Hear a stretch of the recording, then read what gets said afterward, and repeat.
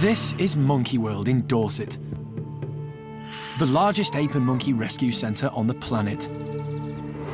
Today on Monkey Life, 88 Capuchins rescued from Chile wake up to their first morning at Monkey World. We're just going to get as many of them in one room together and open all of the doors at once. Chimp Rodders has a run-in with a sticky melon. And the park's naughtiest resident, Seamus, comes face-to-face with alpha male Butch. He is actually frightened of Butch, and that's good, because then he'll mind his P's and Q's a bit, and then he's less likely to get a good thumping.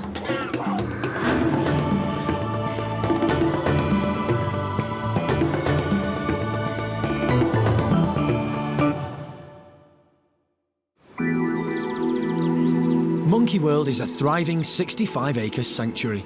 Yesterday it was home to 170 primates. But this morning, that number has risen to over 250. And the new arrivals are all waking up. 88 Capuchin monkeys rescued from Chile, South America, are being rehomed here. It's going to be a long day. I wanted to get in first thing just to make sure that everybody did actually make it through the night and recovered and woke up this morning, because, you know, it's always possible that through the night when you relax, something could go wrong. Everybody's fitting with us this morning, so that's the first good news. In Chile, the Capuchins were kept in a laboratory where they were used for medical research. Most lived in solitary confinement. When their studies finished, the primates couldn't be released into the wild as they had become institutionalized. So Monkey World stepped in, offering all 88 Capuchins a home. The Chilean Air Force flew the primates the 7,000-mile journey back to the UK.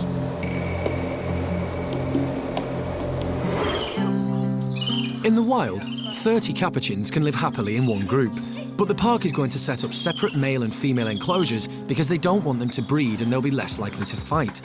And that's going to mean 66 girls living together. Park director Alison's hopeful that the bigger the group, the more peaceful it'll be. There's so much individual personality involved with each of these monkeys, and how traumatized they are, how forward they are, how shy they are. We're hoping that if we just put everybody in the playroom at once and open it all up, first of all, the sense of freedom that they're going to have for the first time in their life is going to bowl them over a bit. But just being confronted with 10 others all at once, who do you want to fight with? You know, you don't know anybody, and pick a face out of the crowd. You generally don't want to run into a mob and start a fight. Fights are generally one-on-one. So we're just going to get as many of them in one room together and open all of the doors at once. And later, will it be happy families when the females move in together? Everybody's so sort of freaked out by everything that's going on, including us, I might add. And in the orangutan nursery, they're showing their wild side. Across the park, in the chimpanzee nursery, it's treat time. Juicy melons. Today, the youngest members of the group are about to get a lesson in how to get to grips with a great big sticky fruit roughly the size of their head. Normally, their food comes chopped up, so something this size is going to be a real challenge. In the wild, chimp youngsters learn about what to eat and how to eat it by watching and copying the elder members of the troop.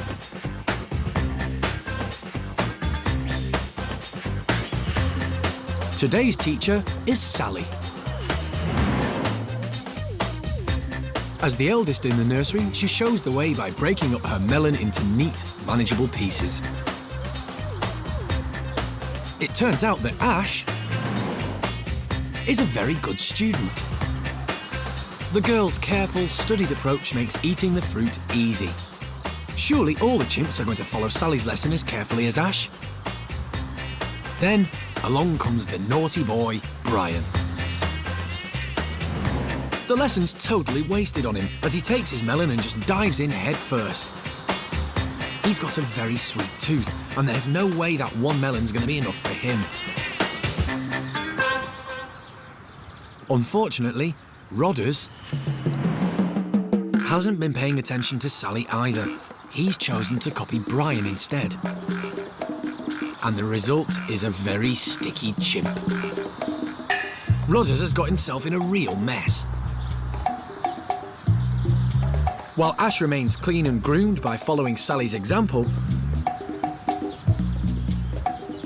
Rodders has ended up with melon all over his fingers and he just can't work out how to get it off.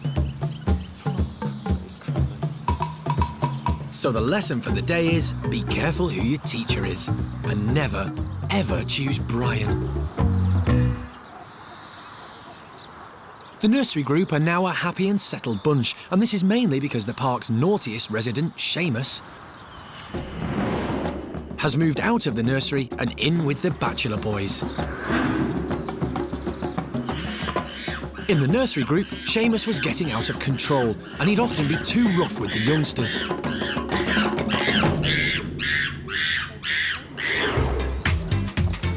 Now, he's enjoying life with the naughty boys. He's met the majority of the bachelors and they all love him. Now the little hooligan gets to have a rough and tumble with bigger hooligans, and life's a ball. But today, it's time for him to meet the slightly unhinged alpha male, Butch. This meeting could go badly wrong, but animal director Jeremy's convinced it's just what Seamus needs.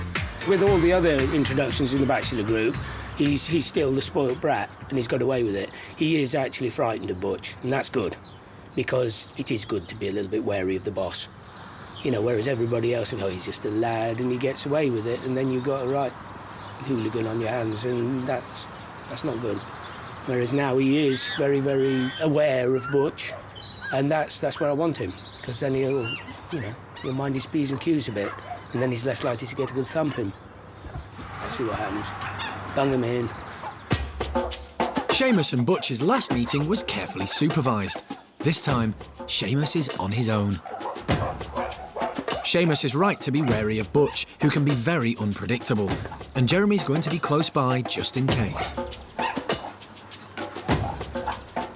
Seamus has made many friends in the group, and today the team have decided he should have his two best pals, Sammy and Jimmy, there for the introduction.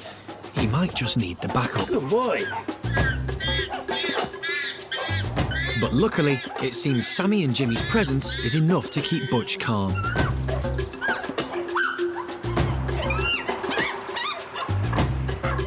Instead of wanting to thump Seamus, Butch's posture shows he wants to make friends and play. Good boy!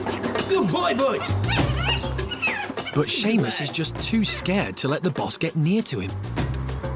And he looks to his close pal Sammy for reassurance. Hopefully in time, Seamus will realise that although Butch has got to be greatly respected, his say is gospel and law, he's just got to relax to it and find an area where he's comfortable. And I can't see that being a big problem. It's just letting him get on with it. And it's very clear that Seamus has got an awful lot of friends, which is good. He's just there now with Jimmy, and he can go and give Jimmy a hug, and he can give Sammy a hug, and and although Butch is dominant over those two, he doesn't really need to go to war with them. And later, can Seamus stay out of the firing line when Butch reminds his boys that he is the boss?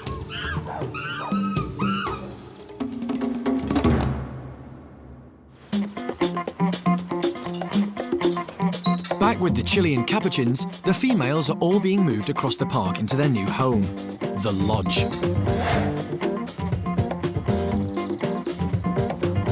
Today, the team plan to get them all into the main playroom together. Bring the boxes in. Number one priority is the monkeys out of the cold. And then the next one can sit on top of that one. Here's the bucket for bits and pieces. Some final touches are being put in place to help them enjoy some playtime, something which they've never experienced before. Jeremy will open each door in turn, and the Capuchins will be able to decide for themselves how quickly they want to come out, or if they want to come out at all. They've been in cages all their lives, and for some, the cage provides comfort and safety. It may take a while for the monkeys' newfound freedom to sink in.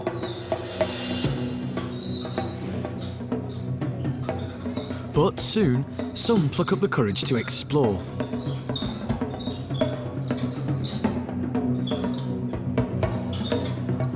This is the first time the capuchins have ever climbed on natural branches, so it may take some getting used to. So far, it's early days yet because everybody's so sort of freaked out by everything that's going on, including us, I might add, that they just don't really, nobody's going to be able to focus on any one person. There's just too much stuff to be messing with. My gosh, look at them all. Round one, Monkey World. This is the largest number of animals the park has ever introduced in one go. And as the team observe the capuchin's behaviour, it becomes clear that all those years trapped in cages have had an effect. It's becoming very evident that these guys have never been out of those tiny lab cages because they really don't know how to control their sort of tails. They're sort of trying to reach for things because that's instinct, but they don't know how their tail really grips on the branches and stuff like that. So they're slipping all over the place, basically, and skittering everywhere, and they're not very stable right now. They're very good at climbing on the mesh, but anything beyond that, they're a little bit awkward on all of the ropes and flexible sort of branches and things that we've put in there, but this is all part of the learning process. The capuchins seem to be willing to explore their new environment, and everybody hopes that this will be a new chance for freedom and friendship. But for some, rehabilitation may take some time. At Monkey World in the chimp nursery, the group have finished with the melons and have moved on to their next treat, potato sacks. There's a lot you can do with a potato sack, and Brian has got a few ideas in mind.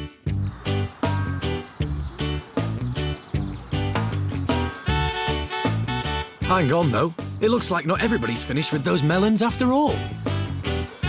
Just like kids, chimps can make fun out of anything. Brian's really enjoying the potato sacks. He even tries out a bit of nest building.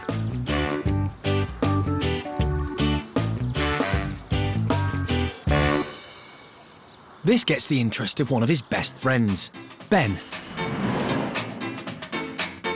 There's no way that Ben's going to miss out on this play session. It's great to see Brian making friends. When he first arrived, he was shy around the others. But not anymore. Brian's shy days are definitely over. He's happy, lively and confident, especially around Ben.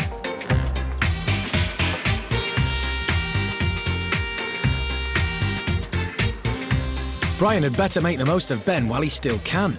Ben's 6 now, and along with his half-sister, Pip, it'll soon be time for them to move on to an adult group.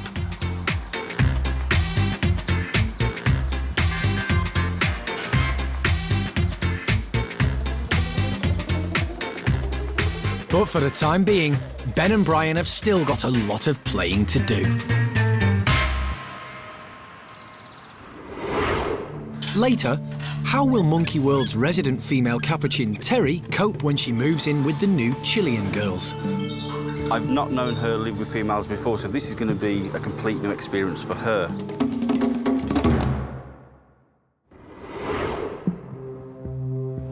Back with the Bachelor Boys, the introduction between Seamus and Butch continues. Seamus is still avoiding Butch, and for now, Butch is leaving him alone. As the meeting is calm and going well, Jeremy's keen to let more of the bachelors outside. Yeah, OK, if they want to get either somebody else safe lined up, either Mojo or whoever, or Spanish Charlie, that might be good. Hopefully, with more of the group coming out, it'll distract Butch's attention away from Seamus. And sure enough, it does.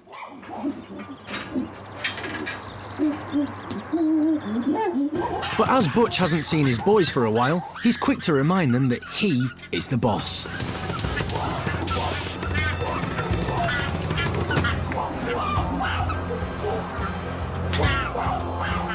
A quick slap is just Butch's way of asserting his dominance.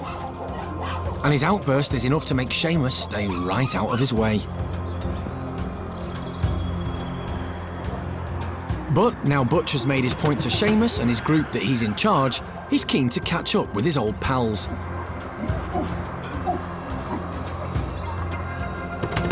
So far, so good.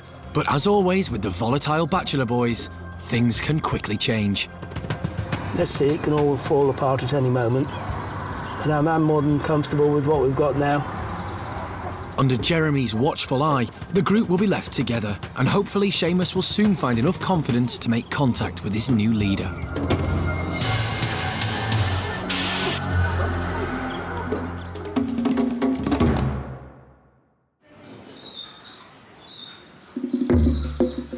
Across the park, the female Capuchins from Chile are busy checking out their new home. And now, even the shyest monkey can't resist a bit of settling in.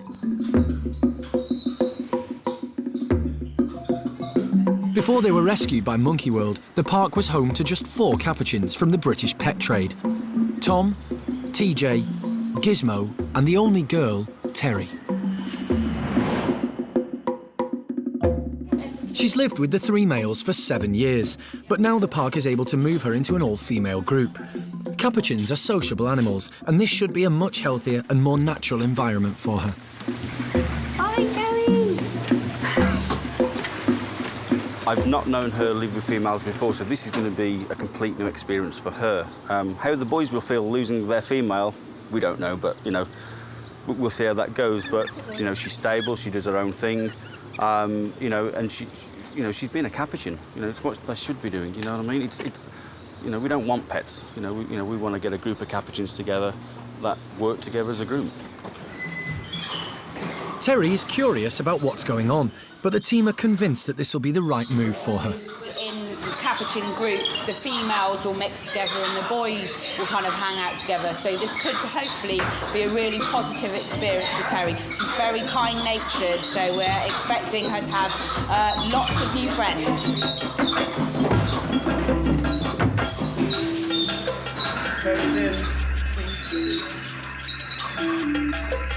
She's only been in for about 10 minutes and she's just moved through, I think. She's right in here in the playroom. Yeah, okay. So she's moved through to the playroom. How's she doing then? Really well. Really well.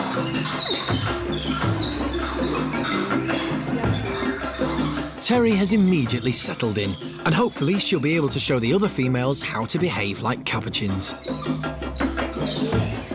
Even though Terry in the past has done introductions and either been frightened or aggressive or upset about meeting certain individuals at Monkey World, that's always been one-on-one, because when we pick them up from the pet trade in Britain, they come to us one by one because people keep them in solitary confinement, which is such a tragedy for them.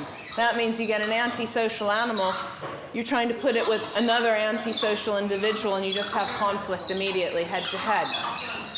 This, if you want to consider that, is almost a luxury in the sense that there's so many here that nobody can focus on any one individual and have an issue.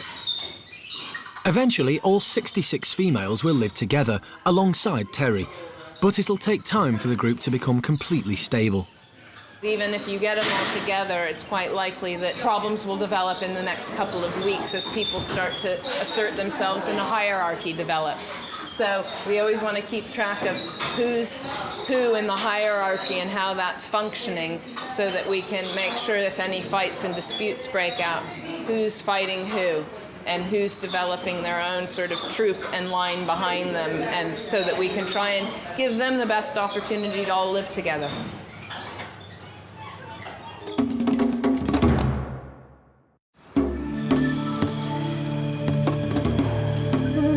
It's nearing the end of the day for the park's residents, and as some are preparing for bedtime,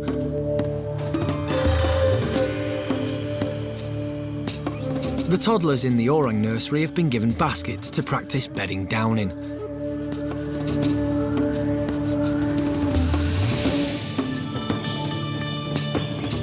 In the wild, orangutans spend the majority of their time up high, and they build sleeping nests in the tree canopy.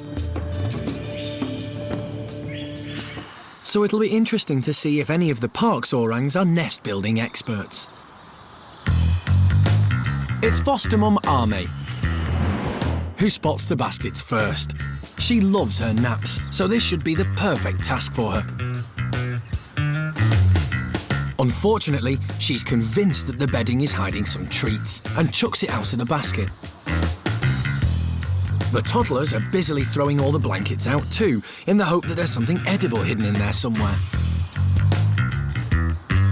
Arme just doesn't get it. She's thrown away the bedding, she's not found anything to eat, and now she's destroying the basket. Arme's the boss, so the youngsters follow her lead. It's been a complete disaster. What was supposed to be a nesting lesson has turned into a load of fun and a destructive play session. Well, as destructive as an orang can be, these primates are not the most active of creatures. And for an orang, this is about as rock and roll as it gets.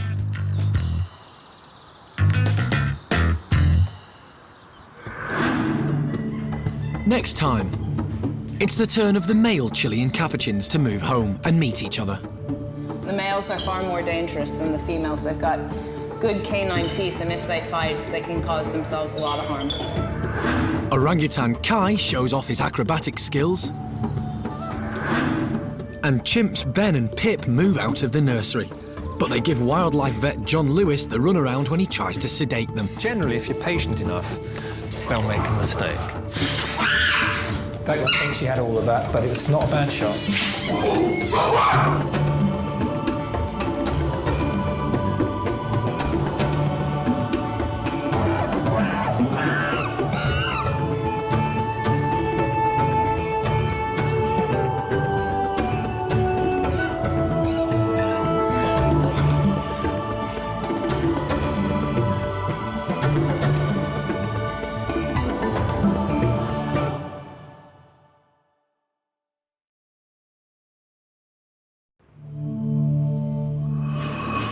This is Monkey World in Dorset, the largest ape and monkey rescue centre on the planet. Today on Monkey Life, chimps Ben and Pip move out of the nursery, but they give wildlife vet John Lewis the runaround when he tries to sedate them. Generally, if you're patient enough, they'll make a mistake. Orangutan Kai's got far too much energy. And it's time for the male Chilean Capuchins to move in together, and Alison's worried. The males are far more dangerous than the females. They've got good canine teeth, and if they fight, they can cause themselves a lot of harm.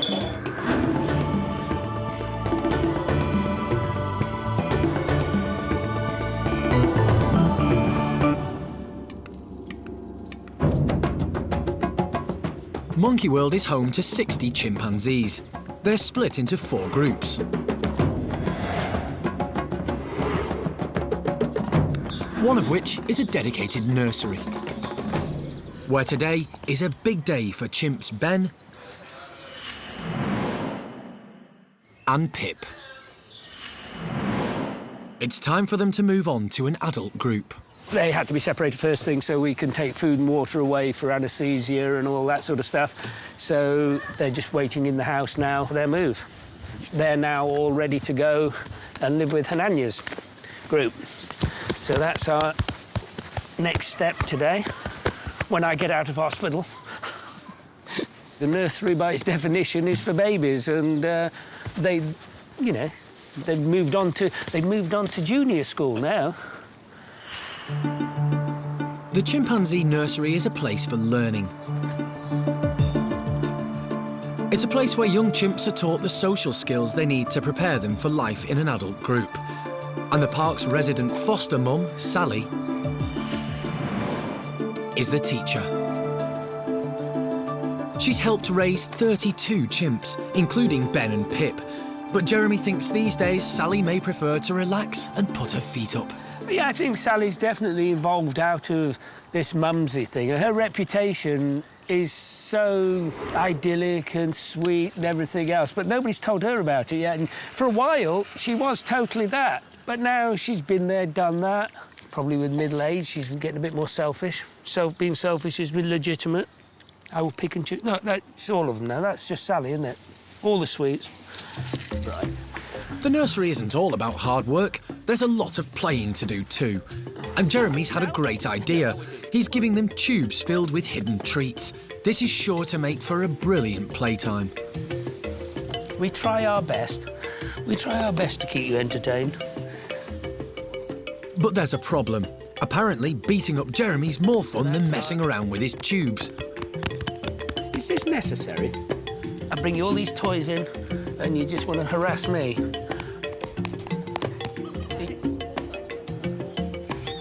That's very clever. That's very clever.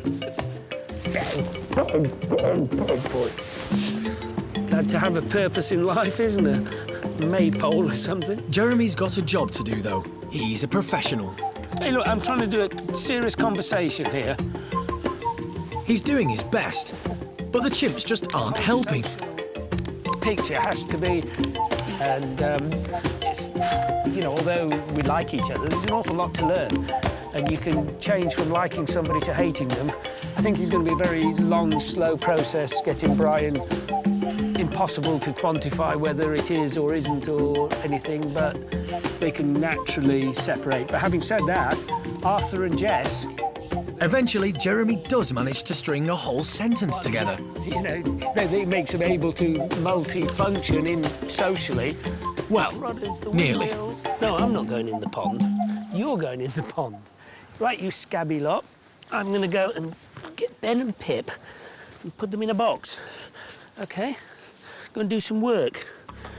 That's what this is all about. And while Jeremy battles his way out of the enclosure, outside the nursery, wildlife vet John Lewis is preparing the sedative to move Ben and Pip. Even though they're only moving next door, Ben and Pip are too big to be carried, so they're going to need a light sedation, and John is keen to get things going. We're going to move two, hopefully relatively quickly, which may work. And we actually need to do these both at the same time, because they're going into one den. We want them both to come round together. It's very difficult if you have one come round and then you go back and get the second one, and then find when you get to the den, you've got one conscious chimp in a den into which you want to put an unconscious chimp. That doesn't really work. Ben and Pip were both born at the park, but they were rejected by their mums. They've grown up together, so they share a close bond. And because of this, the team want them to stay together. The park has decided that Hananya's group will be the best place for them. It's always nice, of course, when animals from Sally's group join Hananya's. I think it's nice for the animals because the same team of Primate Care Staff work both houses, so at least they have the consistency of the staff. The proximity of the enclosures means that once they go outside, they can get their bearings. They know that they've only moved so many metres across the park. They can still see the old nursery that they used to live in. It's a lovely, fun, young group for Ben and Pip to spend the next period of their lives in. Jeremy's made it out of the nursery in one piece, and now it's full steam ahead to get Ben and Pip safely moved next door. So if you do the one in front of you first, OK. probably, and then go. You might need to get into that room to get the other one if necessary. Right. Give it a go.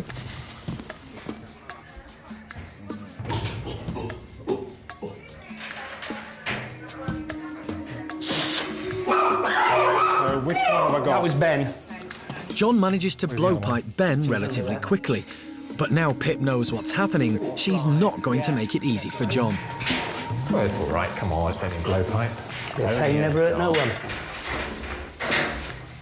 Generally, if you're patient enough, they'll make a mistake. And that's really what we bank on.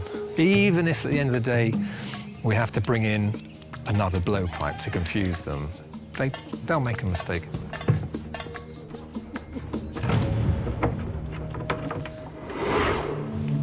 And later, time is ticking, so will John finally get the better of Pip? Didn't think a pistol would have been better, actually. And there's a Capuchin standoff when two alpha males go head-to-head, Tom and Gorillon. Tom's the main man, but he's not a dictator. It's like being main man in the kindergarten. It's not difficult.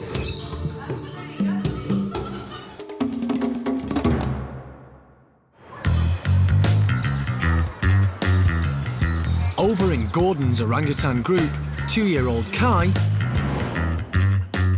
is full of energy. Orangutans have the longest childhood of the great apes, and young Kai spends the better part of every day playing.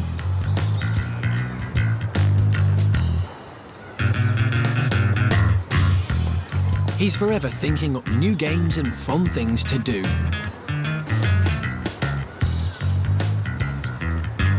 And today, he's decided it would be fun to beat up 11-year-old Gordon.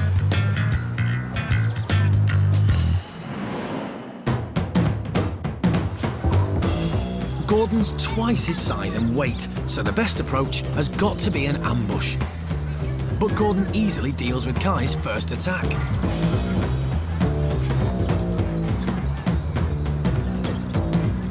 Kai's not giving up though. He's going to beat up Gordon if it takes him all day.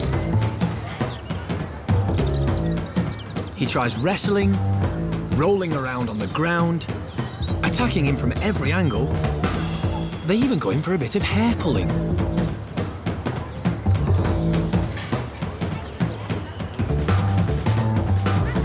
Kai's not getting anywhere with his plan, but does it put him off?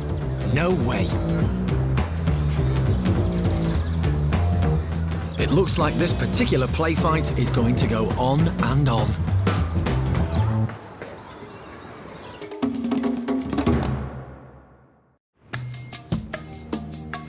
Back at the chimp nursery, Pip is still managing to avoid Vet John's blowpipe.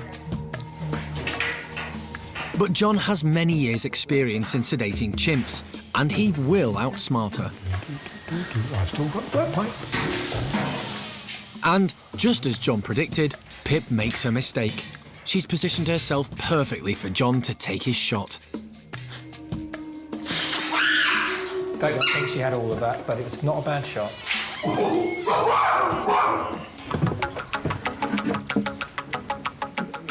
It'll be good for Ben and Pip to remain living in a mixed-sex group. As both were born in Hananya's troop, bringing them back here seems the most natural option. It's always nice to get animals into mixed-sex groups if you can achieve that. And in addition to that, both of their mothers live in Hananya's group. Ben's mother is Peggy and Pip's mother is Cherry. We're not sure, of course, if their mothers will recognise them, but that will be an interesting component in the introductions. Ben's mum, Peggy, is keeping a close eye on proceedings. But before she can meet her son, Ben and Pip need to recover from their anaesthetic and meet some younger members of the troop.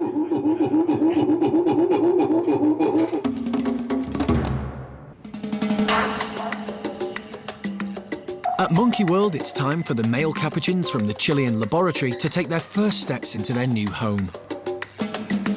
That's the goal for today.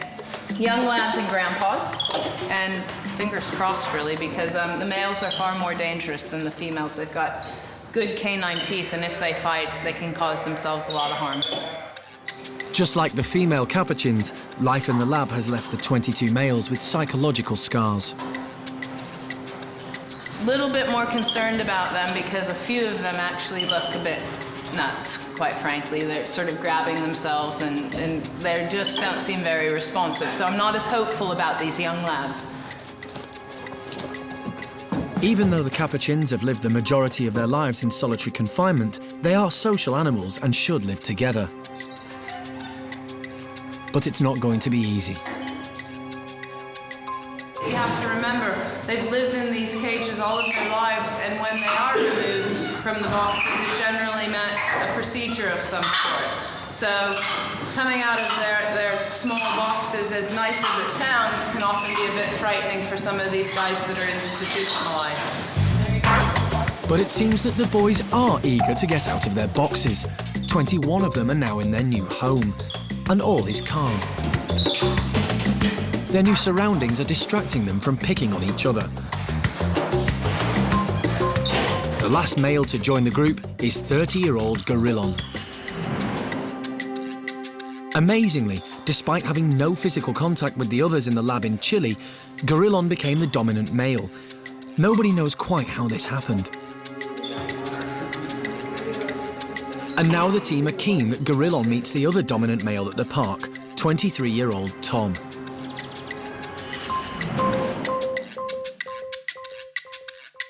Tom is one of the park's 4 original Capuchins. He was rescued from the British pet trade, and although his friends TJ and Gizmo will join the group too, he's going in first. And the team suspects that when Tom joins a proper Capuchin family group, his status will drop. Tom's the main man, but he's not a dictator. He's only the main man because he's bigger than anybody else, and Gizmo's shot away. TJ's a little boy. I mean, it's like being main man in the kindergarten. It's not difficult. Tom's life in the kindergarten is over. He's about to be confronted with 22 adult males. It's a lot to sink in for a little brain like Tom's. Gorillon can immediately tell that Tom is a Capuchin of high status, and it seems that Tom can sense the same of Gorillon. The pair are locked in an alpha-male standoff.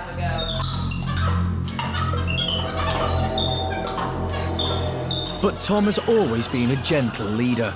He doesn't want to fight, so he bravely walks past the males around him. So he very cautiously walked past Gorillon. Gorillon doesn't quite know what to make of this, and it's left Tom feeling rather confused too. But one of the males, Sean, welcomes Tom into the group. Despite the slight tension between the alpha males, this meeting is going very well. But there can only be one boss, so now it's up to Tom and Gorillon to decide which one of them it will be.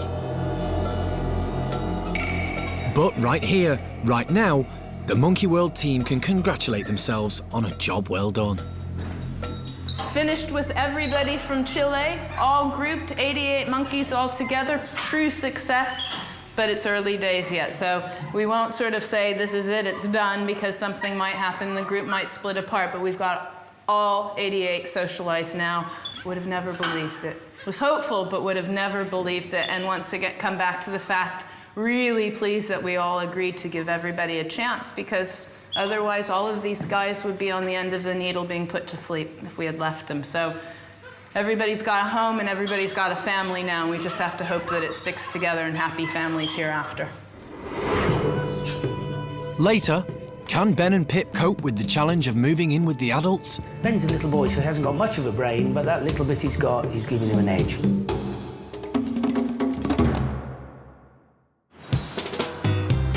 Over in Hananya's group, they're outside enjoying the sunshine.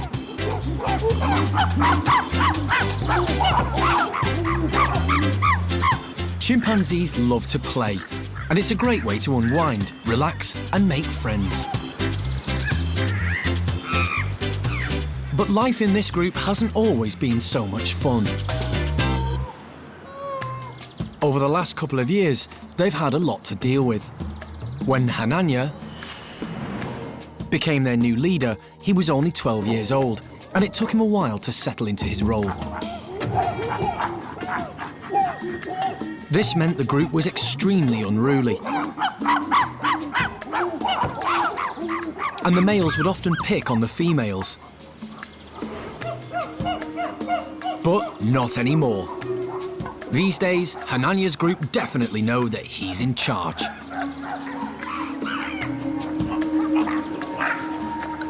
Hananya's right-hand man is Tico. As second in command, it's his job to back Hananya up if he needs it. But today, there's no need. Everybody's behaving themselves and everybody's just having fun. Which means that Hananya and Tico can clock off and join in.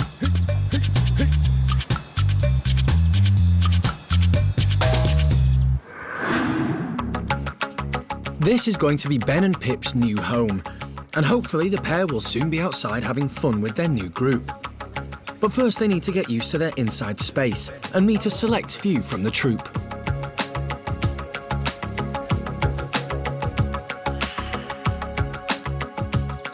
In the nursery, the only adult chimps were Sally and Lulu. But here at Hananya's, Ben and Pip will be living with 18 adults. They're obviously going to be nervous, maybe a level of excitement. Obviously some uncertainty is there, so as soon as you can get some potential friends and allies in with them and form a small subgroup around the two new animals, the better. And first to meet Ben and Pip will be 3 females. Valerie, Tootie and Johnny. Valerie's a very friendly chimp, so the team are confident she's a good choice. Tootie and Johnny used to live in the chimp nursery with Ben and Pip, so everybody hopes they'll remember one another.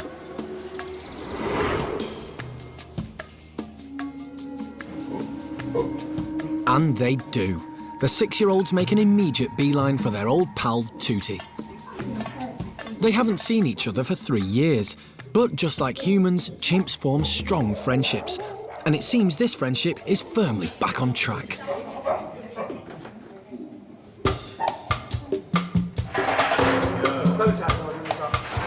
And when Johnny's let in, Pip immediately heads straight over to say hi.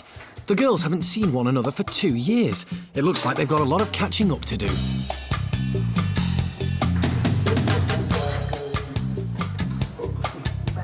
While Pip is meeting old friends, Ben has made a new one. He's hanging out with Valerie, and the pair have hit it off straight away.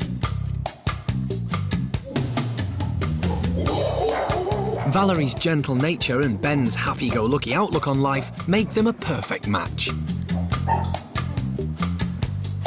This meeting couldn't be going any better, and it's nice to see that Ben and Pip are relaxed enough to have fun without clinging to one another for comfort. They will get new allegiances and new friends and everything, but I can't see that they won't always be friends, at least for the foreseeable future. So they've always got that to go back to. And, you know, Pip's a little girl, so she's more adventurous. Ben's a little boy, so he hasn't got much of a brain, but that little bit he's got is giving him an edge. It's crucial that Ben and Pip make friends before they meet more dominant individuals. And for Ben, being a boy means his integration process could be more difficult. His biggest challenge will be coming face to face with alpha male Hananya. Hananya could see Ben as a potential threat and not want him in his group. But as Ben is still relatively young, the team hopes he will be accepted. Obviously, Ben and Pip have lost their baby status, but they still will seem very small and cute and appealing to the other animals in Hananya's group. So we're hoping they're still young enough that they won't be seen as a threat and that the other animals will have a protective element there when they meet Ben and Pip for the first time. For now, Ben and Pip can relax with old friends and new friends. But next time, Ben's in for a nasty shock when he meets alpha male Hananya. He can be quite temperamental, Hananya. If he had thrown him around a bit, obviously that would have been preferable to actually making contact and biting Ben. Good boy. Orangutan Xiao Kuai is struggling to carry her ever-growing son, Kai.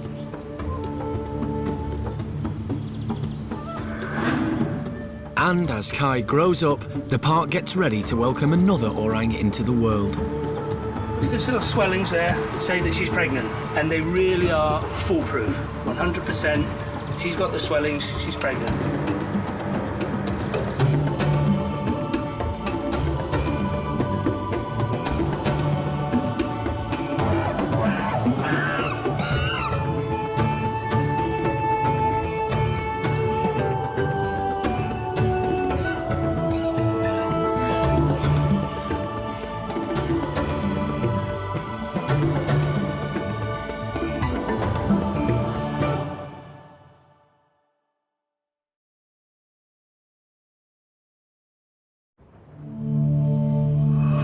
This is Monkey World in Dorset, the largest ape and monkey rescue centre on the planet. Today on Monkey Life. The team has to step in quickly when Ben's meeting with alpha male Hananya goes wrong. He's the alpha male, he's very strong, he's capable of doing a lot of damage very, very quickly, so it's an anxious time for everybody. Orangutan Xiao Kuai struggles with her ever-growing son Kai. And as Kai grows up, the park prepares to welcome another orang into the world. Here we've got her. Good girl. There's little swellings there. Say that she's pregnant.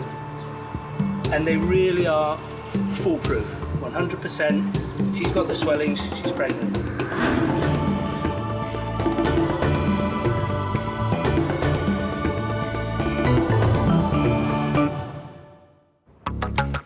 Every primate living at Monkey World forms part of a strict hierarchy within their family group. This way, everyone knows their place. But when you're new to a family, it can be difficult finding out where you fit in. Hananya's troop have recently been joined by infants Ben and Pip, who moved in from the chimp nursery just over a week ago. At 6 years old, it was definitely time they joined an adult group, and the pair are settling in very well. We've actually been really impressed with Ben and Pip. They've been brilliant. They seem to be very resilient, very, very good in the initial introductions. Ben, a little bit more wary than Pip, but I think that's to be expected.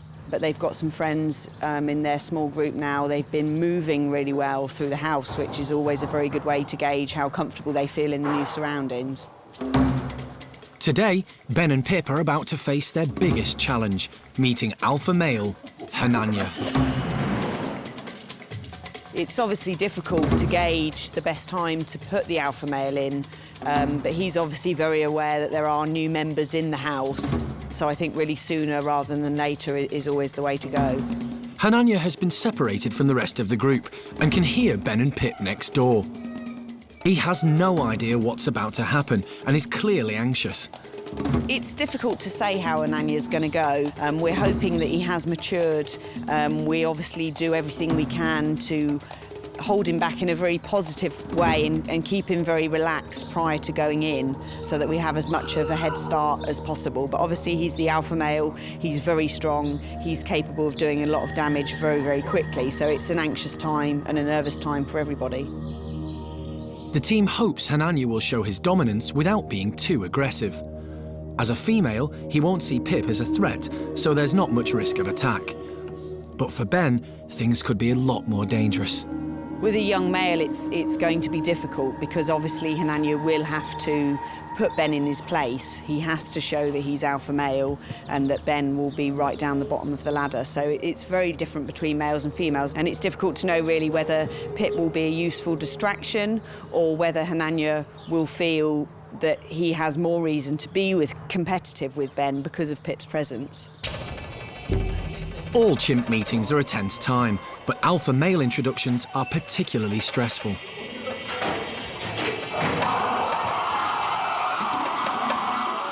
Hananya enters and immediately makes his presence known. The group instantly show respect to their leader. This is the first time Ben and Pip have seen such a large male, and although they must be extremely nervous, it's vital that they behave correctly. Pip does the right thing by following Hananya and going forward to greet him.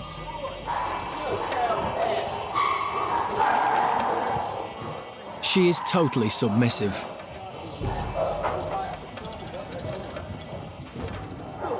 Ben does nothing to offend Hananya and stays well out of the way, allowing the alpha male to assess the situation.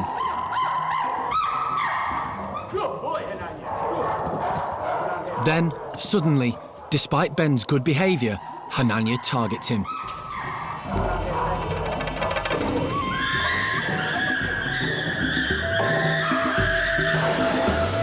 The team don't want to take any risks, so we immediately stop the introduction by firing harmless CO2 gas as a distraction.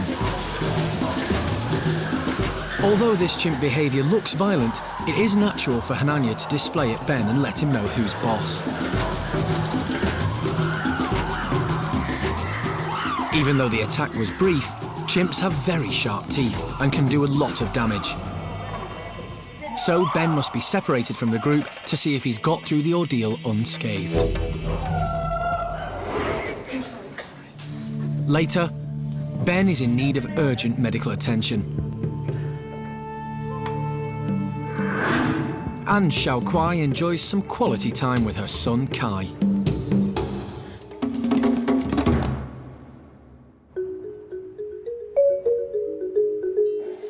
Unlike Ben and Pip, who were rejected by their mothers, young chimp Bart was born into Paddy's troop and has stayed there in a happy, healthy relationship with his mum, Susie.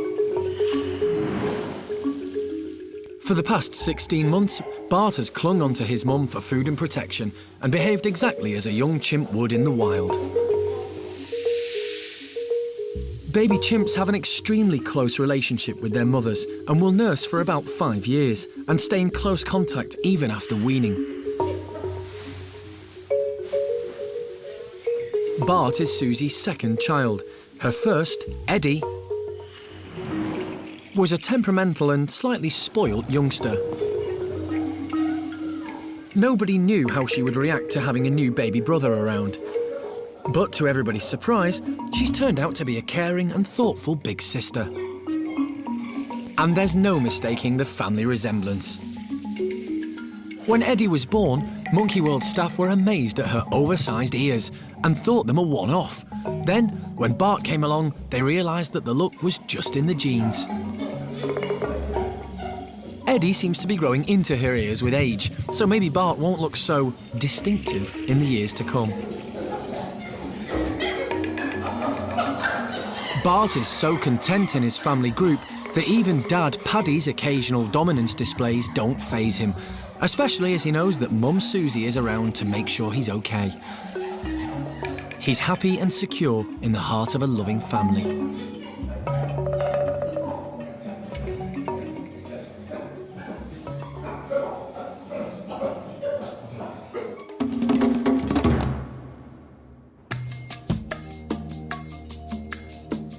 Yeah. Back at Hananya's, Ben has been separated from the group after his initial clash with the alpha male. The introduction didn't go terribly well with Hananya. Ben has got a wound on his arm. It looks pretty bad, but he is using his arm quite well. But at the moment, we just got to go in and assess. Introductions between an alpha male and another male are always difficult, and Hananya is still fired up from the meeting. I think we all expected Hananya certainly to display and certainly make some contact with Ben. He's the alpha male. He can be quite temperamental, Hananya, and does have quite a short patience span. So if he had thrown him around a bit, obviously that would have been preferable to actually making contact and biting Ben. We were hopeful that it would last longer and we were able to finish it on more of a positive note, but unfortunately that wasn't the case. What you like, eh? Go playing with those big boys. I told you about playing with the big boys before. Yes, I did. I told you about playing with big boys like that. Jeremy hand-reared Ben, so Ben feels comfortable enough to let Jeremy inspect his wounds. You see one? You see one? Let's have a look.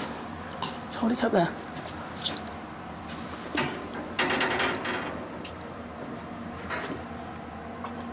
Yeah, that actually is into the muscle. Ben's wound looks serious, but like most wild animals, chimps are very good at masking pain, as showing any sign of weakness could make them a potential target. Actually, it's remarkable, totally remarkable after that beating that he's just had. Look at him. Well-eyed, aren't you, Ben? Good boy, Ben. Yeah. If you had a wound a fraction of this size, you would milk it and you would groan and you would moan, capitalising all the attention and sympathy, whereas chimps just don't do that. I mean, everything's still working. He doesn't have any tendon damage because his hands are working. The muscular damage is minimal. His muscles are all working. It's just humans are particularly soft and weak, and it really is that simple. As a precaution, Pip has also been separated from the group and will be reunited with Ben as soon as he's taken care of. Pip and Hananya's introduction couldn't have gone better. She behaved perfectly by respecting the alpha male, and he readily accepted her. She's got this force field round her. Haven't you? There's a force field round you, isn't there, Pippin? Monkey World's vet, Femke, has examined Ben and is happy that they try to glue the wound together. Surprisingly, ordinary superglue is a safe and effective alternative to anaesthetic and stitches. All right, are we ready? But getting the glue onto Ben is going to be a challenge. Don't stick your lips there. I don't want your face stuck to your arm. That's not a good idea. Actually, I'm the wrong person for this job because I can't do it. And I can weld things, I can nail things, I can nut and bolt things, I can rivet things, but me and glue don't usually get on well together. I usually end up just sticking myself to something rather than what I'm trying to stick. That hasn't happened. didn't hold it tight enough together. He wasn't quite ready. We'll work on him a bit longer. When it comes to the animals, Jeremy has the patience of a saint. You're not a bad little lad, really, are you? And eventually has a go at sealing the wound.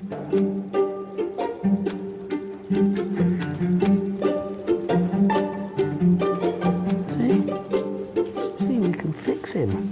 We can make him as good as new. A new Ben. But despite Jeremy's best efforts, Ben refuses to let him glue the wound, and it's clear from his behaviour that he's still in pain.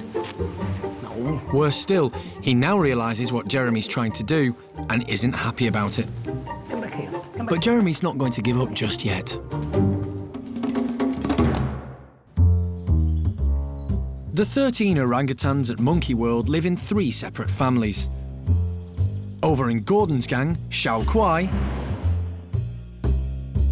and her son Kai are together as usual. Kai is a typical kid who loves playing and exploring. But he also likes spending time with his mum. The orangutans at the park are part of the European Endangered Species breeding programme, and Xiao Kuai and Kai have been the first mother and baby success story.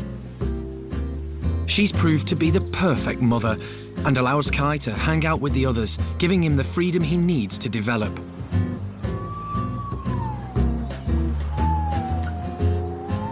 But at the same time, she's there when he needs her. But not every aspect of motherhood has come naturally. When Kai was little, it took her some time to master the art of carrying him around and climbing at the same time.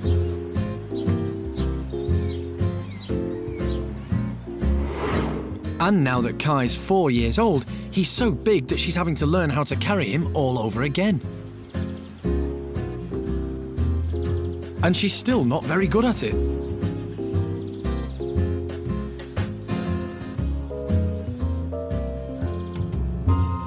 And Kai does like his rides. Later, Jeremy has positive proof that Amy is pregnant, but quite how it happened is a mystery. Amy is the greediest animal in the world, so not taking a pill, I don't buy that. And Xiao Kuai needs time out from toddler Kai.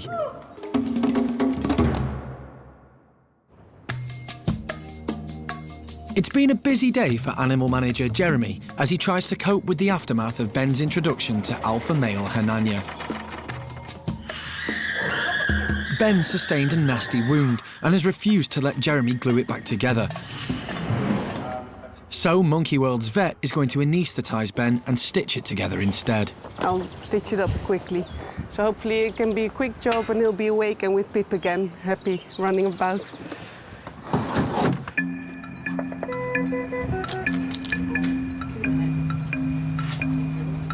It's always worth having a shot at doing what you can without anaesthetising, with all the risks involved with anaesthesia.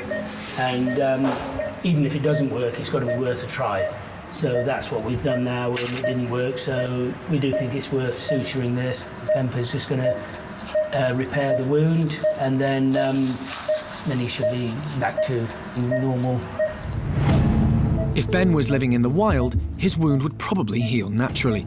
But in the heat of the African tropics, there's a high risk of infection, which could be life-threatening.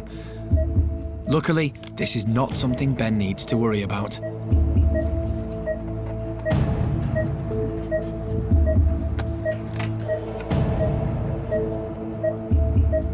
With Ben repaired, he'll be given a reversal to bring him around from the sedation, and then Pip will be let in to join him.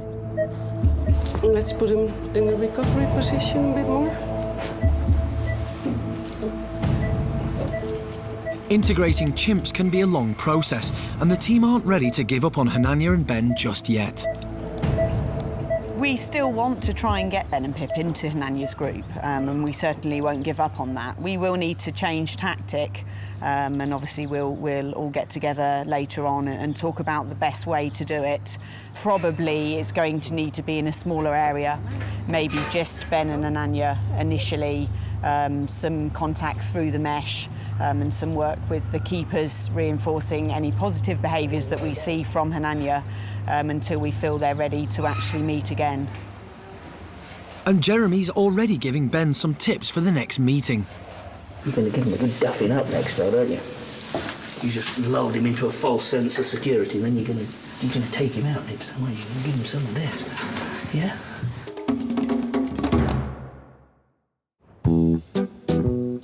Back over at the orangutan enclosure, Xiao Kuai has finally got away from her toddler for a much-needed break. While Kai's off bothering some of the other inhabitants of the enclosure, his mum's decided that she's not too old for a bit of messing about too. Xiao Kuai was the park's first orangutan to successfully raise a youngster. And she's a great mother. But just occasionally, she gets to show that she's got another side.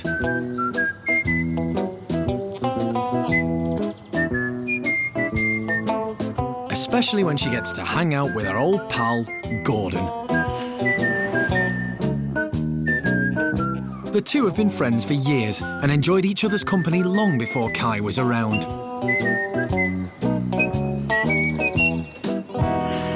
Even when he was a baby, Xiao Kuai and Gordon still found time to have fun together.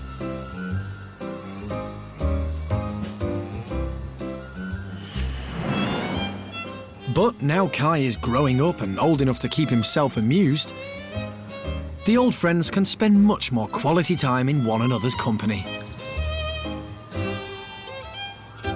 And that means plenty more wrestling.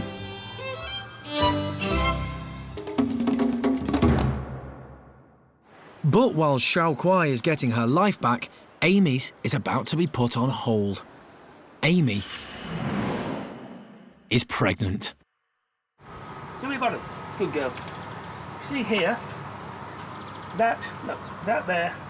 What's those little swellings there? Say that she's pregnant. And they really are foolproof. 100%. She's got the swellings, she's pregnant. Apparently all primates, maybe even all mammals, have the equivalent of that, but orangutans wear it externally. So even humans have the equivalent of that, but the orangutans are the only chaps that I know of anyway, that wear it externally like that, and that is the 100% giveaway that she's pregnant, as well as being ugly. Like several of the female orangutans at the park, Amy was on the human contraceptive pill, so her pregnancy is a bit of a surprise. Amy is the greediest animal in the world, so not taking her pill, I don't buy that, because she'd eat her own pill and everybody else is having got the opportunity. I can only think that the human birth control pill is more specific to humans now and didn't work for Amy, I don't know. Also, we do the 3 weeks on, 1 week off, the same as what a human would do, so that they can have the natural cycle. I don't know, we learn. Jeremy has noticed that Amy isn't just showing physical signs of pregnancy, but that her behaviour has changed too.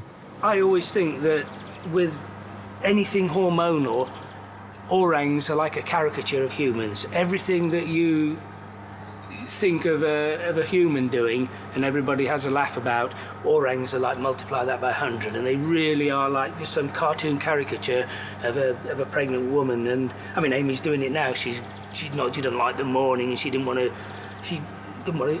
speak to me this morning, didn't want to speak to anybody, in fact. And Jeremy will have to get used to that touchy temperament, as the gestation period for orangutans is 8.5 months long. But despite all the good signs, Jeremy's concerned about the future. Sadly, Amy isn't a natural mother, and this will actually be her 4th baby. Her only surviving infant, Gordon, had to be hand-reared 10 years ago, and Jeremy doubts she'll raise her baby this time around. I would wager my house that Amy would not rear her own baby. Her mother was exactly the same, and she had, yes, your mother. She had 3 babies, and not one did she look after. And Amy's gone down exactly the same route. In fact, Amy's worse. Amy just doesn't want to know, get this thing away from me. So we will see. I mean, she has the baby and holds it nicely and looks like she's going to feed it, then of course we'll give it a chance. But will Amy? Only time will tell if her mothering instincts will prevail. Next time, woolly monkey baby Paolo gets to visit his half-brother Julio. Julio has really taken this guy under his wing. Paddy's group invent a new sport, banana fishing. And Alison and Jeremy have their work cut out, catching a pair of Capuchin monkeys from Hertfordshire. These people are aware that they're no longer able to care for them as best they'd like. They end up with us.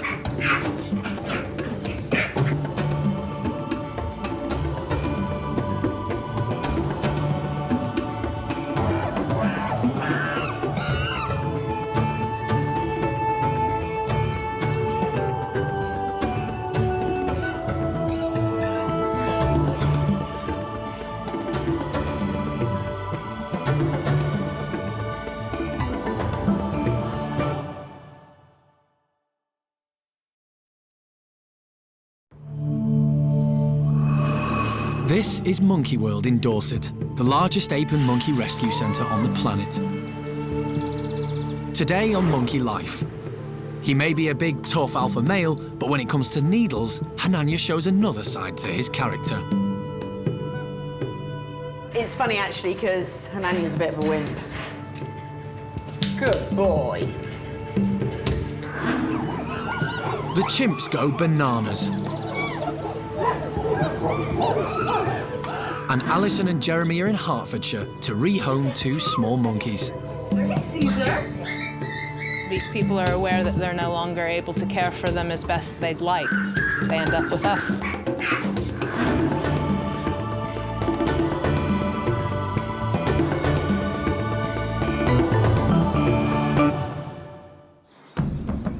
Monkey World is home to 10 rare woolly monkeys. 2 of these were hand-reared by the keepers when their mothers rejected them at birth.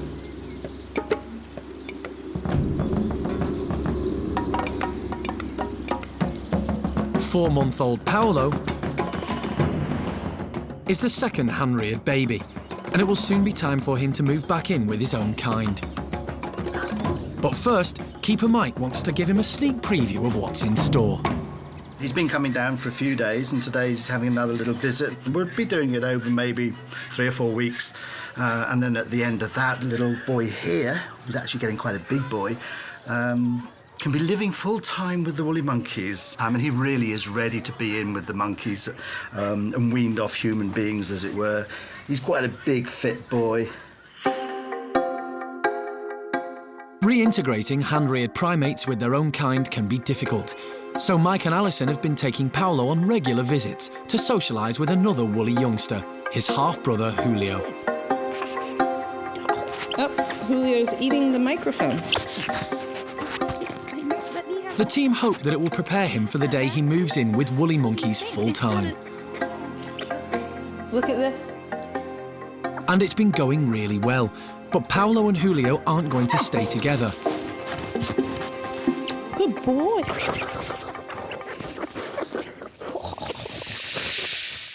In the wild, woolly monkeys live in large social groups, and to avoid inbreeding, the males move between families. So to replicate this natural behaviour, the team are moving Paolo to the park's other woolly monkey troop. And the initial signs look good, as high-ranking female, Yarima, and her baby, Inca, seem at ease with Paolo. All quite happy to see him. They could just come over, have a quick hello and wander off again, so there's no big deal. And they're all used to little babies. They've all had youngsters around them. And as Yurima's got her own little baby there, it should be lovely to see him growing up with Yurima's little ones. It's still early days, but the future looks promising for Paolo and his new woolly monkey family. Coming up, Paddy's chimps go banana fishing.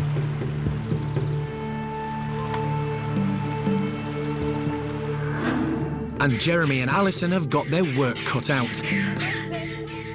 Catching a pair of Capuchin monkeys in Hertfordshire.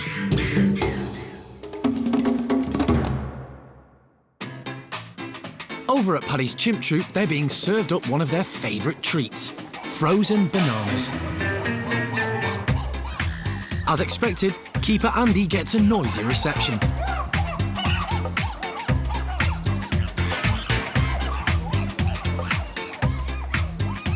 Frozen bananas are very special, so everyone's out to get their share and not one goes to waste.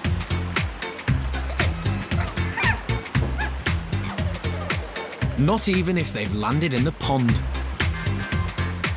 But high-ranking Cindy isn't going to get herself all wet. She's got a much better idea.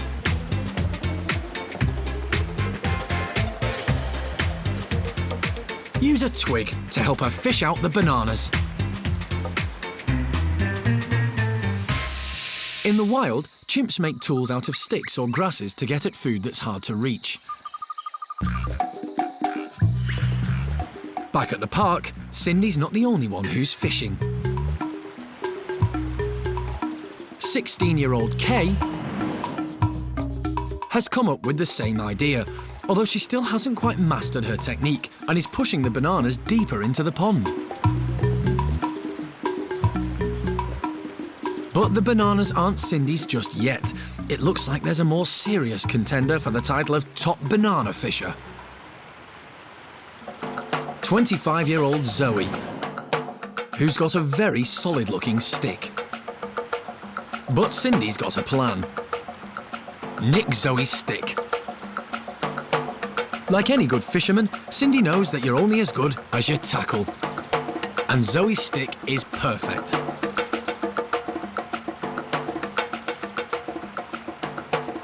And so is the banana.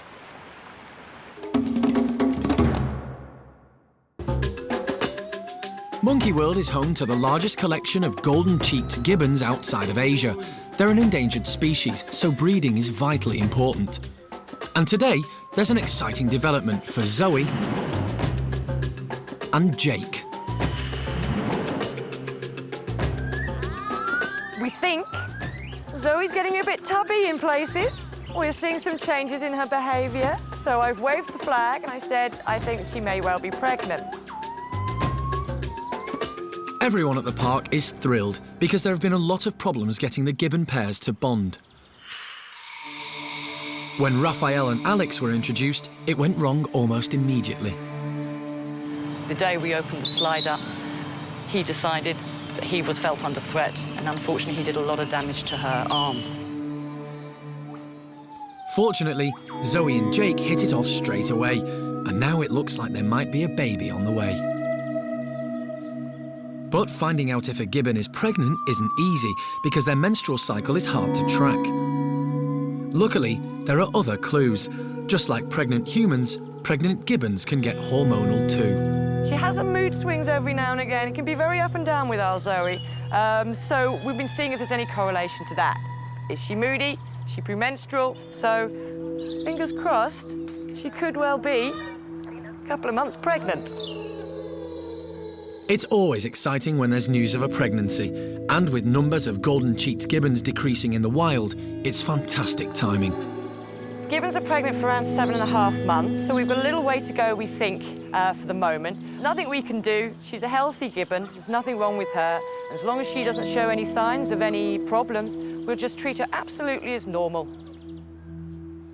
Now all Wendy can do is watch and wait to see what's in store for the happy couple.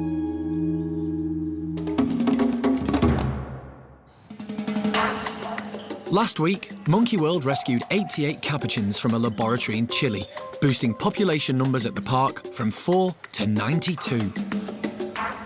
But, as if that isn't enough, Animal Director Jeremy has travelled with Alison to Hertfordshire on a mission to rehome 2 more. Their current owners are getting too old to care for them. It's quite nice. Over the last 14 years, the park has rescued and rehomed a staggering 30 small monkeys from the British pet trade. Often from terrible conditions. Every year we get numerous requests to rehome Capuchin monkeys, usually because people have bought them not realizing sort of what duty of care they have, and then, you know, find that the animals either become sick, unwell, aggressive, so we end up finding, you know, individuals like TJ in cold wooden sheds, or Gizmo also in a cold, damp wooden shed who's, you know, eaten away half of his tail, or Sinbad who's in a pet shop that's a hellhole and a bomb site.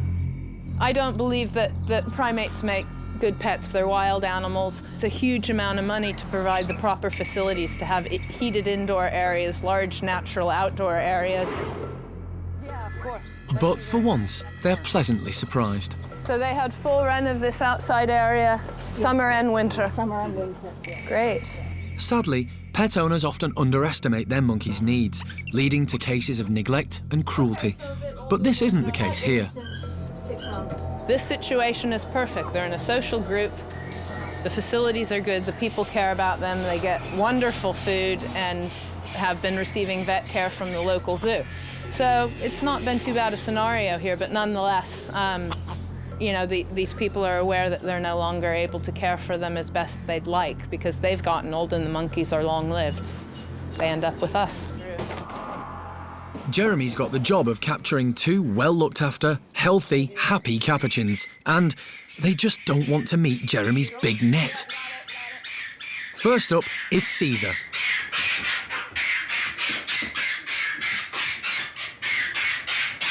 Twist it, twist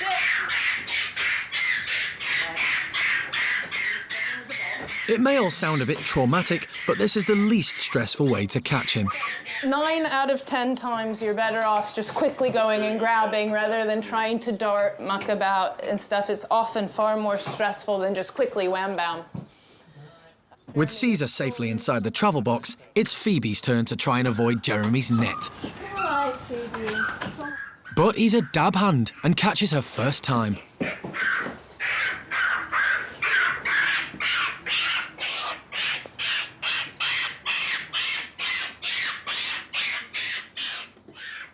With the hard work over, Alison's already making plans for when they arrive back in Dorset.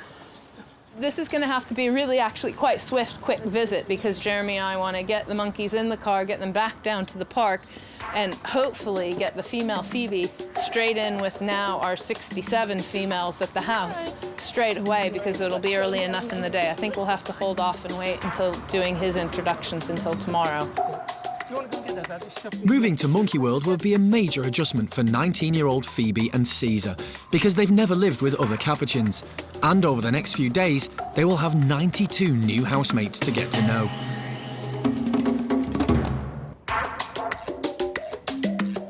At Monkey World, Alison and Jeremy are back from Hertfordshire with Capuchins, Caesar and Phoebe. After their 3-hour journey, the team are keen to get both of the new recruits indoors as quickly as possible. Caesar will be put in an enclosure by himself, next to the 22 bachelors from Chile.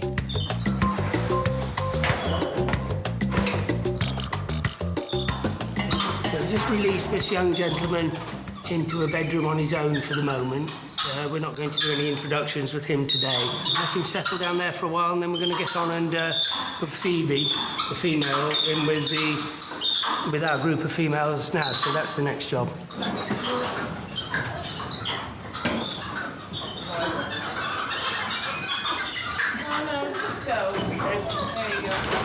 We've just let Phoebe, the new Capuchin, in with what's now 67 females in this house. So obviously she's a little bit upset because this is the first time out of the cage that she's lived in all of her life. We just need to decide when's the best time to open it up and put her in amongst everybody else now. So probably give her a few minutes and then open it up. What do you reckon? Let him through? Yeah, well. Go for it. The atmosphere seems calm, but as the slide is opened, nobody knows how well the introduction will go. Oh, there we go. Somebody's been brave enough. Phoebe takes a few steps out of the bedroom, and some of the females seem intrigued to meet their new housemate. We've got this youngster that's paying quite a bit of interest, and she's nervous but not approaching, which is a good sign. So it will take her a little while. It must be absolutely overwhelming to come into such a large area of all these capuchins that she's never seen in all her life. But it's only been about 10 minutes, so we'll see how she goes. Slowly, everyone's beginning to show an interest in the newcomer. But the politics of an all-female group like this are complex. It may take Phoebe some time to find her place. But keeper Hannah is on hand, just in case she's needed. Later, an unusually calm atmosphere descends over the bachelors as they get their favourite treat. And just how do you gain the trust of a chimp who has the strength of 6 men? It's a really challenging and rewarding part of the job, and shown us how much they can learn to trust us. On the other side of the park, the Bachelor Boys' enclosure is strangely quiet. What could possibly have caused such a character change in the rowdiest residents of Monkey World? It's their turn for the frozen bananas. Just like Paddy's troop, the bachelors know how rare these treats are, and they've all got their own individual approaches to tackling them. For Paco, speed is the trick.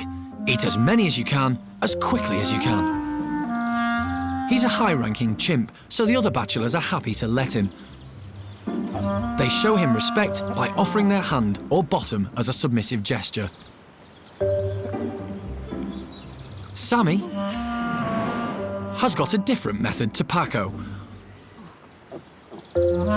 Simply grab as many as you can and hide. And here's new boy, Seamus. He's still refining his method. Pile them high and hope you don't have to share. When he first arrived, getting his hands on anything at mealtimes proved difficult, so it's great to see Seamus getting some bananas, even if it's not quite as many as the others.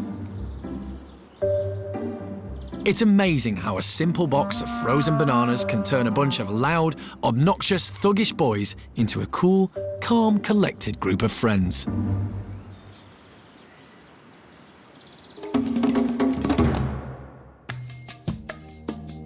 Over at Hananya's chimp troop, head keeper Cara and Kate are taking part in a Monkey World first for the chimps. They're training them to accept injections from the keepers. Medicating any primates can be demanding and dangerous. The most risky is giving anaesthetic by darting, and the park only does this when absolutely necessary. There are times where you have to anaesthetise an animal for a health check, for an ultrasound, to stitch up a wound. And obviously we found that darting an animal was one of the most stressful situations. I don't think she had all of that, but it was not a bad shot. This is a worrying and difficult procedure for both the primate and the keeper, so they're using a new method to overcome the problem. And so we wanted to find a way that would allow us to inject the chimpanzees in a more cooperative way, where they were happy and they knew what was happening and it was on their terms and at their pace. It's taken over a year to get to this stage. Firstly, the chimps had to learn to present their shoulder, then accept the needle touching their skin, and finally allow the injection. Good girl. So you see, she was fine there and didn't really react. A bit of a rub on the shoulder after the needle had been pulled out. We take it very slow and steady, so the animal knows exactly what to expect and exactly what's involved and what's expected of them. The syringe is just filled with harmless, sterile water, but one day this might be a life-saving procedure for the chimps. This form of training really shows how much the chimps trust their keepers, but some clearly trust the keepers more than others.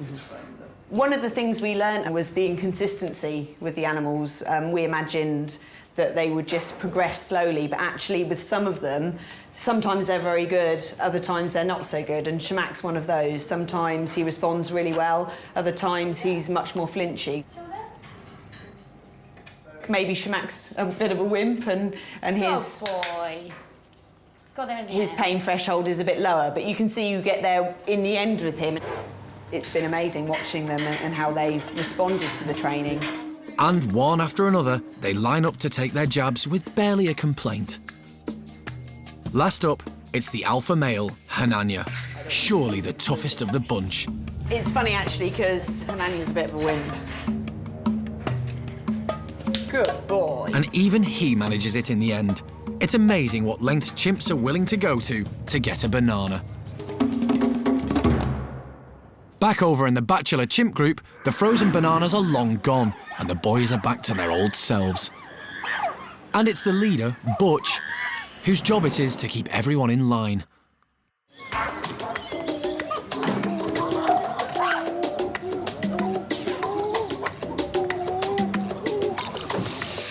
In the wild, it's the role of the alpha male to keep the other members of his troop in order, and the position of alpha male is never an easy one. There are always others who are interested in the job, and recently, 17-year-old Paco has been challenging Butch's position. But Butch is no fool. He knows how to keep order. One of his tricks is to make friends with some of the biggest chimps in the troop. When he needs a job doing, they're always ready to step in and make sure it's done properly. But it's Butch's unpredictability and impressive shows of strength that really help him maintain his leadership. So when Paco started to display in a challenge to Butch, the group had a choice. And by seeing Paco off, they backed Butch. Large male chimps like to show their strength, and nowadays, as soon as Paco begins his outbursts, Butch is right there to nip it in the bud. And when he's not around, the whole group step in. It's in a male chimp's nature to display, but Paco's calming down. He doesn't seem as bothered about challenging for leadership anymore. He's learnt that you don't have to be the boss to get your fair share at mealtimes, if you're one of the biggest. And as there are no females to get excited about, Paco may have realised there's not that much worth shouting about after all. Next time, TJ joins the other Capuchin monkey males, but he's looking for trouble. I think he's about to start a fight. Look at him, he's just desperate to start a fight. A couple of old friends fall out, and Paddy has to step in before it gets nasty. And in Hananya's house, it's teeth cleaning time. Obviously, their first reaction is to want to grab the toothbrush.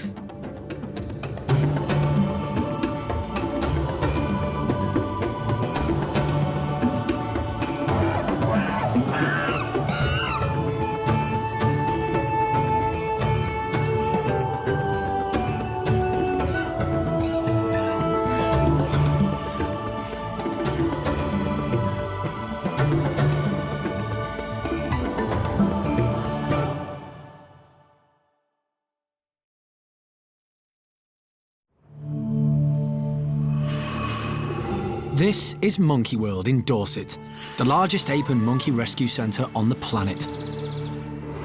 Today on Monkey Life, resident Capuchin TJ joins the new monkey male arrivals, but he's looking for trouble. Not keen on this. I think he's about to start a fight. Look at him, he's just desperate to start a fight. A couple of old friends fall out and Paddy has to step in before it gets nasty. And in Hananya's house, it's teeth cleaning time. Obviously, their first reaction is to want to grab the toothbrush.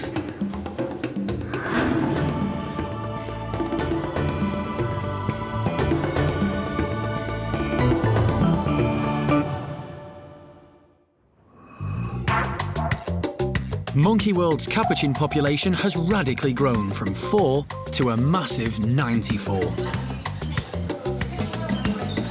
Most have come from a research laboratory in Chile, and many lived in solitary confinement.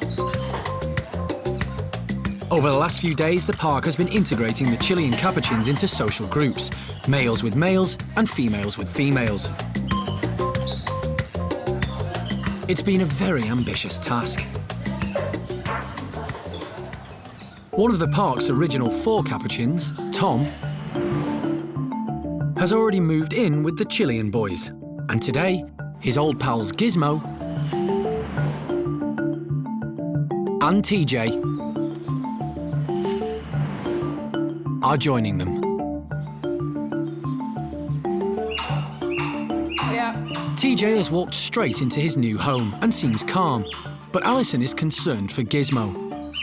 The only individual that's causing a fuss right now is Gizmo because he just doesn't know what's going on. But other than Gizmo, we're all good. It's all quiet and calm. You're doing all right.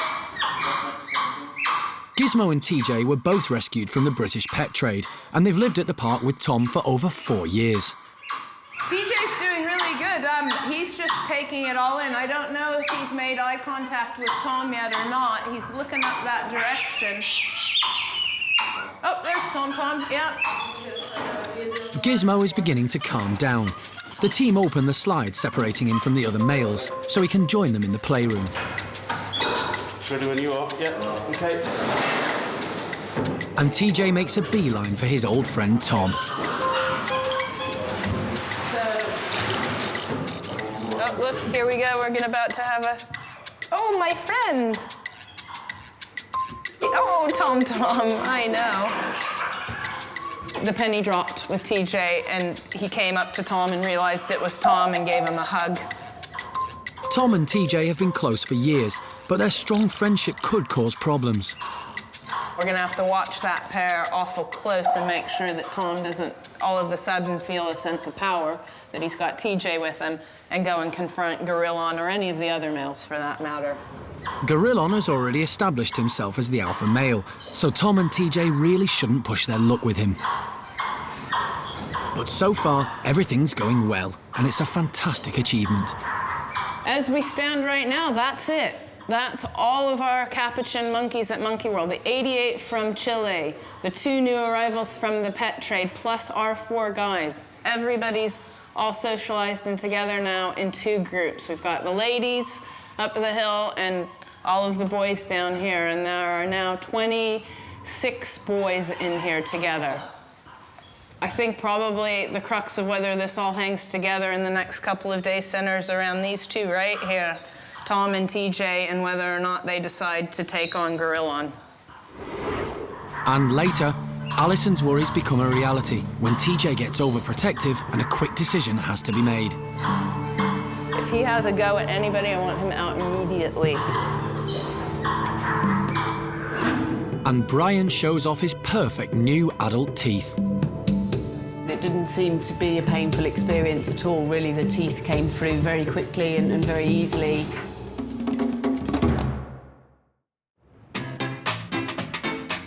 Over in the bachelor pad, newcomer Seamus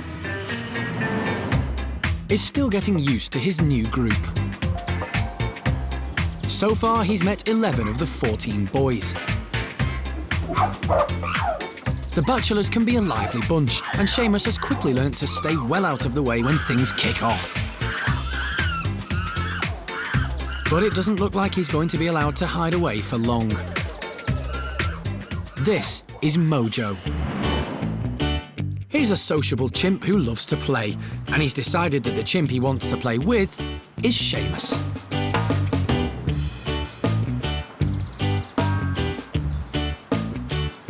It doesn't look like Seamus wants to play, but Mojo isn't taking no for an answer.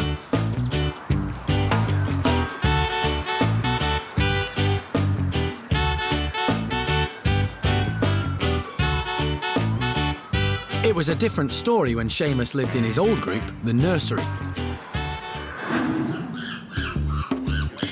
During his 7 years there, he became one of the park's most playful and naughtiest residents, and he could get quite rough with the youngsters. Seamus needed calming down, and life with the bachelors has certainly achieved this. He's settling in well, but is still wary of the rowdy rabble, and rightly so. But it's important that Seamus makes friends. And in the end, Mojo's persistence pays off.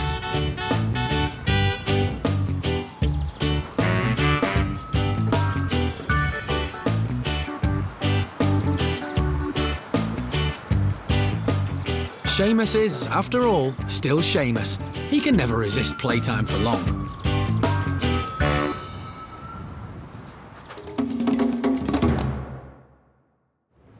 Over at the chimp nursery, Cara is checking up on 5-year-old Brian, and she's paying special attention to his new adult teeth. Good boy, Brian. We're really pleased with the way things are going. When he arrived, he only had the 3 molars and he had problems with solid foods, and we were supplementing him with some soft foods. But now we're a year on, all the incisors are through, and he also has some of the premolars. We're up to 14 so far. Before coming to Monkey World, Brian was being trained as a beach photographer's prop in Mexico. When Alison and her late husband Jim first met him, they were shocked by what they found. We've seen it before with many primates where the front teeth get removed, but never all of them. So we were trying to figure out how somebody could have, you know, it would have been a big operation to remove every single tooth in the poor little guy's head. His owner didn't want him biting the tourists he was being forced to pose with, and Brian was left with only 4 teeth. When Brian arrived at Monkey World, some of these had to be removed because they were broken. The team are delighted to see that Brian's adult teeth have grown through perfectly. It didn't seem to be a painful experience at all, really. The teeth came through very quickly and very easily. We've been able to keep a very detailed record of when the teeth have come through and how things are progressing, and all the teeth look really healthy, the gums are fine, so we're really pleased. Soon, Brian will have a full set of healthy adult teeth, and his traumatic past will be firmly behind him.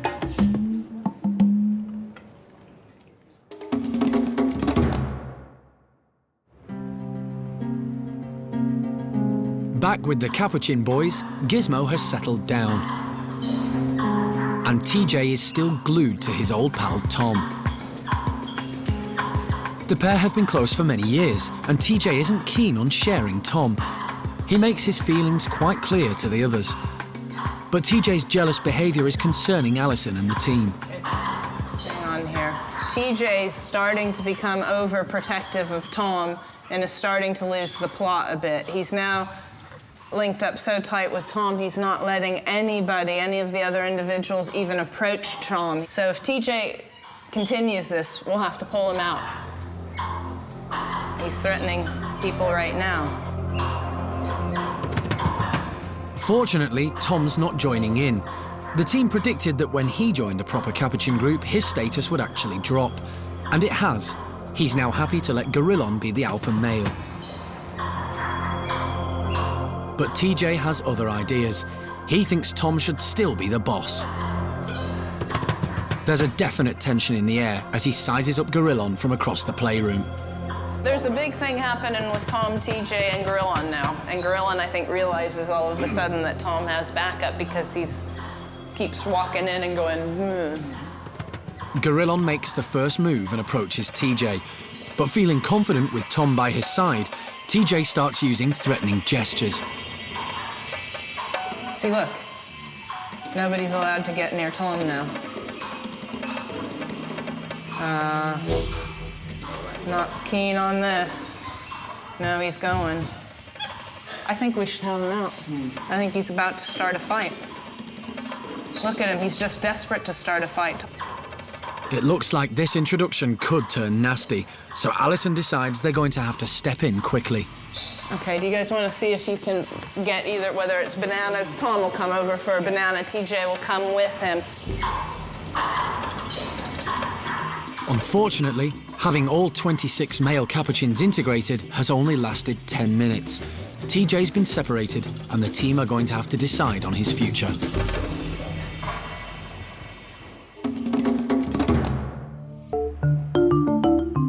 At Monkey World, in the orangutan enclosure, Amy is keeping an eye on the youngsters who may soon have a new playmate. Amy is now several months pregnant, but there is concern, as she's proved in the past that she's not a natural mother. She's had 4 babies at the park, but only one survived, her son Gordon, and he had to be hand-reared because she rejected him at birth. But recently, Amy seems to have started to take an interest in playing mum and has been paying a lot of attention to Kai, the current baby of the group. So, over in the office, the Primate Care Staff are discussing whether Amy might have finally got what it takes to raise a baby this time around. Do we still think that she's gonna be the same old, and abandon the baby? I don't know, she's very friendly with Kai, to the point where Xiaokuai is actually getting quite annoyed with her, and they're almost arguing over it. I mean, obviously give her that chance. Really, really, really give her that chance. But, Okay, and then otherwise it'll fall down to Primate Care Staff, and that we need to then sit down and discuss any nursery situations and have that prepared and ready for the date.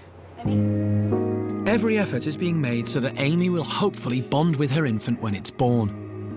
In the orangutan bedrooms, keeper Penny has already started working with her to get her used to having her nipples touched, which is what will happen when the baby feeds. I'm just putting a little bit of pressure, okay, good girl, on her nipples, just to see and make sure she's quite happy for us to actually manipulate them, that kind of thing, because obviously with the baby, it's going to be pulling on her nipples and it's going to be a little bit uncomfortable, so I'm just trying to get her used to that, really. But if she doesn't tolerate the baby feeding directly from her, the team could use a breast pump to express Amy's milk and feed the baby separately. Whichever way she chooses, Amy still needs to build up her tolerance. People that have had babies know that your breasts do become quite sensitive, so this is another way of desensitising that, getting her used to people fiddling around, and of course the food reward is a great incentive, particularly with Amy because she's so food orientated. Good girl. At the moment, Amy seems perfectly comfortable with Penny touching her. So Leanne Bates, who's visiting from the US to help with behaviour training, has come up with a plan that involves a practice baby. Very experimental. We don't know how she's going to initially react to it and whether or not this will actually be a very good substitute when the real baby shows up.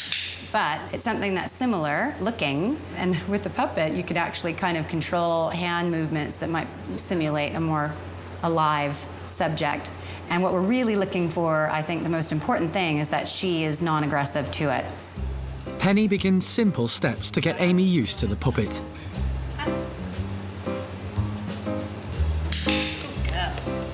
And although Amy seems unfazed by the fluffy toy, her eyes are saying otherwise. The eyes. The eyes. The eyes.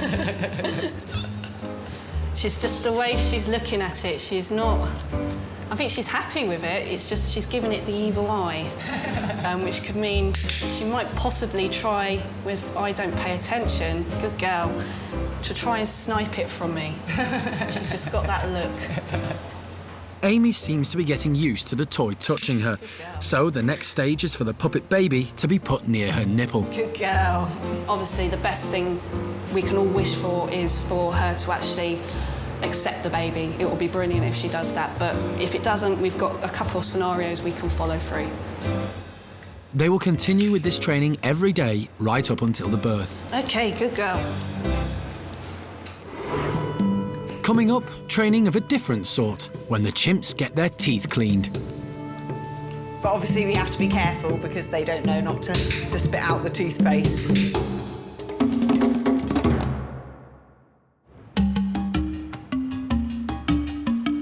Next door with the chimpanzees, the alpha male Paddy is trying his best to relax.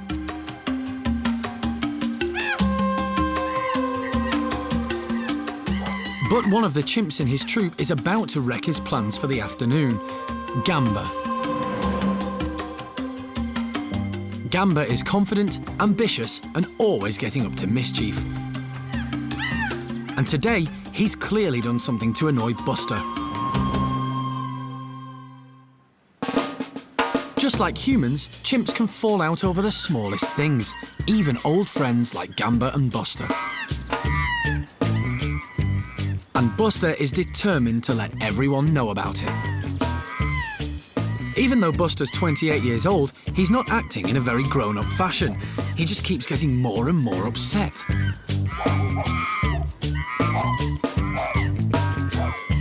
This is the moment where maybe Paddy should step in. But no, he's determined not to let Gamba and Buster spoil his relaxation. Buster is desperate for someone, anyone, to come to his rescue, but it looks like nobody cares. And even when he gets reassurance from the boss, he still can't give up the argument.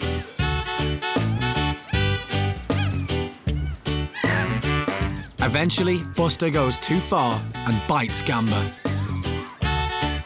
That's it. Paddy's afternoon is well and truly spoilt, and it's time to put the boys in their place. And now the boss has spoken, the squabbling pair quickly back down, and in typical chimp style, they make up as if nothing ever happened.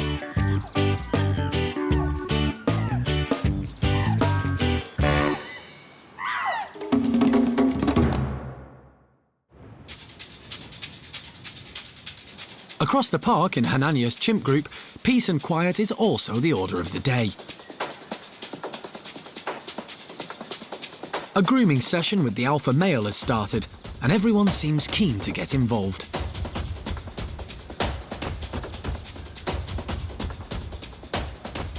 It's a great way of relaxing and bonding, and it's also how the chimps establish their hierarchy. The more important you are, the more pampering you receive. So, with Hanania being swamped from head to toe, it's clear who's in charge. But while grooming is a very important part of chimpanzee social life, inside Hanania's house, Kara is busy dealing with the side effects. We have a culture in the whole of Hanania's group, really, that unfortunately when they groom each other, they actually have a habit of also removing some of the hairs. Simon's probably one of our most prolific groomers, and he tends to get some hairs stuck in his teeth. And so we sought advice from the dentist, and he said that we could gently try and remove the hairs with a toothbrush periodically. You can see it's quite a controlled action. It's just removing the hairs that have become trapped in the gums. It's important that the hairs are removed because they can cause the gums to become irritated and infected. In the past, the chimps have had to be sedated so the dentist could remove the trapped hairs. But it's a big procedure, and anaesthetics can be dangerous. So for the keepers and chimps alike, teeth cleaning training has proved very popular. There's definitely a trick, and the dentist said to use quite a hard toothbrush and a very controlled, gentle action, because obviously we don't want to cause any irritation. We use a tiny amount of toothpaste just because we found actually the frothiness stops it from being so uncomfortable. But obviously we have to be careful because they don't know not to spit out the toothpaste. They seem to like the mint and orange juice mix. Simon gets an orange juice drink as a reward for being cooperative, but it wasn't easy getting him used to the toothbrush. It was actually quite a slow process. Obviously, their first reaction is to want to grab the toothbrush, which happened quite a few times in the early days. But now he's really, really good. He's quite used to it. He definitely enjoys the sessions. And you can work away for 20 minutes on Simon's teeth and he'll cooperate. When he's had enough, he just wanders off and we'll go back to it another day. So, whilst Simon is happily allowing Kara to give his teeth a really good clean, Hanania is outside enjoying his alpha male privileges. But if too much grooming carries on, the next visitors for Kara's oral hygiene surgery could be lining up.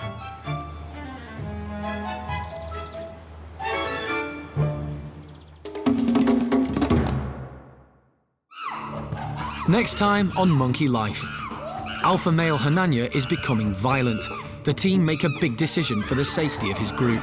We're going to actually remove the very tips of Hanania's canine teeth. The ones that not just cut the skin, but cut deep and down through muscles.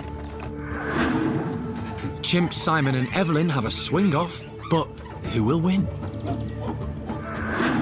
And the park has seen 6 woolly monkey births, but is getting ready for the next. Paquita is pregnant. We are able to touch her stomach and check her over, and it's not just puppy fat and too many bananas, she is pregnant.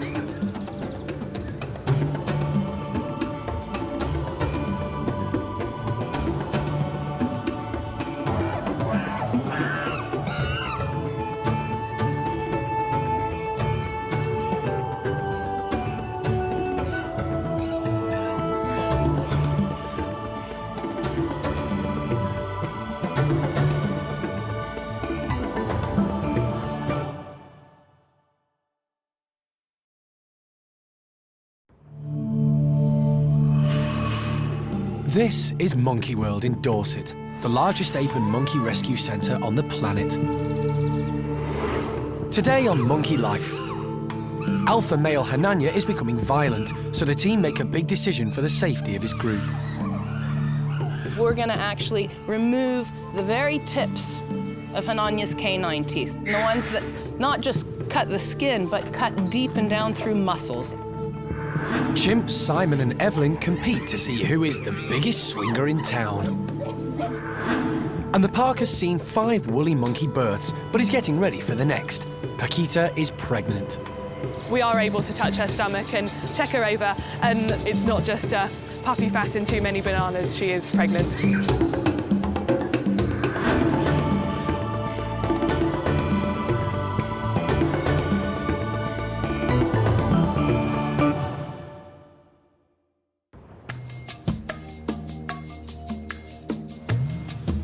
It's a quiet morning over in Hananya's chimp enclosure. The alpha male has been separated from his group. Last week, Hananya was introduced to youngsters Ben and Pip, who recently left the nursery to join his group. But the meeting didn't quite go according to plan. Hananya immediately attacked, and Ben was bitten, resulting in a nasty wound to his arm. At only 14 years old, Hananya is a young leader, and it shows. He's often immature and unpredictable, so the staff have had to think long and hard about the safety of his group. What we're concerned about is that Hananya's group actually turns into Lord of the Flies, and Hananya runs amok, stomping and slapping people because he can, and because there's nobody in that group to stop him or to tell him no. For us, the issue is we've got Ben and Pip that have just moved into this group, and we've got Rodders and Ash next door in the nursery group who really are approaching the time when they should graduate from the nursery group as well. But, you know, it just terrifies us, the thought of putting the 2 little ones in with Hananya right now because he is so fully armed. It's extremely unlikely that Hananya will calm down anytime soon, as he's still trying to prove his alpha male status to the group. So today, the team have decided to take urgent action that will benefit the whole troop. What we're doing today is we're going to actually remove the very tips of Hananya's canine teeth. So those 4 teeth in the front that are really super long and dagger sharp, and the ones that not just cut the skin, but cut deep and down through muscles. The park have successfully used this technique before, with another alpha male, Butch. But with Hananya, it's still not a decision they take lightly. Weighing up the costs and the benefits, for the welfare of the whole group, we think it's the right thing to do. Hananya will not miss the tips of his teeth. Perhaps more importantly, the rest of his troop won't miss the tips of his teeth either. Removing the tips of canine teeth is a minor surgical operation, but the alpha male will have to be anaesthetised, something that's normally done with a dart and a blowpipe. But this time, wildlife vet John and the team will try out a new technique. Over the last year, keepers Cara and Kate have been training Hananya's group to accept injections from them directly. So far, other than training, the chimps have been injected with flu and tetanus vaccine. But today, for the first time, Cara is going to try and inject Hananya with anaesthetic. It's never been done before with this group, and no one knows how he's going to react, or even if it'll work. The keepers who work with Hananya tell me that they think it's possible to inject him with a small volume. So we're going to use very high-strength drugs as opposed to the weaker drugs we normally use in a dart. Give the keepers a chance to just hand inject him, because that's a more secure delivery. Also, he'll get less upset, because the moment I show him a blowpipe, a pistol or whatever, he's going to get very upset, which is never good for an anaesthetic induction. So if we can get away with a smooth, calm, quiet hand inject by people he knows, so much the better. And obviously he's stressed at the moment because he knows something's going on, and we've never tried to hand inject him in a stressful situation. But the conditioning may be effective enough that overrides the stress, and he just offers his shoulder. If he does, I've got a chance. Because this is the first time Cara has injected an animal with anaesthetic, she's anxious too. Getting nervous? There's no pressure there. In the past, Hananya has been a bit nervous when it comes to being injected. He's not very keen on needles. So Hananya's nervous, Cara's nervous, and a temperamental 63-kilo male doesn't like injections. It's a tense time for everyone, and Cara's going it alone. Later, will Cara manage to give Hananya the anaesthetic? Let's just wait and see now. So, yeah, it would be really great if this works out. And youngsters Ben and Pip meet their new bodyguard, Cherry.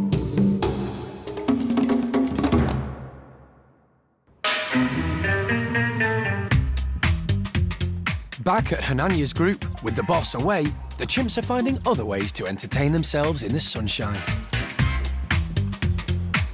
And for 14-year-old Simon, this can mean only one thing: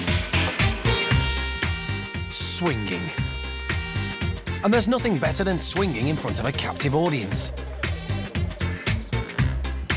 Each enclosure at the park has been specifically designed to encourage chimps to behave as they would in their natural environment.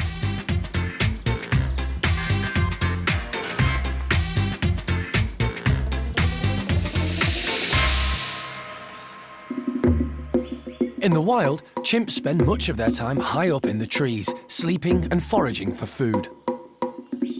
They have incredible balancing skills, and their long arms and strong grip helps them swing from branch to branch with ease.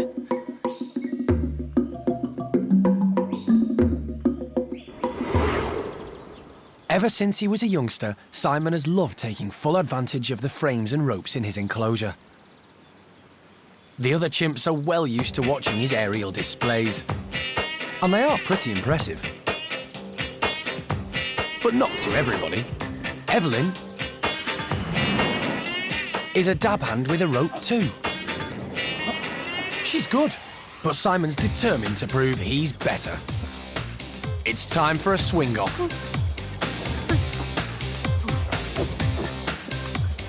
And Evelyn's opening gambit is a fast-paced spin.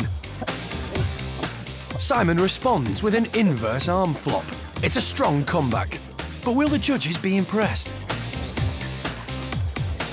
And Simon's making excellent use of the apparatus to create a bungee for extra bounce.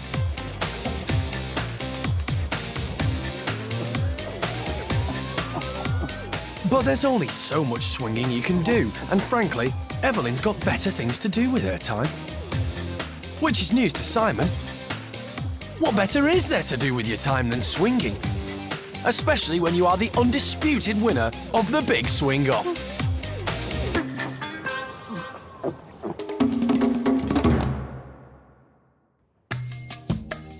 Meanwhile, over in Hananya's bedroom, the team are still waiting to see if Cara has managed to get close enough to inject Hananya with the anaesthetic.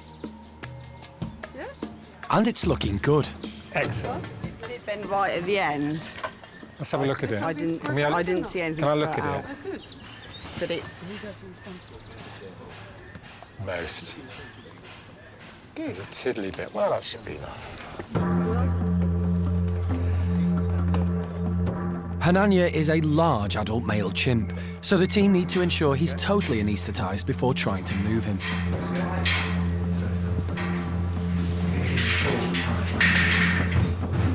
Well, Hananya's obviously laying on his back now, and he seems to be asleep. So we'll check if he is.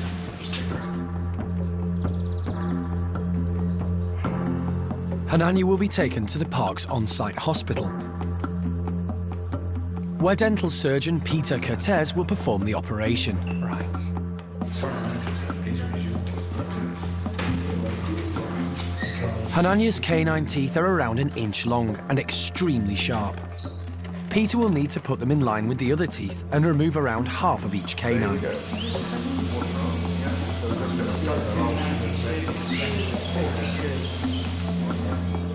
Although this seems rather traumatic, it is painless, straightforward surgery. As you can see, we have to cut a considerable amount of tooth off, but the pulp is exposed. The pulp down there is the nerve and the blood vessels inside the tooth. So can't leave it like that because the tooth is going to get infected that way. So what we're going to do is root fill it, because if we leave it, that's going to be very, very, very, very painful. These are the bits that we've actually taken off. Removing the tips of Hananya's teeth won't affect his position as alpha male or make any difference to his everyday life. Now, he doesn't need those canines for anything in terms of defence or eating or display or anything like that at all. It'll make no difference to him. We don't forget, we're not removing his teeth, he's still got them, they're just a bit more blunt. But it might make a difference to the other chimps. All we're doing is tipping the balance a little bit. We're removing the tips of his canines so he can't inflict such severe wounds on other members of the group. If Hananya didn't have his canines removed, they would have to consider taking him out of the group. I mean, looking ahead long term, unless his behaviour changed a lot, you know, you'd have to consider taking him out of that group and putting him either with a like-minded yob or keep him on his own. That's not very good welfare. There are 3 established groups of adult chimps living at Monkey World, and introducing new members is always a challenge, as youngsters Ben and Pip found out when they moved from the nursery into Hananya's group. Because the meeting with Hananya went so badly, today, with Hananya out of the way, Animal Director Jeremy has decided to try another approach. He's introducing the pair to high-ranking female Cherry. Cherry's actually Pip's mum, but they haven't seen each other for 6 years, so it's unlikely that they'll recognise one another. However, Jeremy's hoping that if the youngsters can get Cherry on side, she'll protect them when they next meet Hananya. But it's not going to be easy winning her over. She's a feisty, dominant female. Generally with Cherry, she does over the top, demonstrating that she's the big, you know, the big I am. She's in charge, and you know, she's a bit of a terrorist. When Cherry enters the bedroom and meets the group, Ben and Pip hang back nervously on the floor, unsure of their new visitor.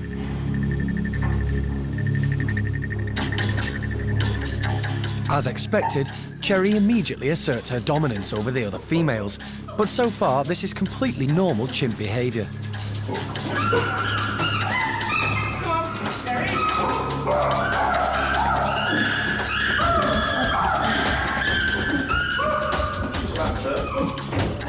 Although Cherry probably doesn't recognise her daughter, the pair do have very similar characteristics, and Pip is fearless when it comes to strangers, just like her mum. She immediately approaches Cherry, whilst Ben stays well back. Pip needs to learn that she's only a little girl and be a little bit more subordinate. She's always straight in there, you know, and just like her mother.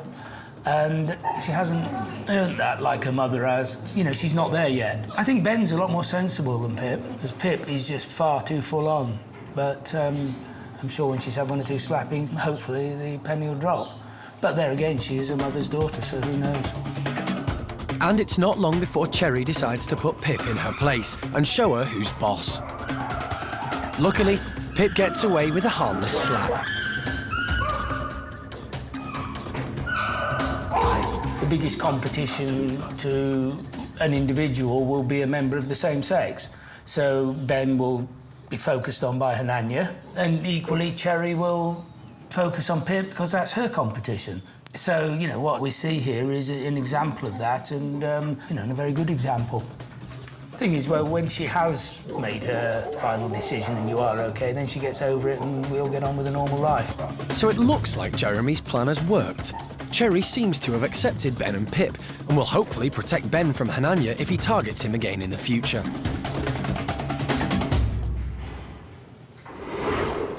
Later, woolly monkey Paquita feels the strains of pregnancy. When she's swinging, she actually puts her hand in the small of her back, just like a pregnant human often does.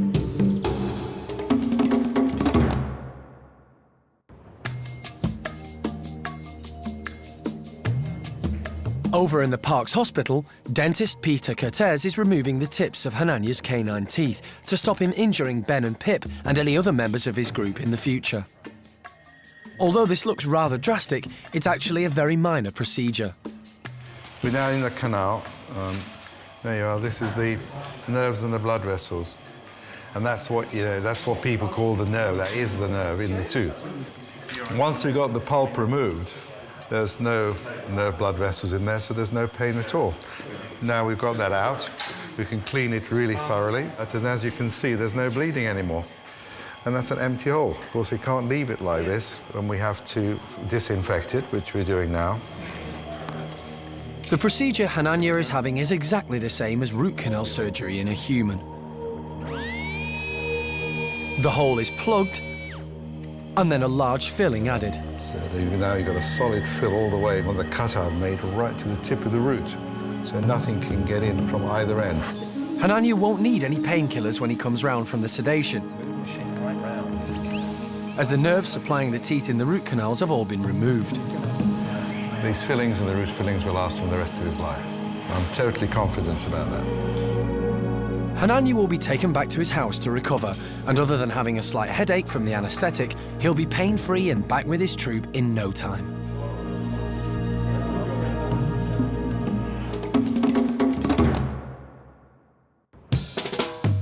Over at Paddy's chimp troop, youngster Eddie is enjoying quality time with her alpha male dad, Paddy. Since the arrival of her little brother Bart, 16 months ago, Eddie's mum Susie has been spending all her time looking after him, and Eddie's being ignored.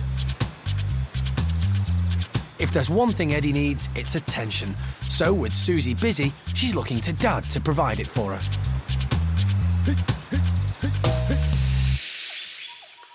In the wild, alpha males usually leave childcare duties to the females, who see to their food, protection and welfare.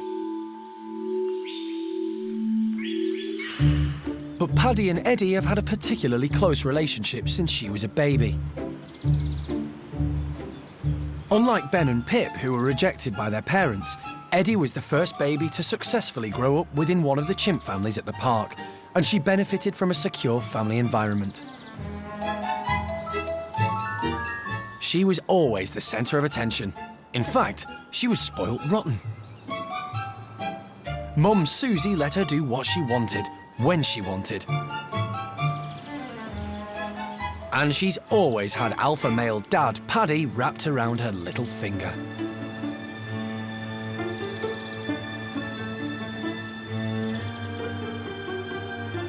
She could even steal food from right under his nose.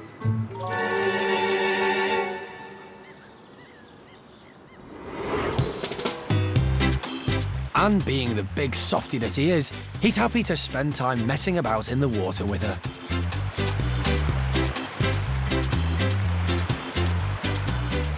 Even if it will take him a while to dry off.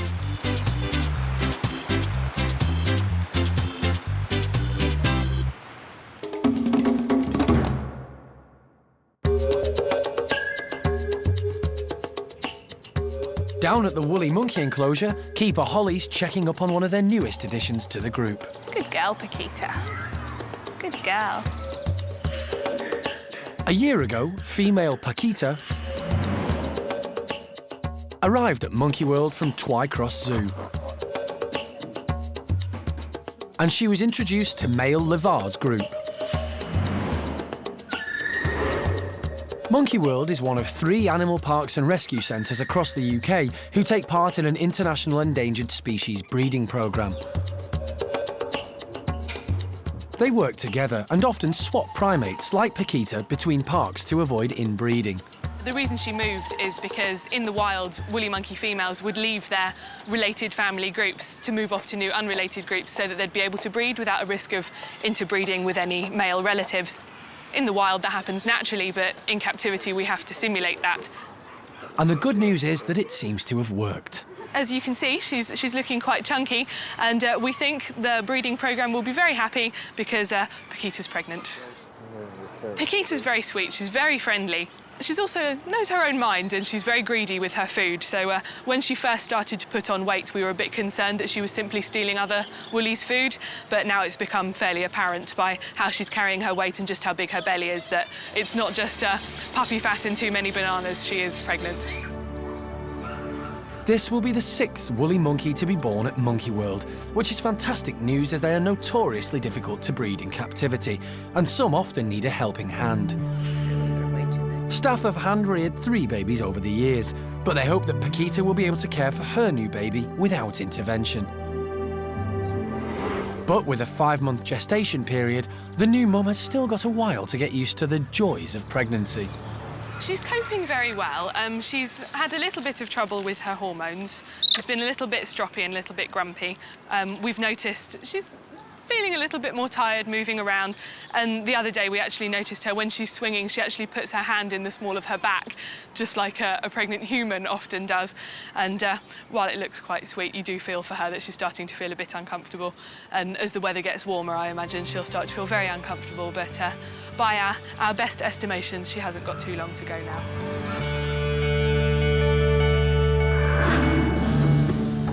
Next time, the bachelor boys get to grips with a tree that's invaded their enclosure. Baby Bart gets all grown up and goes it alone. And the Chilean Capuchins experience the outside world for the first time in their lives. They've just taken everything in their stride. They've been amazing, and they sit in the sun and they eat the grass, they forage through the grass as if this is what they've done all their life. All their natural behaviours are so strong still, and it's like, yeah, we can do that, we can do this, bring it on.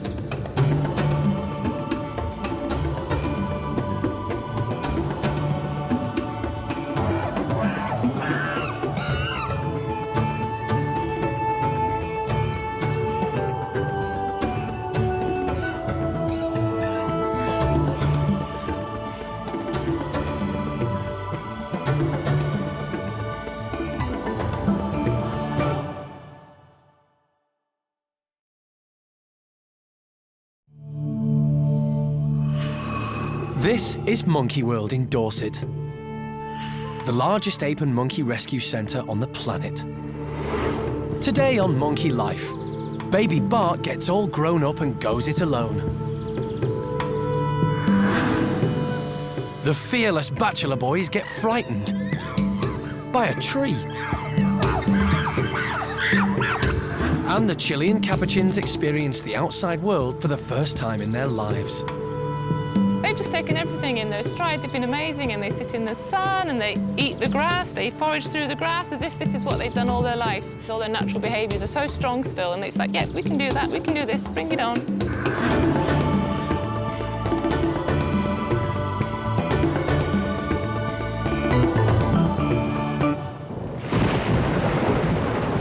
It's a wet start to the day at Monkey World.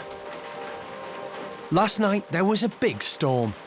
And this morning, while the apes brave the rain, the Primate Care Staff and maintenance team are dealing with the aftermath. But they have a plan. We're always looking for new things to put in the chimp enclosures, just to try and make things a bit different for them. And luckily, a big oak tree come down, so we're actually going to take that this morning and put it in their enclosure. That actually gives them a lot of new things to do. Not only does it change up so everything's already in there, so it gives them different handholds to move around on, but they can also eat the browse on it, and you do their usual chimp thing of probably just smashing it up. So hopefully they'll have a lot of fun with it. It's the bachelor chimps who are getting this treat today. They're used to playing with branches and logs, but this is 20 feet worth of oak tree. It calls for a forklift truck and brute force to put into place. But chimps are 6 times stronger than a man, and some of the bachelor chimps are the biggest in the park. So the team need to make sure the chimps can't use the tree as an escape route out of their enclosure. The aim is to make it completely secure, just so they can't move it around too much. We don't want to drag it against the fence, either to short out the electric wires or to give them a platform to climb up over the overhang. So we want to make sure everything's nice and tight and safe before we give them any access to it. The position of this new toy must be chimp-proof, and more importantly, bachelor chimp-proof. Later, the bachelor chimps might look large and powerful, but they seem scared and confused by the new toy that's appeared in their home.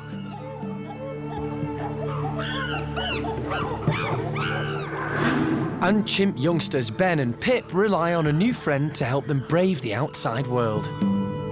Arthur was really a positive influence today. He was very encouraging towards Ben and Pip. He kept popping back to the playroom and checking on them and trying to encourage them outside.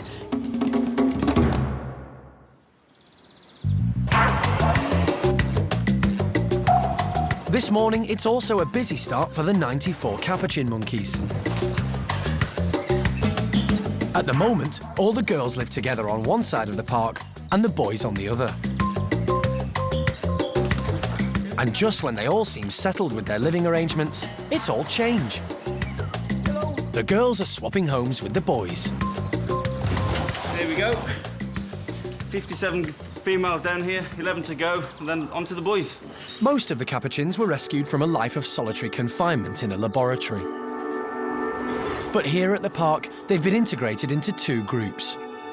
At first, it was thought that the boys would find it harder to settle into group life, so they were given the bigger house. But it's actually the girls who've been more troublesome. Is that we've had a couple of incidents up in the lodge, and there's 68 female Capuchins, you know, and it's a big group, and it was decided, you know, we would like to give the females a lot more space. So we've got a bit of a conveyor belt going today. We've got 3 teams getting them from A to B for us. The team want to ensure the Capuchins spend the rest of their lives being as happy as possible. And although this move is a mighty task for the park, it'll be worth it for the Capuchins. The final one. Well, that's it then. Everybody's in, everyone's safe. 94 Capuchins moved in one day. Went very well, very smoothly. What a day. Not bad teamwork all round. I think we're going to be feeling it for a bit, but he's the final lad. There you go, mate.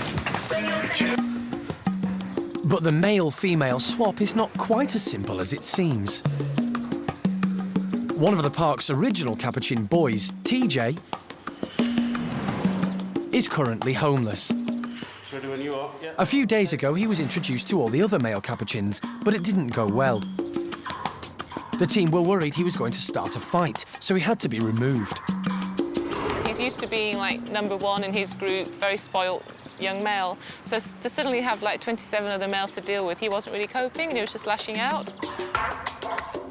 The team has made the radical decision to let TJ live with the 68 girls. He'll be the only boy in the group, and while this may sound appealing to some, he'll most definitely have his work cut out. Girls do a lot of politics, and they could, like, use him and abuse him, so it is actually, he's got quite a hard job, I think, controlling those females and not causing any trouble, not having too many biases, because that will only upset his other girls. Yeah, he's going to have to use his brain cells to be able to cope with all those girls.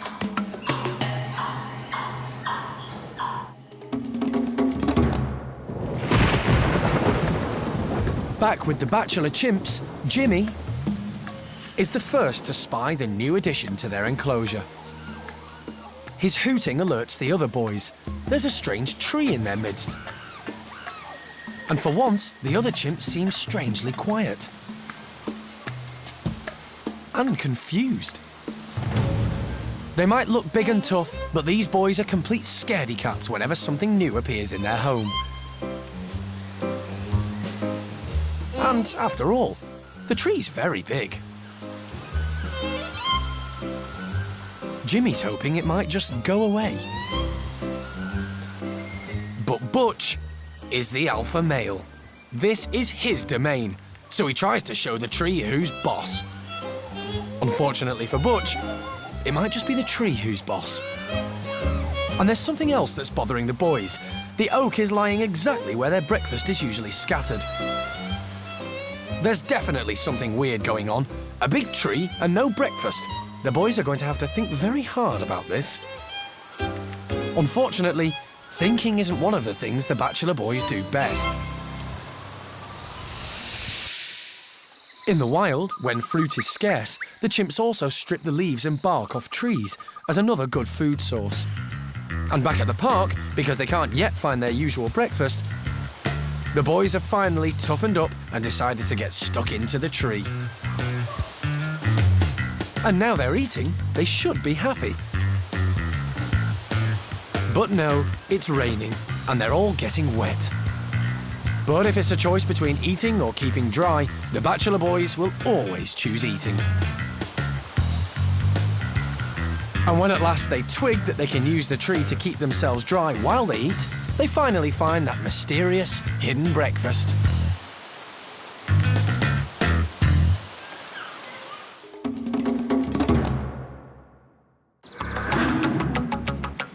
Over at Hananya's house, it's been a few weeks since youngsters Ben and Pip moved in from the chimp nursery. They've been introduced to quite a few of their new family, and now it's time for their next step, the big outdoors. Ben and Pip are both really nervous, so they won't be going out alone. A few friends will join them, and one in particular should make them feel much more relaxed. We've picked Arthur because we wanted a boy out there, and actually he's got quite a good relationship with Ben. They've been playing a lot, and so hopefully that will give Ben the confidence. And then Valerie and Marjolaine really have been good animals since day one. They were introduced very early on. They've been in and out of the introduction group, and they're very confident animals, they're very playful animals, so hopefully again they'll encourage Ben and Pip to come outside and to have the confidence to come outside. Ben and Pip were born at the park and were hand-reared by the Primate Care Staff. And since they were toddlers, they've never been confident when it comes to the outdoors. In fact, they didn't venture out in the nursery until they were 5 years old. And today, it seems history is going to repeat itself. The 6-year-olds are feeling far from brave. This outside space is much bigger than they're used to. And even Arthur, sitting by the door trying to coax them out, isn't working. But if Ben and Pip's best friend has anything to do with it, he'll make sure that the pair come out to play soon.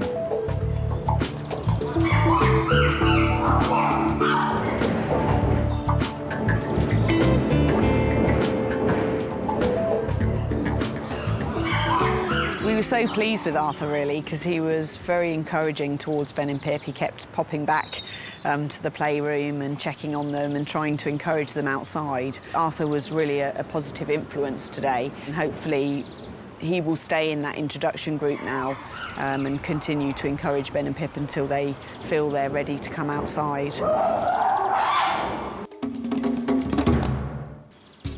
At Monkey World, in Paddy's group, it's lunchtime.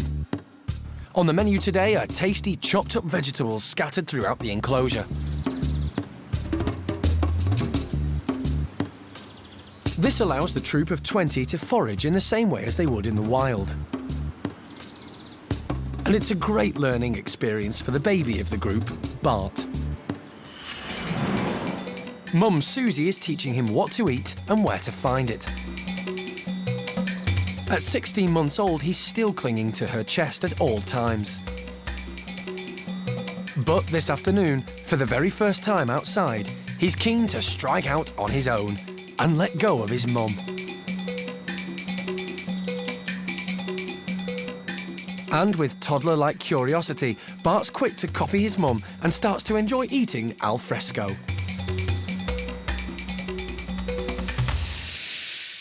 In the wild, chimp infants learn all they need to know about adult life by watching and copying those around them. But it may be some time before Bart can match his dad's huge appetite. Paddy as alpha male takes advantage of his position and has grabbed as much as he can. So, before Bart's eyes get bigger than his belly, Susie steps in. And, like all good mums, she knows when he's eaten enough for one day.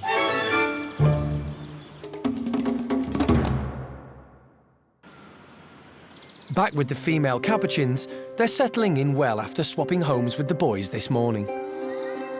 And the staff are confident they're ready for their next challenge. Since the Capuchins arrived, the park's maintenance team have been busy preparing their outside enclosures. For some of the Capuchins, it'll be the first time they've ever stepped foot outside, and for others, the largest space they will have ever seen. Now complete, it's time for the girls to go outside. But nobody quite knows how they will react when the slide is opened. A quick scan of the enormous area, and one of the girls makes her move.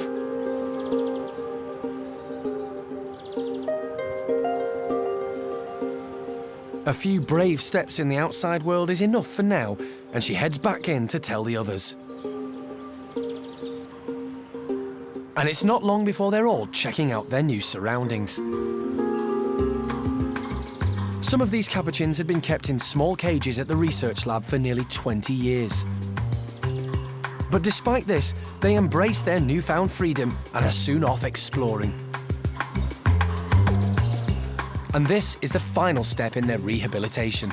Sometimes you forget what they've been through, and every now and again you'll see one that still does the stereotypic pacing or the biting or the head spinning, or if you do something a little odd, some of them will just suddenly start to spin, it just clicks. But then it goes away again, and then you'll see them out in the sun lying there with their friend grooming them. They've just taken everything in their stride. They've been amazing, and they sit in the sun and they eat the grass, they forage through the grass as if this is what they've done all their life. It's like, yeah, no, we know what to do. All their innate behaviours, all their natural behaviours are so strong still, and it's like, yeah, we can do that, we can do this, bring it on. So it's quite special. For the care staff, it's a massive success. But now the monkeys are out, will they ever want to come in again? Later, the Capuchin girls know each other, but can the staff identify each of these 88 monkeys? That's... oh, no, that's Kelly. I haven't seen Letitia. Is she in this group, or did she go back to Debbie's group? At Hananya's chimp troop, the newest residents, Ben and Pip, have finally plucked up the courage to venture outside too. They've had access to their enclosure all day, but it's only now that curiosity has got the better of them. They've decided to brave it and explore their new home. But they're sticking close together just in case.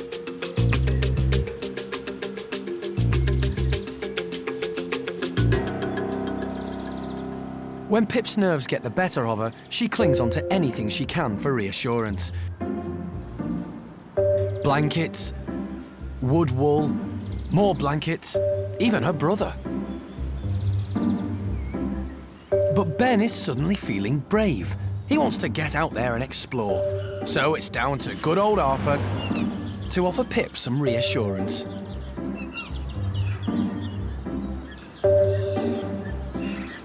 Ben, though, might be regretting his decision when Cookie doesn't exactly give him the warmest of welcomes and chases him across the enclosure.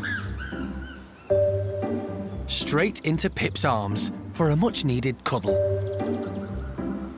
That's definitely enough new experiences for one day. This pair is heading indoors for some rest and relaxation.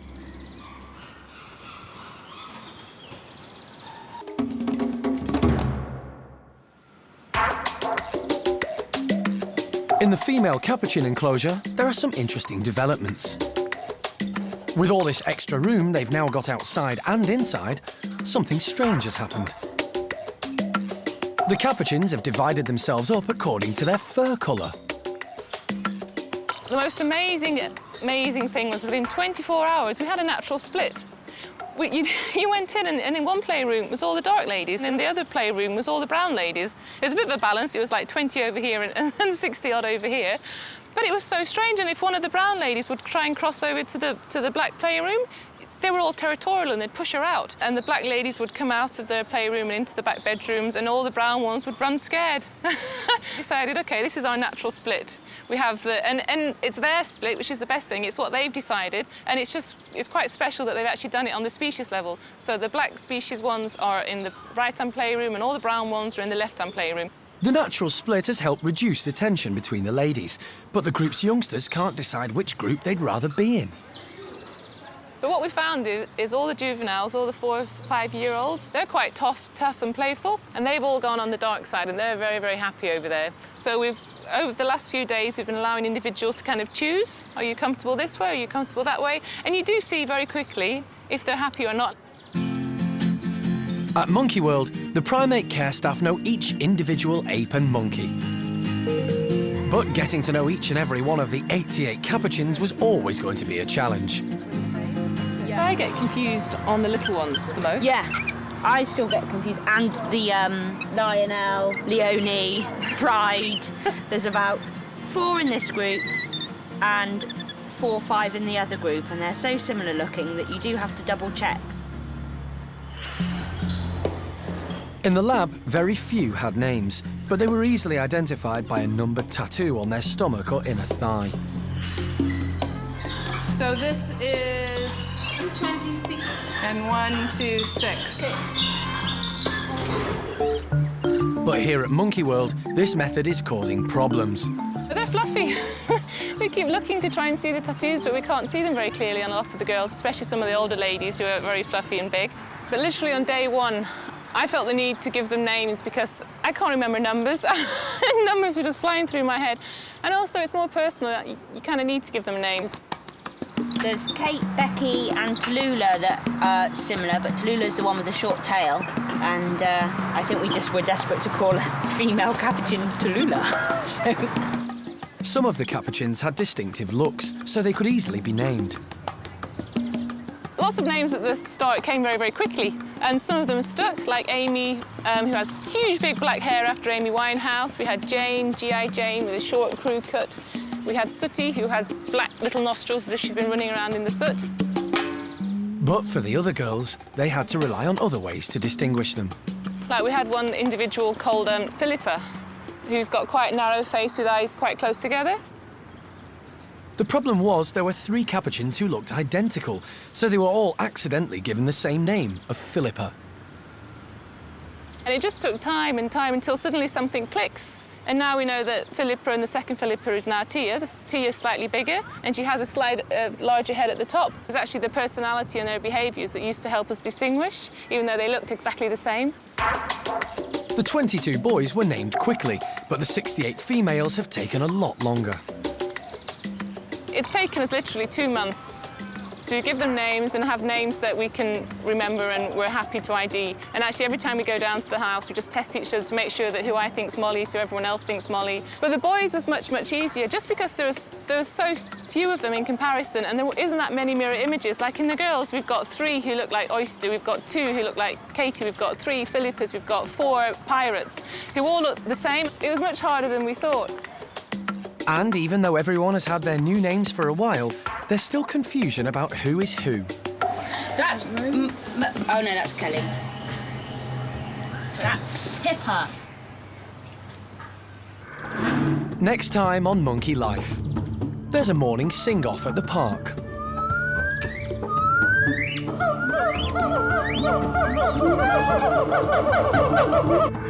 Golden-cheeked gibbon Zoe introduces a very rare new addition to her family.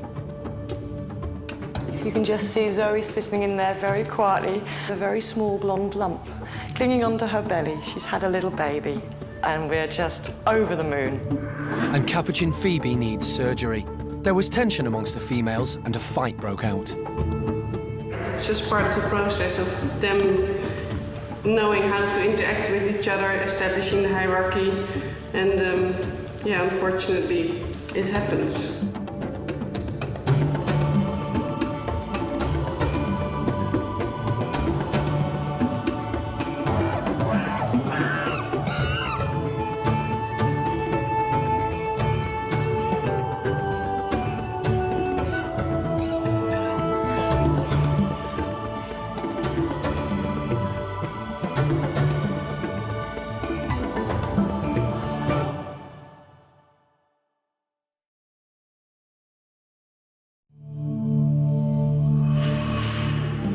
This is Monkey World in Dorset, the largest ape and monkey rescue centre on the planet.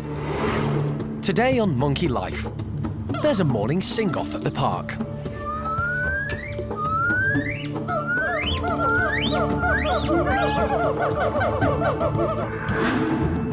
Golden-cheeked gibbon Zoe introduces a very rare new addition to her family.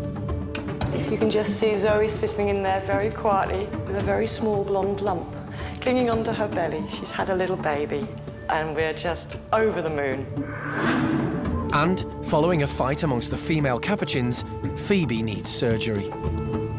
It's just part of the process of them knowing how to interact with each other, establishing the hierarchy, and yeah, unfortunately, it happens.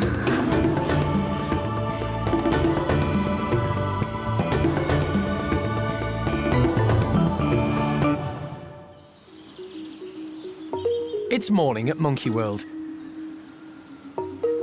and most of the 246 residents are just waking up. This is the time when the first of the park's primates start to communicate with one another. And the gibbons start to sing.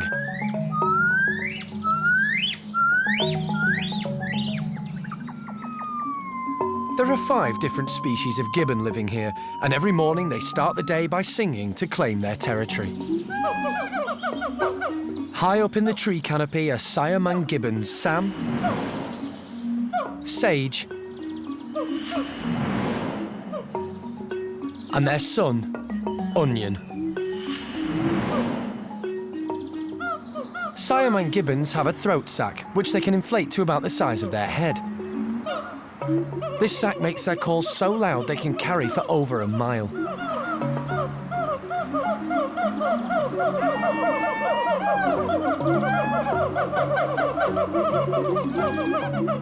And it's certainly loud enough to wake some of the sleepier inhabitants of the park.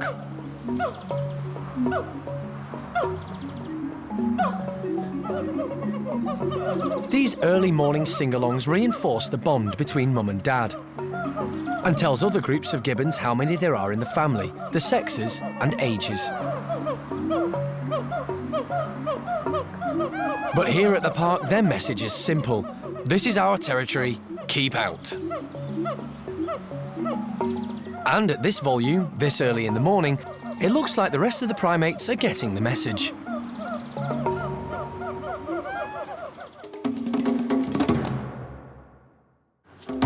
But over in the gibbon house, golden-cheeked gibbons Jake and Zoe have another reason to shout.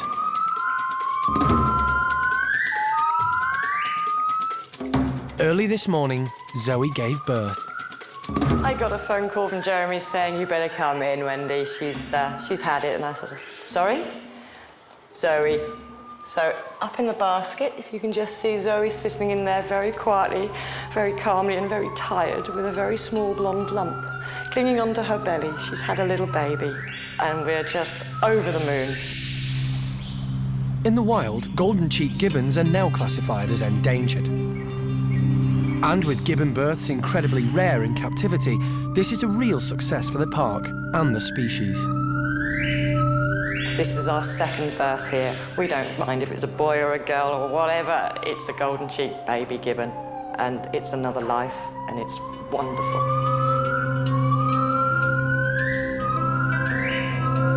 But while the baby is holding on tightly to mum, it'll be some time before the care staff will be able to see if it's a boy or a girl.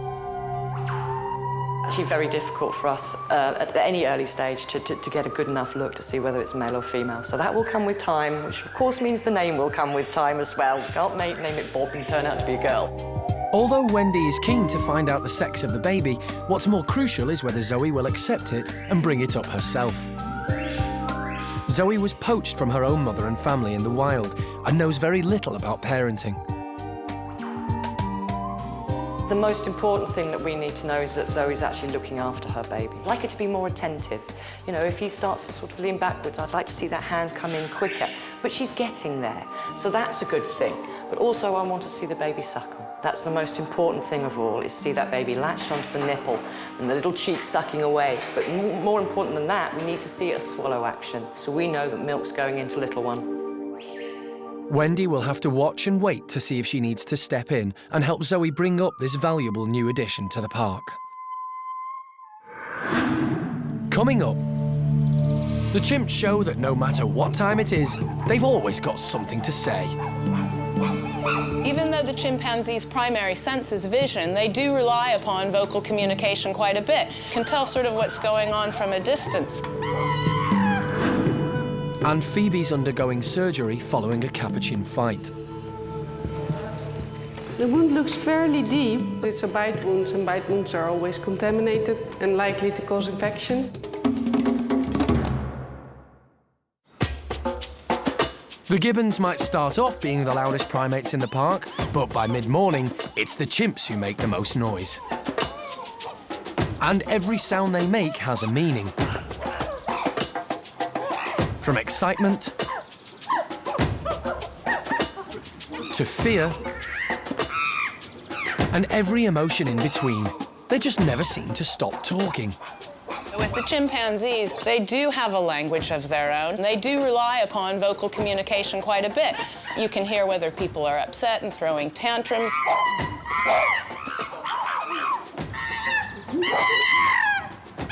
We can tell if actually there's something alarming in the enclosure and we need to go have a look.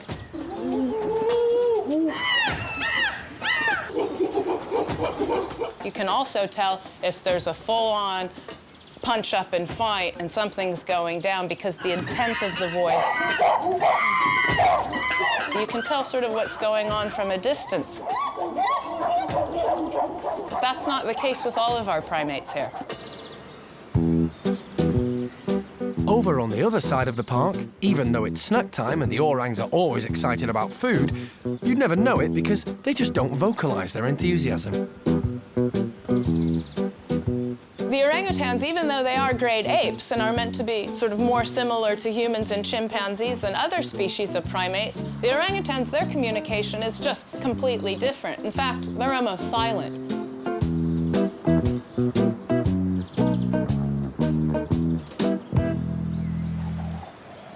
In the wild, they're semi-solitary. There isn't this complex sort of interaction and group sort of dynamics going on with the orangutan, so there's really no need to communicate like that. In the wild, when male orangs do vocalize, it's known as a long call. And there are only 2 occasions when this happens. He can use the throat sac and inflate it, almost like the Siamang gibbons, and then project this long call,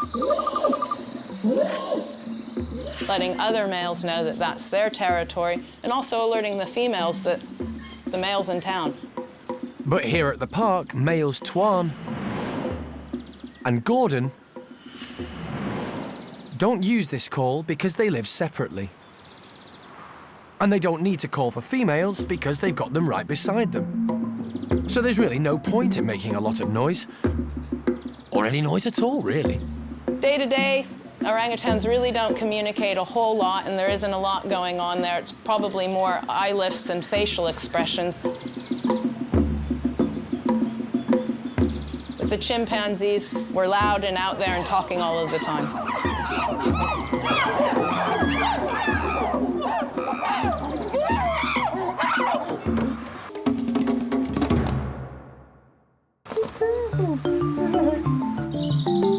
Over with the Capuchin boys, and the latest recruit, Caesar, is enjoying his new home. He's settling in perfectly. A few weeks ago, Alison and Jeremy rehomed Caesar and female Phoebe from a home in Hertfordshire. Caesar's made new friends in his group, and today he's hanging out with Felipe.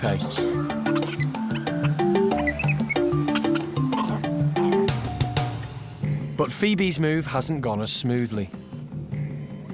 This morning, she suffered a nasty bite wound to her leg. And park vet Femke has had to put her under anaesthetic to assess the damage. It's a large wound and needs immediate treatment. We'll check her whole body to see if she's got any other wounds, and also check her body condition, her heart, her lungs, give her a general health check. With 94 Capuchins living together at Monkey World, there are bound to be character clashes, and fights are inevitable. Phoebe's injury is probably a result of her struggling to find her place in the group.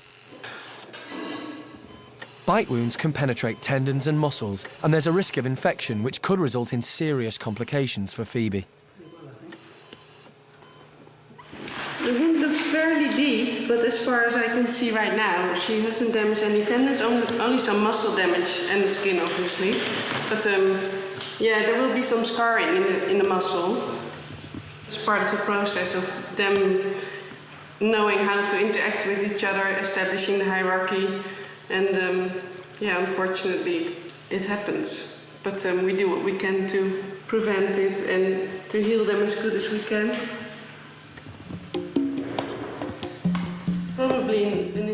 To ensure the wound heals as quickly as possible, Femke sets about carefully cleaning the cut.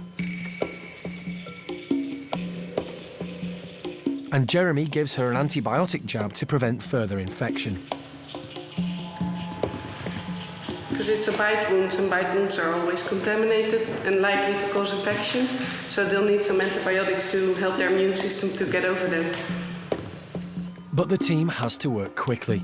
Keeping small monkeys under anaesthetic for long periods of time can be dangerous. So Femke gets straight down to stitching up the wound.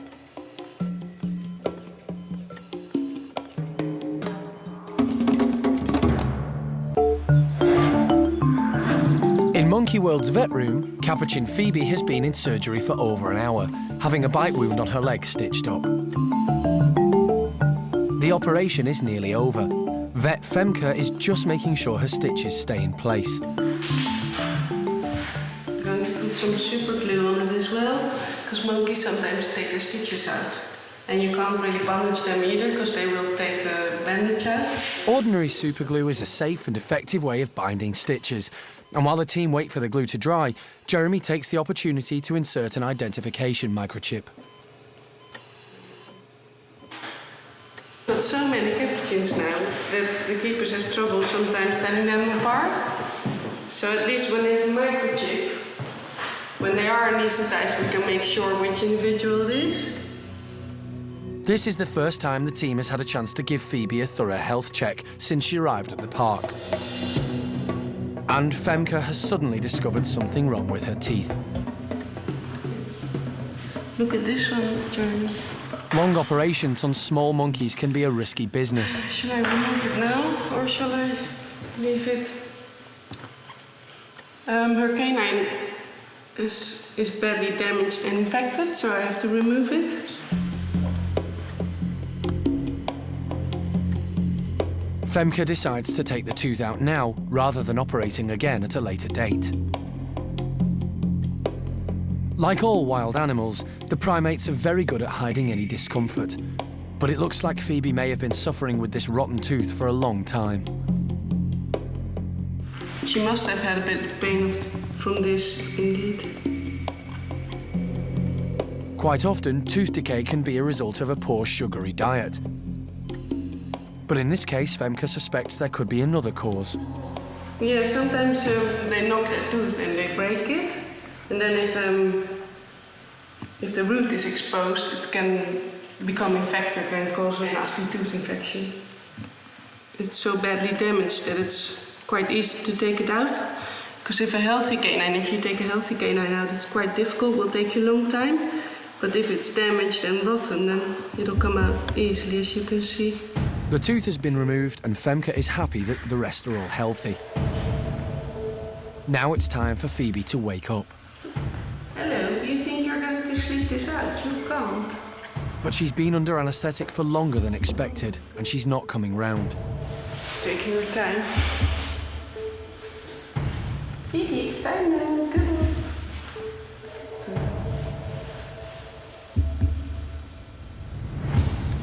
Oh, Phoebe.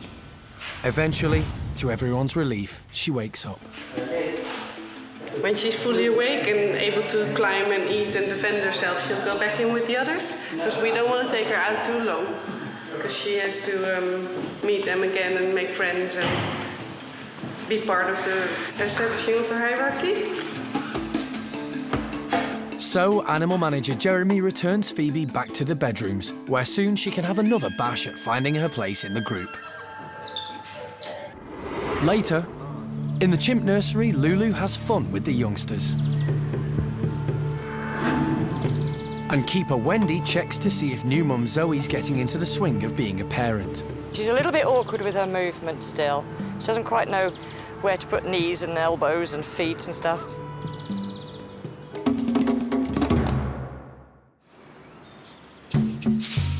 It's lunchtime, and in Hananya's chimp group, they're getting hot potatoes. Treats like these are a real favourite, so to make sure that everyone gets their fair share, the keepers scatter them throughout the enclosure. But this doesn't always work. There's a strict hierarchy in chimp society, and it's not long before those at the top get the most. And those at the bottom need to work hard to get any at all. And it's pretty obvious from his haul that alpha male Hananya is right at the top. It's just a shame he's only got 2 hands and 1 mouth. Not long ago, Hananya was hesitant at mealtimes and would often end up with nothing. His group would pinch the goodies from right under the boss's nose. But at last, Hananya is asserting his position at the top of the group. And he's determined to finish this lot quickly so he can go in for seconds. Hot spuds are a really good meal for the chimps as the weather grows colder. But not everyone has been lucky enough to get one, so some loiter with intent, hoping someone might share. But sharing isn't something the chimps do very well. And now Hananya's ready for seconds, he's going to have to beg with the rest of them. And high-ranking Cherry's potato looks good. It looks really good. Really, really good. Clearly too good to share with Hananya, who is reduced to foraging for leftovers with everyone else. It's a shame he hasn't realised that the only reason there aren't any left is because he ate most of them in the first place.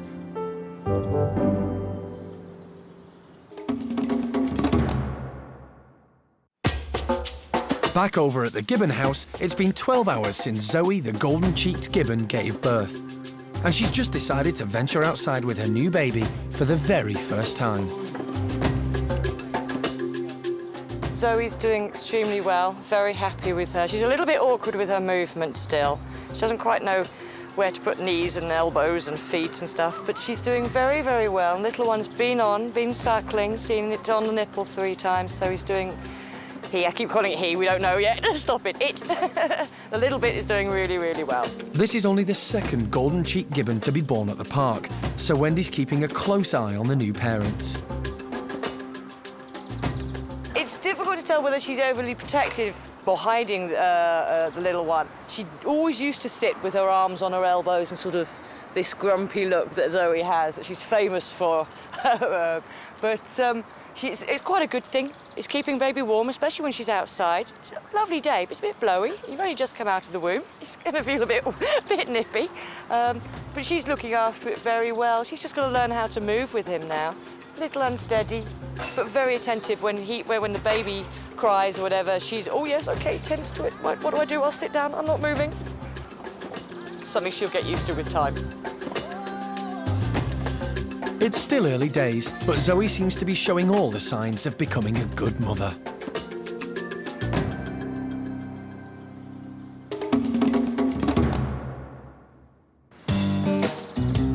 Over at the chimp nursery, for the first time in a very long time, foster mum Sally is relaxing. With only 3 toddlers to look after, she's never had it so easy. At one time, the nursery was the busiest, loudest and most chaotic place in the park, with a tired Sally looking after all the youngsters. And her second-in-command, Lulu, being teased and harassed by Seamus and his gang, which made Lulu very grumpy. But now its rowdier members have grown up and moved out. And the atmosphere today is completely different. It's given 2.5-year-old Rodders an opportunity to prove that Lulu has a fun side too. Lulu's only got one arm, which doesn't stop her behaving and playing like a normal chimp. But even though things are much calmer now, she still has her grumpy moments. But it seems that Rodders' charms are finally winning her over, and who can blame her?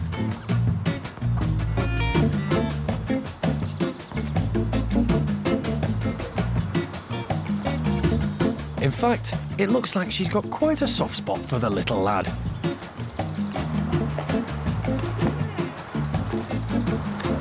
And even though Lulu is 13 years older than Rodders, she shows him she can certainly play with the best of them. Next time on Monkey Life. Hey, little man.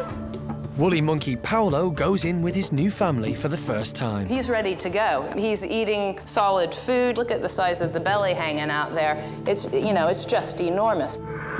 Chimp Eddie has fun and games with her baby brother Bart. And emotions run high when Mad Max the marmoset arrives at the park. But that's what I'm saying to you. I don't want to fall out with it. I'm only here for him. You know what I'm saying?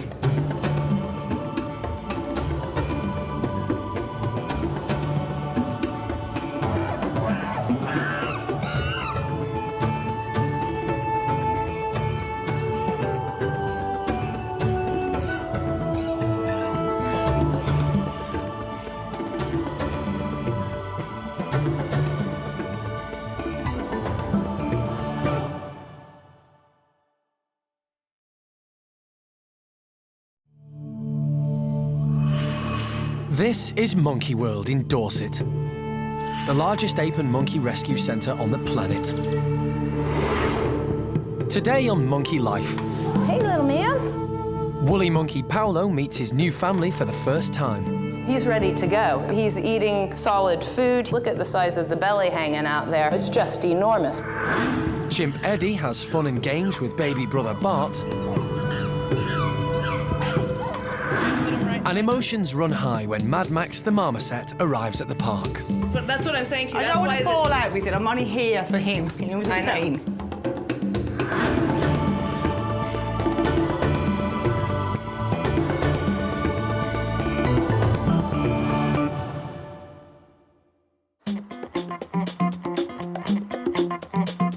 Monkey World is renowned for its work rescuing endangered primates from all over the world, including South America, Asia and Europe.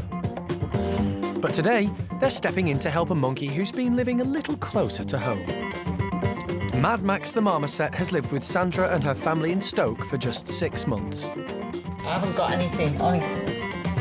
And they're already finding him a challenge. You can see what Max is like. Very cheeky, wants to come out all the time. None of the kids will come in the room with him because he jumps straight on them and bites their ears. It causes quite a lot of damage as well. They do smell, they smell horrific. I think he's took me as his mate. He tries to mate with the back of my head constantly. Mad Max may only be a lightweight monkey, but he can still pack a punch. Watch out, Harvey, he'll get you. He's coming. He'll bite you. Ooh, soldier. This may all look like fun and games, and although Sandra has done her best, having an exotic pet is a huge responsibility. Animals are at risk from neglect, and many are often abandoned. In the past 20 years, 33 small monkeys have been rehomed at Monkey World from the British pet trade alone. And Max is about to join them. We feel now that Max should be with other monkeys, because it's cruel, basically, to keep him locked up in a cage. It's the right thing to do, and it's the right place for him to go. We just want what's best for him.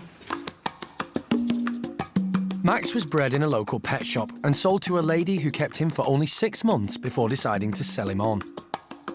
So we saw the advert in a local shop, went round, saw him, fell in love with him and bought him, and it was £900.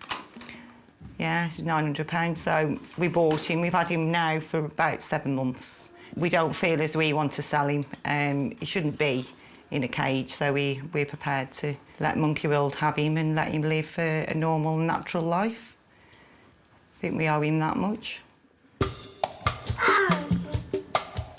Although Sandra is very fond of Max, she now realises just how difficult looking after a small primate can be. We don't know anything about them. You know, they're specialist animals. They should be kept with other monkeys. It's not fair to keep one on their own anyway.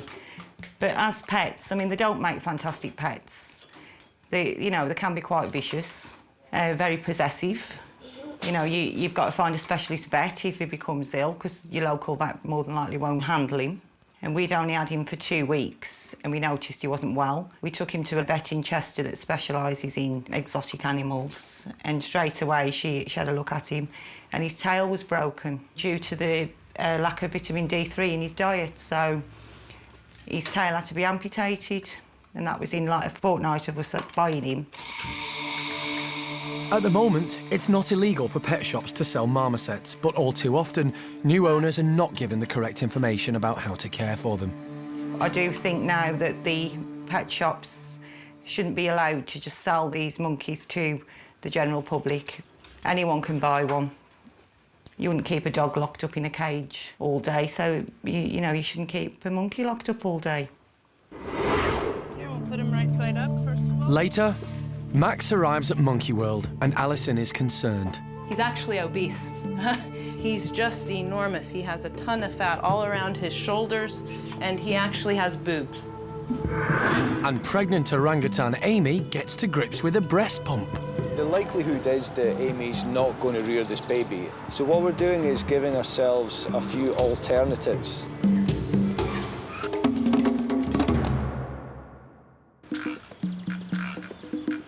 Over in Paddy's chimp troop, 16-month-old baby Bart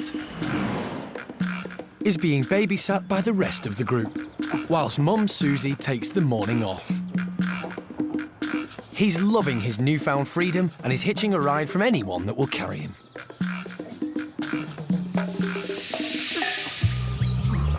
In the wild, female relatives will often play a key role in the childcare duties, as babies are seen as a very precious addition to the group.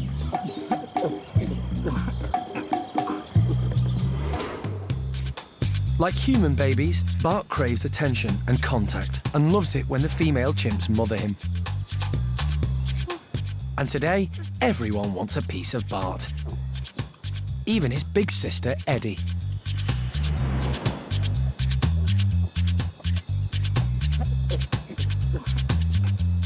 Siblings often take over parenting if a young chimp is orphaned or separated from mum.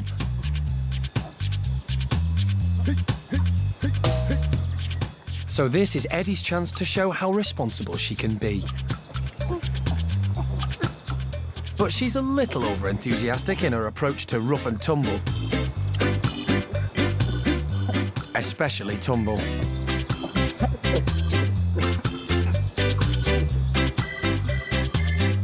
Susie's keeping an eye out as Eddie moves on to the next stage of her babysitting operation. Climbing high up on the frames with her little brother clinging onto her. It looks like Susie's morning off is over. Time for Mum to step in.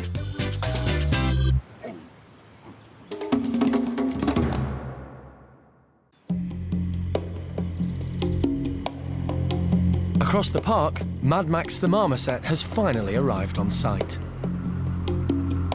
Park director Alison and the team are on hand to meet the latest small monkey to come from the British pet trade. So this is Max? Yes, this is Max. Hey, little man. Okay, so he's quite a big lad. He's taken to his new home, the Marmoset House, where Alison can assess his condition. I mean, his general physical condition is not bad. You've done a good job in that sense, and he's quite active and confident as well. Happy, so but he doesn't clearly know anything else, does he? You know, he's happy. He's probably a little bit chubby because I think the kids have been giving him bits of marshmallows. At first sight, Max may look healthy, but Alison can tell that there are some underlying problems. The owners were concerned about his nutrition, and if anything, they thought he might be sort of underweight and not eating so well. He's actually obese. He's absolutely enormous. He should actually be a similar size to our youngest little Marcel. He's just enormous. He has a ton of fat all around his shoulders, and he actually has boobs. So that's just all excess body weight. The signs tell Alison that 1-year-old Max has had a difficult start in life. Within that year, he's been taken away from his mother, shoved in his cage, sold on in a pet shop, not given the appropriate diet, had his bones break, had his tail amputated, moved to another house where the lady couldn't cope with him there, sold on to another owner who then fed him up so much that he's now obese, but at least, you know, they were trying to do the right thing. And now they realize because he's so intensely aggressive with people that he doesn't make a good pet and he needs to be with others of his own kind. Sandra and her family have looked after Max with the best intentions, but it's time for Alison to deliver some home truths. No, that's what I'm saying to you. That's why this. I don't want to fall out with it. I'm only here for him. You know what I'm saying? I know, but this is the whole point. What I'm saying about the trade is that the vets most of the time aren't specialists, so that they don't actually know. And whereas you're doing the right thing by him. I want him here. That's why I'm here, because I don't want anything else to happen to him. Initially, I mean, he wasn't aggressive or anything to start with. Obviously, we realise now why he's aggressive. He wants out, you know. Yeah. He needs to be with others of his own as we can. I know, that's why I called you and said I'd work with you on this. Yeah. But what I'm saying to you, it's you know, it's a fine line. I can sit here and try and placate the previous owners and try and give them all of the reassurance that they did the right thing for Max, and I know they meant to, but this is just, once again, the lady gets upset when I say to her, he hasn't had the appropriate diet. He's overweight. She doesn't like hearing those things, but I'm afraid it is the truth. He's antisocial because you've kept him in solitary confinement. He's obese because he's eaten wrong foods and gets fed sweets by the kids. He's got a broken tail that had to be amputated at only a year old because he hasn't been given the appropriate diet. Wrong, wrong, and wrong again, even though these are well-meaning individuals. And this is the whole point about the laws in Britain today. They're not protecting Max or any of the others that are out there. I'll be the first person to admit we're just ignorant to, you know, it's a pet, and you think initially that it's fine, you know, we can look after it, but at the end of the day, we can't. We don't know nothing about them, and it's cruel.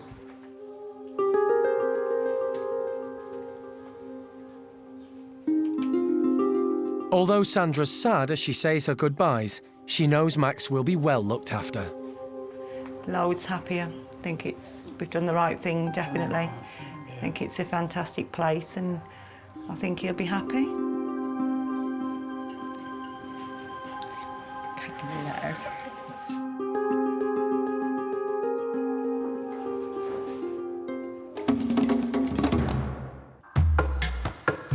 There are two groups of woolly monkeys living at Monkey World, and today, new baby Paolo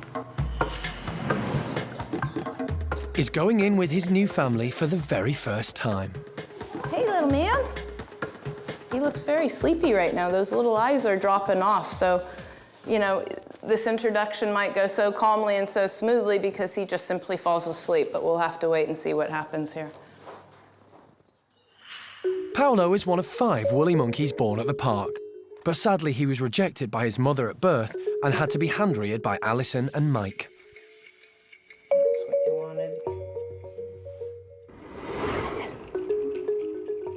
At 3 months old, the team decided that Paolo was advanced enough to introduce him to his own kind. Look at this. He was allowed to spend time with his half-brother Julio, who was also hand-reared by Alison. Good boy. From the day he was born, he was far more advanced than Julio. And you have to remember that it wasn't until Julio's 7-month birthday that we started leaving him in with the woolly monkeys. So Paolo here is coming along quite a lot quicker. When I spend evenings with Paolo now, I only think that I'm holding him back. I'm not a good enough climbing frame. I don't have a good enough climbing frame at my house, and I'm not a woolly monkey. So those are the things that he needs now. He needs to climb proper, and he needs to be with other woolly monkeys, not with me.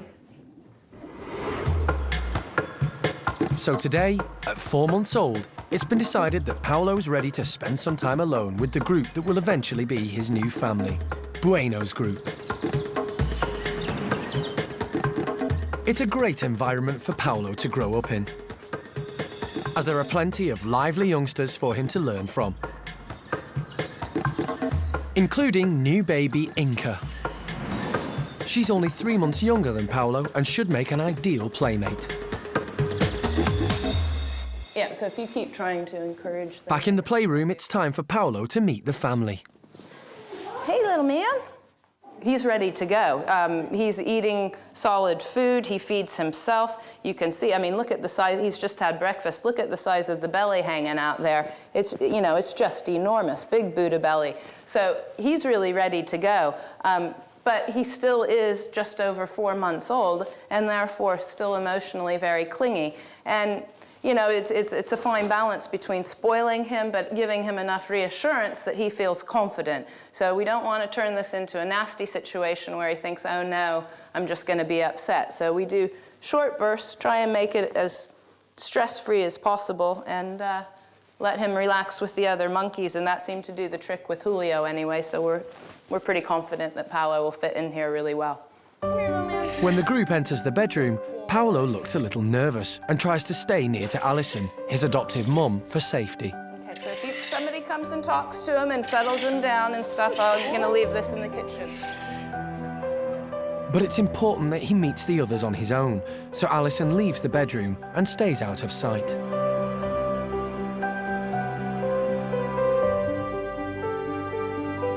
Left to his own devices, Paolo finally finds his confidence and begins to explore. Alison hopes that the other woolly monkeys will leave Paolo alone to get used to his surroundings. And it's looking good. They are far more interested in their lunch than their new visitor. It's a great start to the introduction, as too much attention from the other monkeys could intimidate baby Paolo and make him anxious.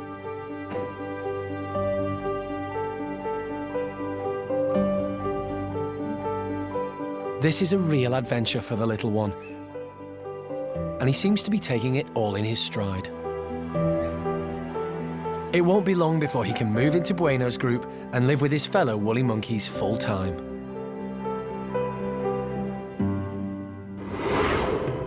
Later, marshmallow-loving Max the marmoset gets to grips with a wriggly delicacy.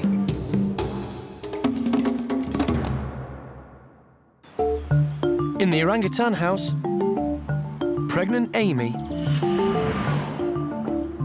has been learning how to be a good mum. She's had 4 babies in the past, but only Gordon survived, who had to be hand-reared.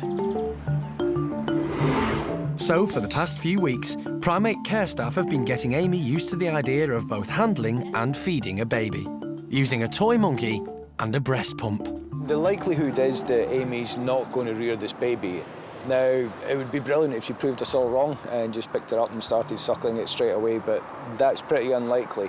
So what we're doing is giving ourselves a few alternatives so that we can either express milk from her with the breast pump, or if she'll allow the baby to suckle, actually have the baby suckle from her through the little door we've cut in the mesh. She's become a lot more patient, more so with the pump than with the puppet baby, but what we're doing now is extending the time that we can keep it stuck on her nipple. In real terms, if the baby was having to suckle from her, it would need to stay on the nipple for quite a while. Same deal if we're actually using the breast pump to express milk from her, we need to be there for a while to express enough milk to make a bottle full or whatever.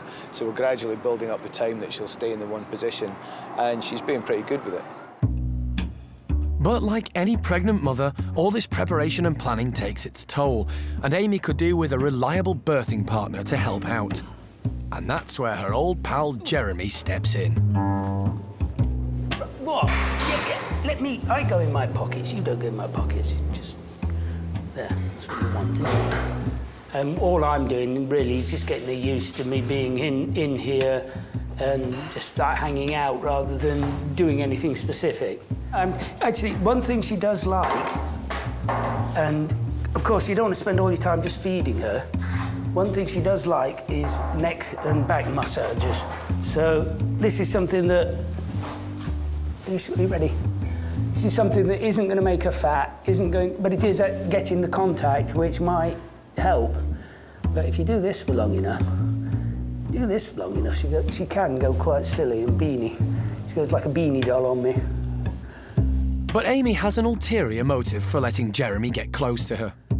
But I've got no more. There's nothing else.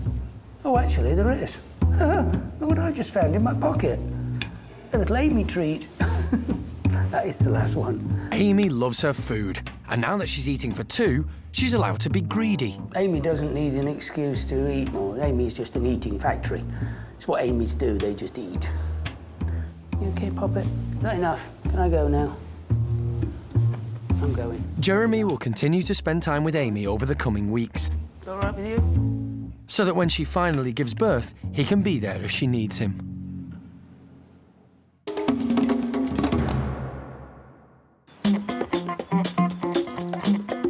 Back in Monkey World's marmoset house, new arrival Mad Max is getting used to his new surroundings and his new diet.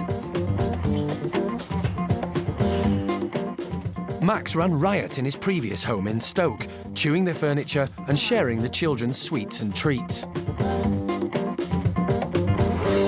But here at the park, that's all about to change. As soon as we get Max in with the other individuals, his whole diet's going to change. He might prefer marshmallows over mealworms at this point in time, but as soon as he sees all of the other guys pushing and shoving for the mealworms, and there are no marshmallows on offer, he'll very quickly learn what an appropriate diet is, and he'll be just as keen.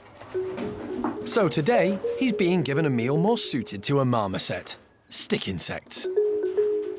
It's unlikely that he's ever eaten a live insect before, and the staff are unsure how he'll react. But they needn't have worried. He's instantly reverted to his natural instincts and can't wait to get his hands on the fascinating feast. And the fact that this snack wriggles from time to time just makes it more interesting.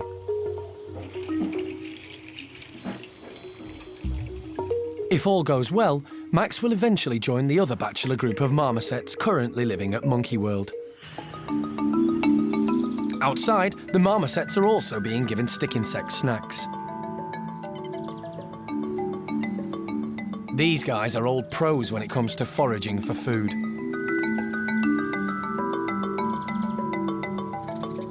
Marmosets are omnivores and spend half their day searching for fruits, nectar and animal prey, like spiders and insects, which make up an important source of protein in their diet. They also have excellent eyesight, which makes them good at detecting camouflage prey amongst the trees. These two are experts at finding their food and quickly polish off the lot.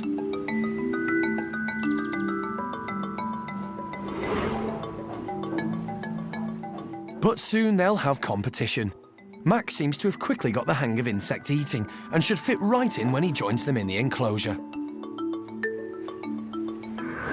Next time, it's a day of introductions, as Mad Max the marmoset meets his new housemates. As he's never lived with any other marmosets, he might be very aggressive or frightened. Chimps Ben and Pip are in shock after another meeting with alpha male Henania. Yeah. What happened? Who put that big monkey in here, for goodness sake? And baby Bart enjoys his first taste of honey.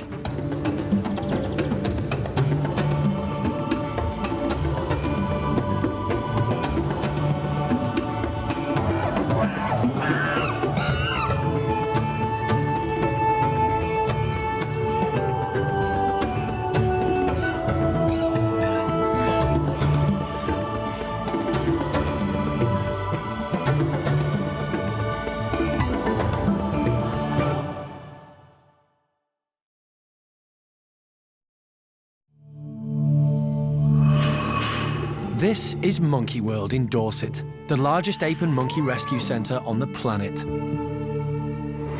Today on Monkey Life, it's a day of introductions as Mad Max the marmoset meets his new housemates. As he's never lived with any other marmosets, he might be very aggressive or frightened. Chimps Ben and Pip are in shock after another meeting with alpha male Henania. What happened? Who put that big monkey in here, for goodness sake? And baby Bart enjoys his first taste of honey.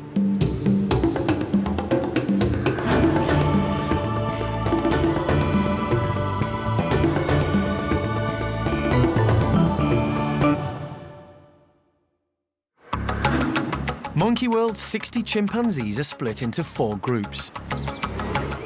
In an effort to encourage all the chimps to get along, a lot of careful planning goes into deciding where each of them lives.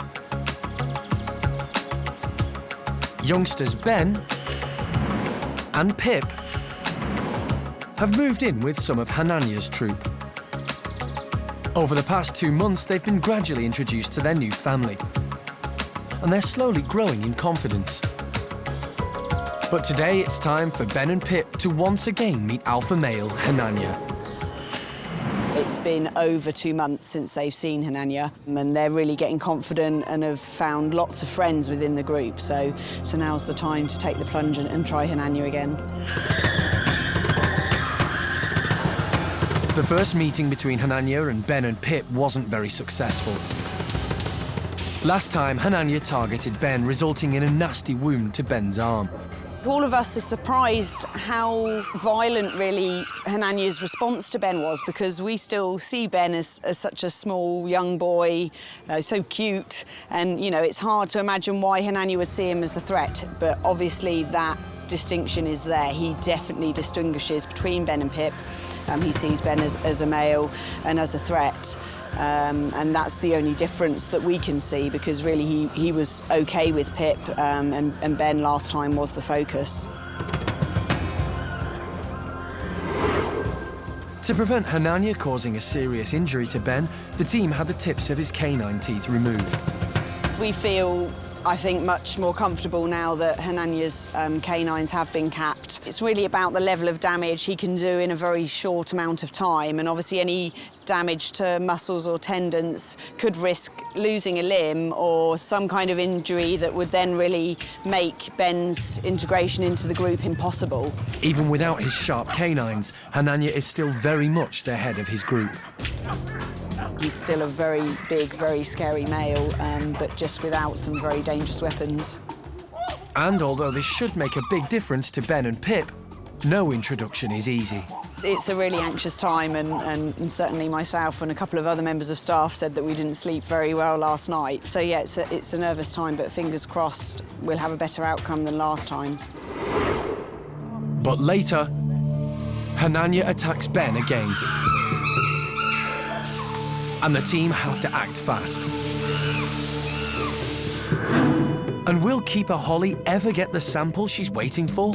Pee, Paquita. Come on. Pee, pee, pee.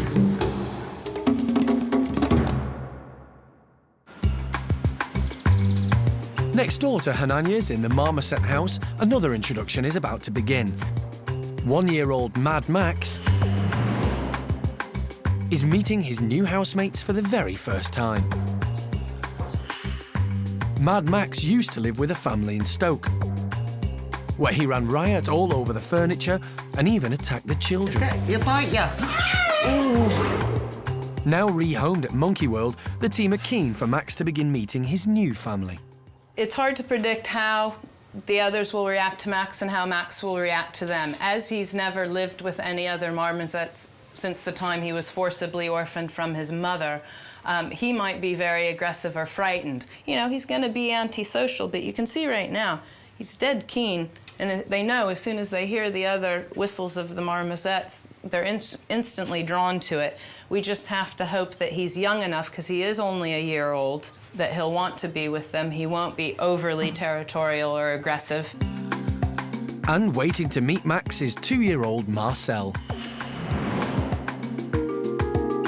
A year ago, he was rescued from the British pet trade and was quickly integrated into the existing group. At a year old, they took on Marcel and bundled him up and loved him to bits because he looked like a baby. He had all of the right sort of facial features and he was tiny. And Max should look more like that. Although Max is younger than Marcel, he's nearly twice his size, and this might cause a problem when they meet. I'm hoping that they don't perceive him as an adult and therefore a potential threat to the group. I'm hoping they still look at him and see a cute little guy who's ready to play.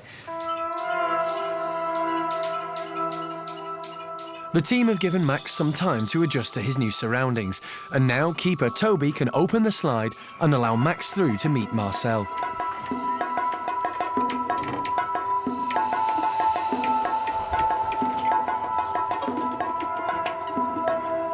It's likely that Max hasn't seen another marmoset since he was removed from his mother. But so far, the introduction's going well. Initially, it seemed quite positive. They sort of met each other and sort of sniffed each other a bit. Marcel's a bit scared, nervous, unsure, so he's making a lot of vocalisations, and he's done a little bit of chasing of Max. Max is doing very well. He's done nothing wrong. He's told Marcel off a couple of times when he's gone near him. We're just hoping that as he is still a youngster, the rest of the group will see him exactly as that, and they will play with him and let him join in and look after him, and that he will fit very well into the group in the end. The next few hours will be crucial if Max is going to settle in with Marcel and the rest of the marmosets.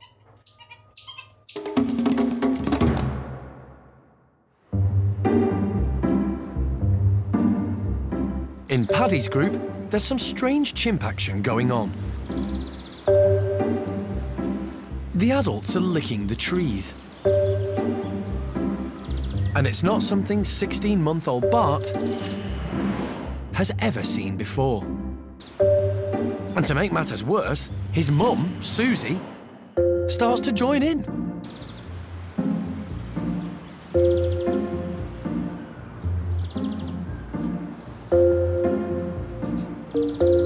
But the truth is that the chimps are enjoying a very special treat. The keepers smeared the trees with honey this morning. And as soon as the group realised, they started licking everything in sight. In the wild, when fruit is scarce, honey becomes an important part of a chimp's diet. But it comes with a sting in the tail, bees, and plenty of them. Luckily, chimps are smart and will often choose honey from the hives of bees that don't sting.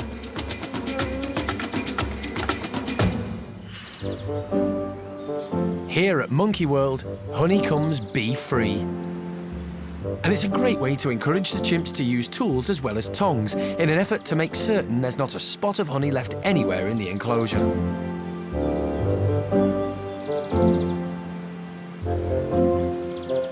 Baby Bart's still clinging to Mum, watching.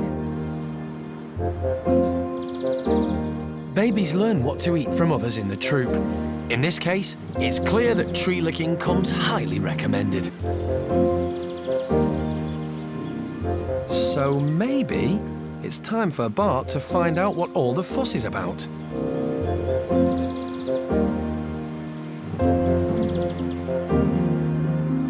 And once he gets a taste of the honey, there's no stopping him.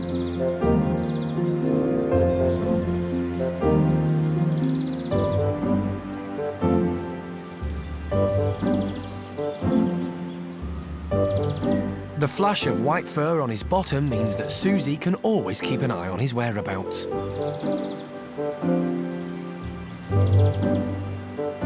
And it's a good job, as there's only so much honey a 16-month-old should lick off a tree in one day.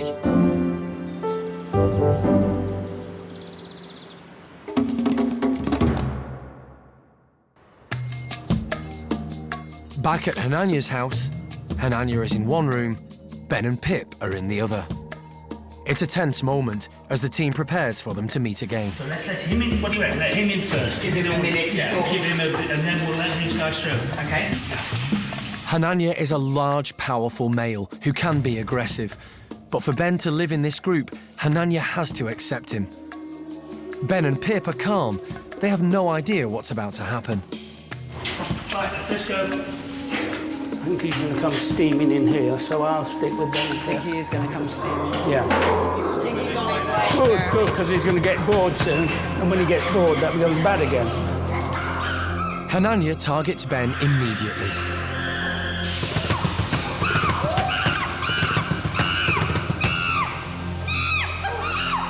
The team acts straight away, spraying harmless CO2 gas to try and break up the fight.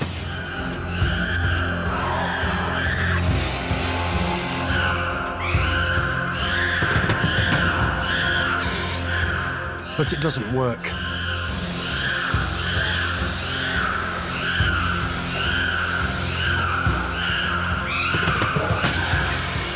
Eventually, to everyone's relief, Hananya lets Ben go and the team can move in to break up the meeting.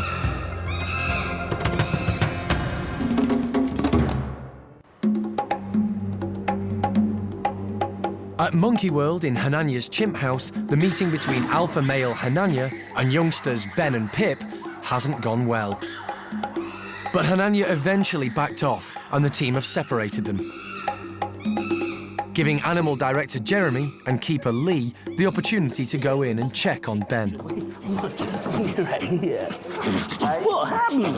Who put that big monkey in here, for goodness sake? It was him. It was his fault. Yes, I know. I love you too. I love you lots as well. The pair are clearly shaken, but Ben doesn't appear to be badly hurt. He's got a few sort of scratches on his feet, and when Lee was just having a look at them, he didn't resist very much, so he's obviously not. And look at him now, he's walking around on them, so it isn't that bad, is it? I think really the whole thing is more, rather than the physical injury, it's more the shock of what's happened. And, you know, and that's why we're here now, to make them feel loved again. And also a few polos, a bit of sugar when you've had a shock can't be a bad thing. I'm sure we're all going to be fine. The decision to cut the tips off Hananya's canine teeth has paid off. The attack was really ferocious, but Ben's got away with only a few scratches. And more importantly, Hananya did eventually decide to let Ben go. And this has given headkeeper Cara something positive to consider.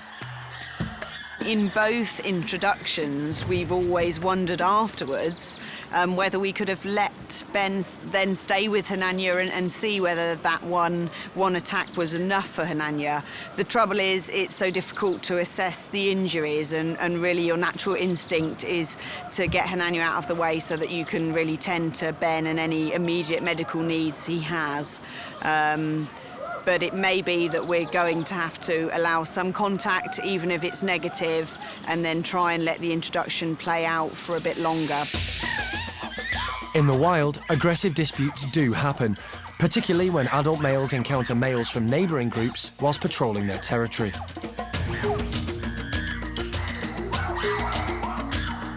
So Hananya's response towards Ben is a natural one. And if youngsters Ben and Pip are to stay together, then persisting with these introductions is the only option. But the team will need to think seriously about what to do next. We're not going to give up yet, because we still believe that this is the best place for Ben, this is the best group for Ben, and that if Hananya can learn to tolerate Ben's presence and see him as a lower-ranking male, who he has absolute authority over, we've still got something there, but we need to take stock and see where we go from here. Later, have things gone any better in the Marmoset house as new boy Mad Max meets Marcel? And determined keeper Holly is having no luck with pregnant Paquita. Pee, Paquita. Come on. Pee, pee.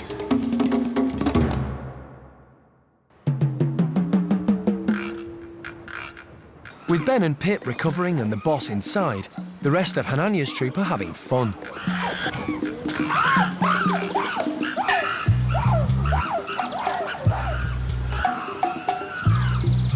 Even 10-year-old Patricia is having a good time.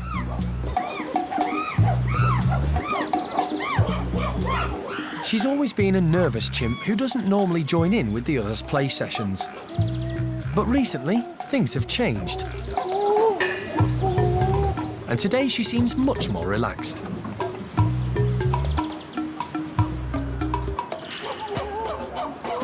Not long ago, Patricia was in the same position as youngsters Ben and Pip. Her introduction to Hananya didn't get off to a good start either. Before arriving at the park, she lived alone as a pet and had never seen another chimp, let alone a large male like Hananya.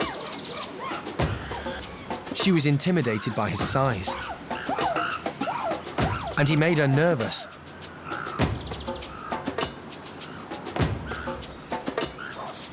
And, just like Ben, Patricia was bitten by Hananya.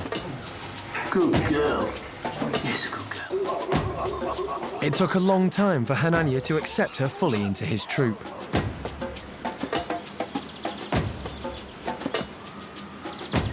And now he's even showing her his tender side. It may take Hananya just as long to accept Ben, but everybody hopes that one day he could be having as much fun in the group as Patricia.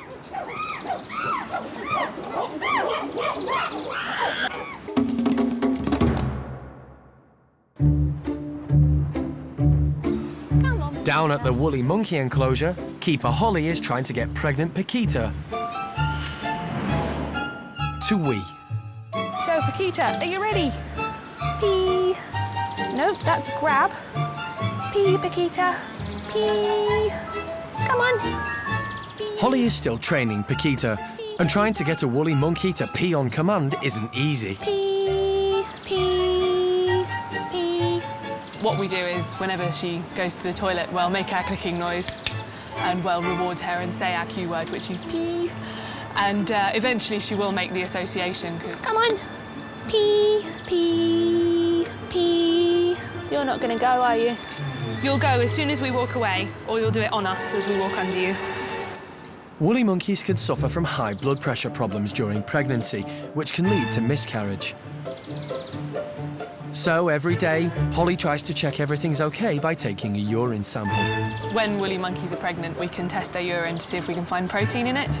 And if we find protein, it means that their blood pressure's increased, it's affecting their kidneys. So every day we try and get a urine sample from Paquita, and it's not an easy business. It's not the first time the park have tried getting a sample from a primate. Hey, Kathy, think dripping taps and cold mountain streams and big waterfalls. It's a testament to the close relationship between the keepers and the animals that they can even attempt this training. And each keeper has their own tactic. And the key to getting Paquita to pee is persistence. Try. Pee, Paquita. Try. Pee, Paquita. Try again. Pee, Paquita.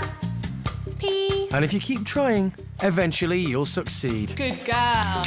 Good girl. Good girl, Paquita. Well done, honey. Hey, we cracked it. What a good girl. Check us out. Our cup is overflowing. With the pee in the pot, the next stage is to test it to see if everything's okay. Well, now we've got Paquita's urine sample, we're just going to use one of the multi-sticks to test all the different levels of things in her urine, including the protein levels, which is what we're worried about. This test is exactly the same as a pregnant human would use, and 60 seconds later, all is revealed. According to the test strip, the square we needed to look at for protein is exactly the right colour for it to mean it's negative, which was exactly what we were hoping for. That means her blood pressure isn't raised and it's not affecting her kidneys, so that means she's in good condition. Also, the little square which tells us whether she's got blood in her urine is showing negative as well, so there's no signs of any problems there. And all of the other little things that we test for are all exactly what we were hoping for, so she's doing fine. As the test results are normal, the only concern Holly has is that Paquita is overdue. Hopefully it won't be long before the baby arrives. Well done.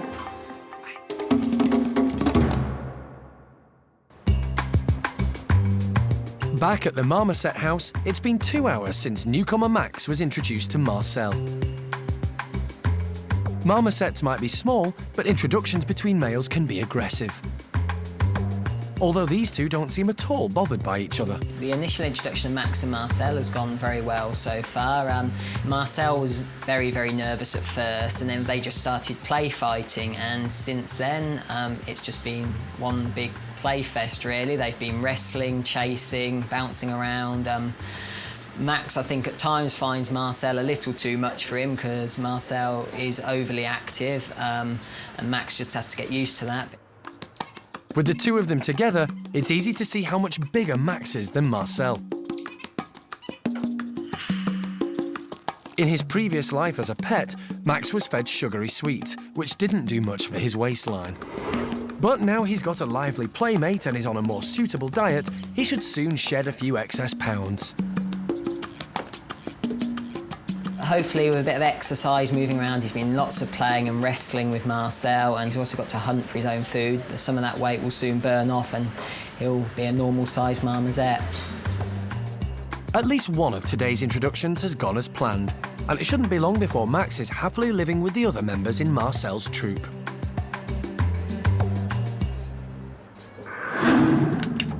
Next time, pregnant Paquita looks fit to burst. And Paquita's kept us guessing, and she's currently 1 week later than we thought she'd be, and she's huge. We're hoping that she'll give birth any day now. Capuchin Sean is keen to prove that nobody can groom like he can. And life hangs in the balance for ruffed lemur Blue. She's still breathing? I don't think so. Can you stop the ice flooring?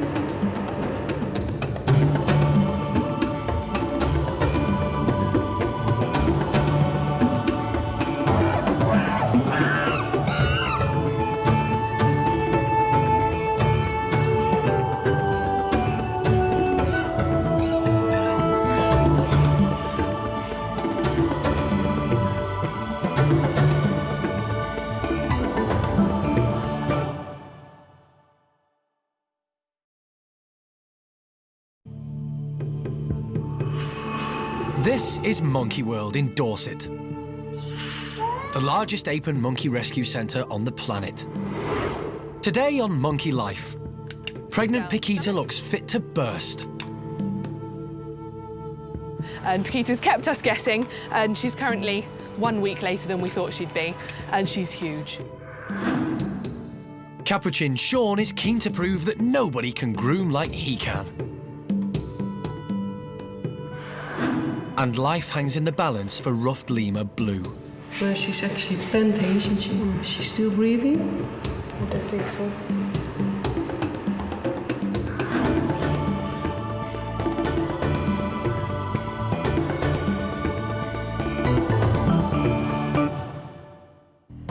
Monkey World is home to over 250 apes and monkeys, large and small.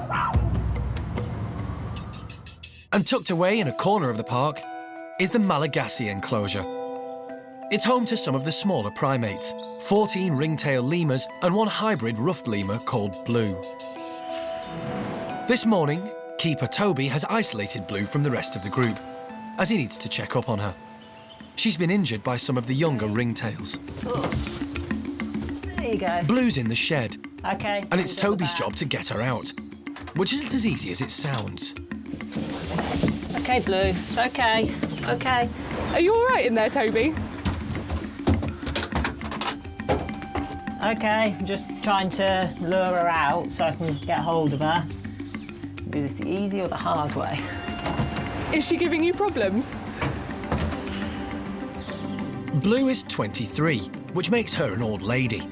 She likes a quiet life, and while she usually gets on fine with the ringtails, occasionally some of the youngsters like to liven up their day by teasing her. But today they went a bit too far, and now Blue needs medical attention. OK, she's in. OK. She's got a cut above her right eye. She's also got a nasty cut on her inner thigh. She's very, very stiff and slow as well. So we'll take her up to Femke now to get her checked out. Finally, Blue can be taken to the park's on-site hospital. Hello. Hello. So there's Blue. What happened? She's had a fight with one of the boys, and so she's got these wounds on her head and her inner thigh. There are always risks when an animal is anaesthetised, and especially with elderly animals, so park vet Femke takes every precaution. Yeah, I can see there's quite a big cut on her head, but it doesn't seem to go too far down, so I'm happy about that, but we'll have a better look when she's properly asleep. Lemurs may look cute and cuddly, but they have sharp nails and long teeth. And on closer inspection, Femke can see that Blue's injuries to her inner thigh are nasty bite wounds. She's got two very bad injuries on the inside of her right thigh. It's like two canines that slashed through. The wounds are not too deep, actually. I mean, the muscle is showing, but it hasn't been lacerated, so I'm happy about that. But before Femke can even start to fix Blue's injuries, something goes seriously wrong. Is she still breathing? I don't think so. Okay, switch off the isoflurane.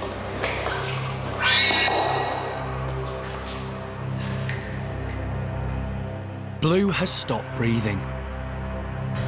Femke needs to act quickly, or Blue could die. Blue is immediately put onto an artificial respirator. This will get vital oxygen into her system. How many? Just 2 drops. Blue is also given medication to help restart her breathing.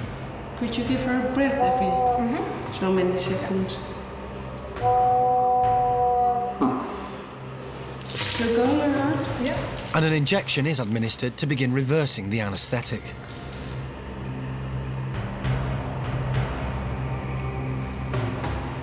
The color's still fine. Blue is stabilised, but still not breathing on her own. Blue, it's time to start breathing again. Come on, Blue. The team can only wait and hope.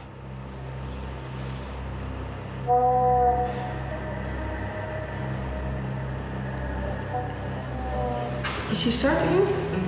Yeah, she's breathing. Good girl. There we go. That wasn't very nice.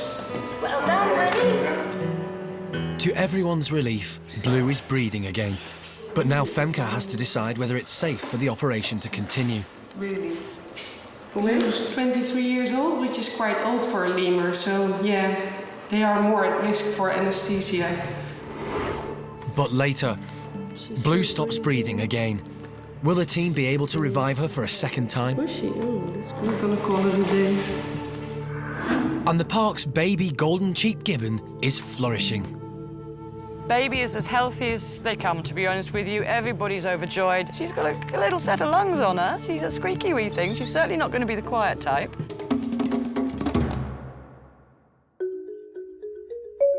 Another group of small monkeys living at the park are the Capuchins, and each of them seems to have a different and distinctive hairstyle. And there has to be somebody to keep those hairstyles up to scratch. Luckily, the male Capuchins have 9-year-old Sean, who just can't seem to stop grooming. It's usually the monkey being groomed that gets the most enjoyment. But Sean seems to be at his happiest when he's indulging others. Or if everyone else is busy, indulging himself. Sean is one of the 88 Chilean Capuchins who arrived 9 months ago. They've settled down to life at the park very well, and the Primate Care Staff are starting to see lots of natural Capuchin behaviour, including plenty of play. Capuchins have bundles of energy and love wrestling and clambering about. And in the wild, when they aren't at play, Capuchins keep up their relationships with the other monkeys in their troop by grooming. It's the perfect way of keeping clean, tidy, making friends, and if you fall out, making up. Here at the park, it's amazing to see these Capuchins behaving like wild Capuchins and finding out what monkey life is all about. And with Sean around, whatever they do, they're all going to be a whole lot cleaner.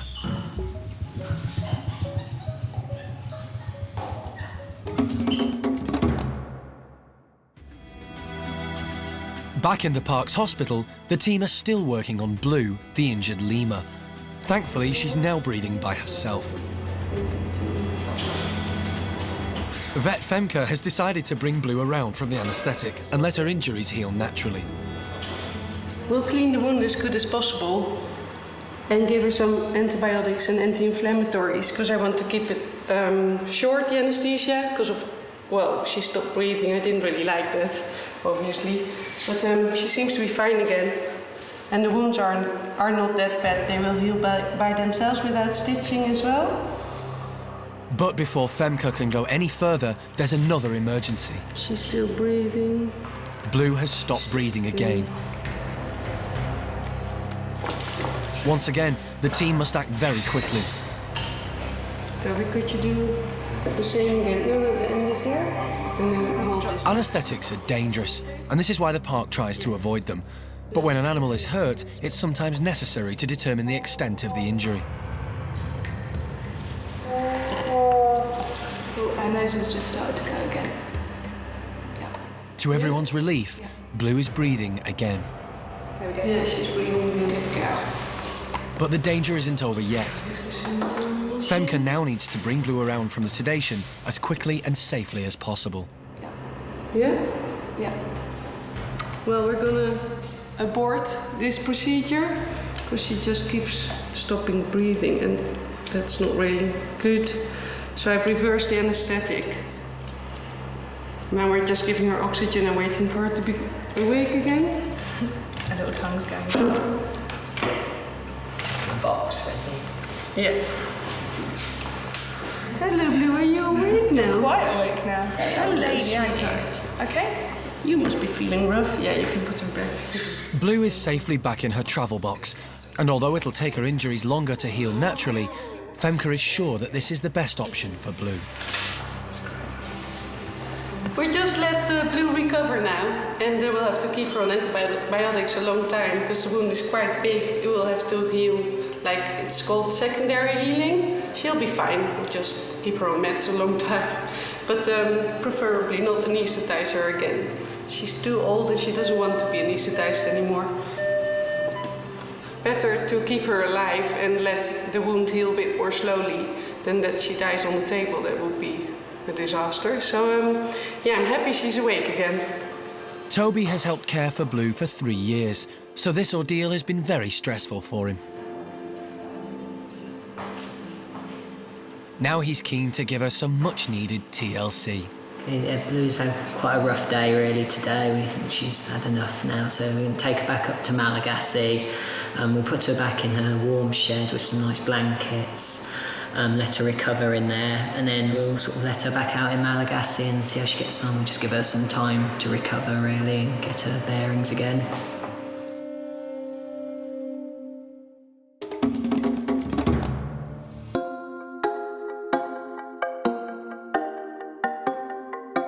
At Monkey World with the woolly monkeys, new mum-to-be Paquita Good girl. Here we go. looks fit to burst. Good girl. She's huge. And unfortunately, because the weather's so hot, she's very uncomfortable and she walks around extremely slowly and very, very grumpily. And we're hoping that she'll give birth any day now because, frankly, we just need her to cheer up. A woolly monkey's pregnancy is around 7 months long. It's a clicker, you can't... But for Paquita, this milestone has come and gone. Belly, look how big it is. The team aren't sure if she's overdue or if they've got her due date wrong. The problem we have is that we can only predict when they're going to give birth by if we see them mating. And we've only seen Paquita being mated 3 times, so they're the only dates we have to work out her due date from. But obviously, we've worked it out wrong, and Paquita's kept us guessing, and she's currently 1 week later than we thought she'd be. So far, 8-year-old Paquita has had a very healthy pregnancy, so the team aren't that concerned. But Holly does like to check Paquita's tummy, just to make sure the baby's healthy too. And this isn't as easy as it sounds. Hand. At the moment, we're trying to teach Paquita to bring her baby bump nearer to us so that we can feel it. You can see she's very keen to receive rewards for her training, that kind of thing. She loves her food, which is quite apparent.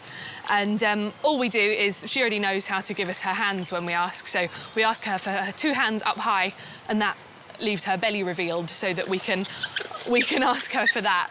So, Paquita, hand. Are you going to rob me, are you? OK. Paquita, hand. Good gal. Hand. We're all joining in. Good gal. Stomach. Good gal. And this sort of gets her familiar with us touching her stomach, and even now I can feel that on the left-hand side of her stomach there's a big lump, which is, it's a fair bet it's the head of the baby. The baby moves all the time, so some days when we examine her, we can feel all what we assume are elbows and knees, lots of little knobbly bits, and then later on in the day, we'll examine her and there'll be a very big lump, which we can presume is either a head or a pelvis.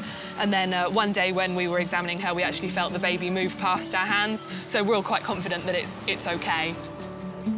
I'm not worried that she's overdue. I think because Paquita's quite a curvy lady anyway, we may have thought she's further along than she is. But at the moment, she's perfectly healthy. She doesn't seem stressed. She just seems very, very heavy.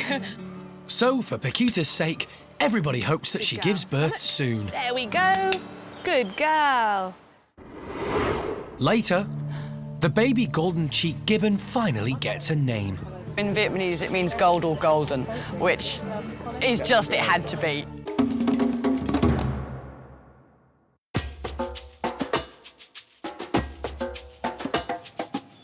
Across the park in Hananya's chimp group, newcomers Ben and Pip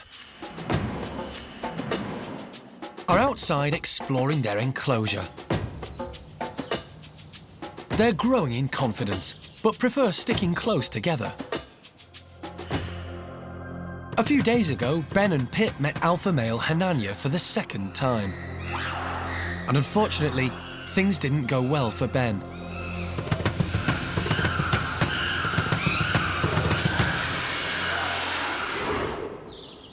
Because of this, the team have split the group. And today, it's the turn of Ben and Pip's troop to go outside and enjoy the sunshine. And it seems everyone is interested in the youngsters. Arthur is very fond of Ben, and his grooming is going to be a very important part of Ben's integration. These grooming sessions can last for hours. But Ben and Pip aren't yet confident enough to stay still for that long. Next up, it's Simon. He's in the mood for some fun. Simon's a very playful chimp, and he really wants Ben and Pip to join in. But Ben's not convinced. Although he gets on with Simon, the 14-year-old is very exuberant, and Ben's not yet self-assured enough to completely relax around him and the rest of the boys. But it's a different story when it comes to the girls.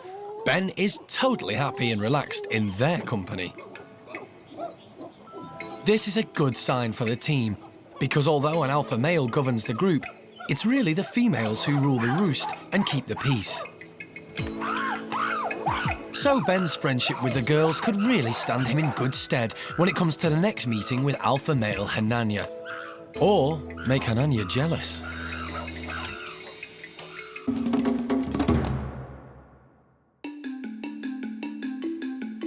Over with the golden cheek gibbons, new parents Zoe and Jake are doing a great job with their 7-week-old baby. Baby is as healthy as they come, to be honest with you. Everybody's overjoyed, doing really well, thriving, suckling well, even at this stage, at just under 2 months of age.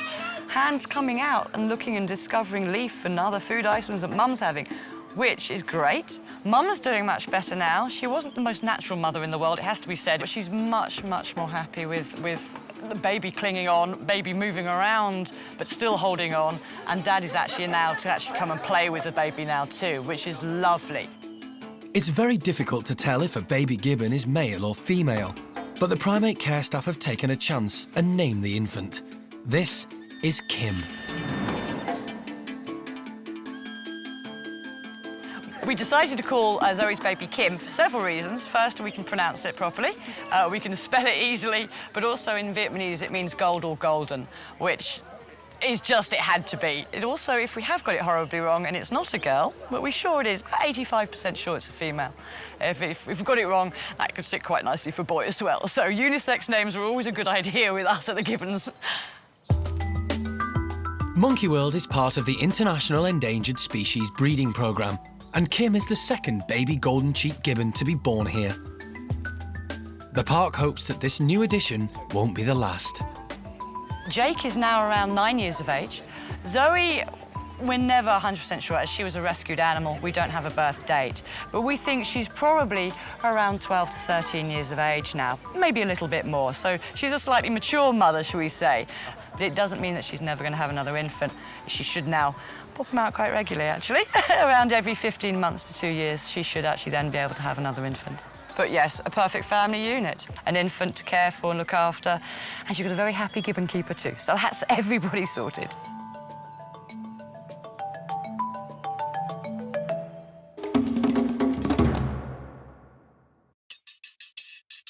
Over at the Malagasy enclosure, ruffed lemur Blue is recovering well from her earlier ordeal. She needed medical attention following a fight with the ringtails. But before Blue could be patched up, she reacted badly to the anaesthetic and stopped breathing on the operating table. To avoid the risk of this happening again, Femke decided to bring Blue around from the sedation and let her wounds heal naturally. Come on, Blue. Toby's kept a close eye on Blue, and now he needs to give her medication. She's amazed us, really. If you didn't know, you probably wouldn't be able to tell that she had sort of injuries on her legs. She's moving around freely in the trees. She's already sort of seen the ringtails off from out of her enclosure and sort of just generally acting like Blue up here, really.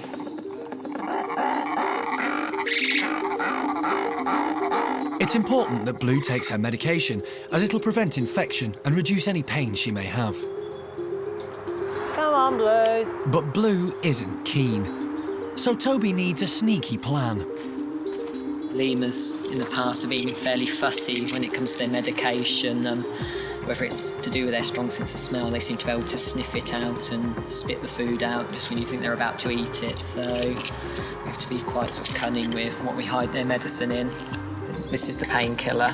It's in tablet form, so we have to crush it up and then hide it in a substance so that she will hopefully eat it.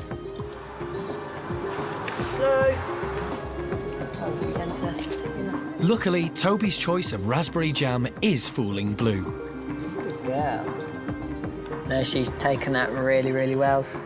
It's gone any better. We just hope that she keeps her taste for jam, really.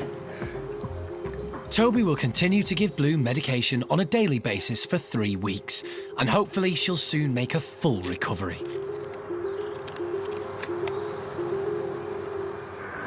Next time. The park grows stinky herbs to bring out the Capuchin's natural behaviour, and it certainly does the trick. The woolly monkeys enjoy insects, but Paolo isn't quite brave enough to join in. And Ben has his third meeting with alpha male Hananya, but this time, the females strike back. I think at the moment Hananya's realising what any middle-aged bloke knows, that women are in charge. You don't mess with the women. A bit too far and the women will kick your ass, and they have.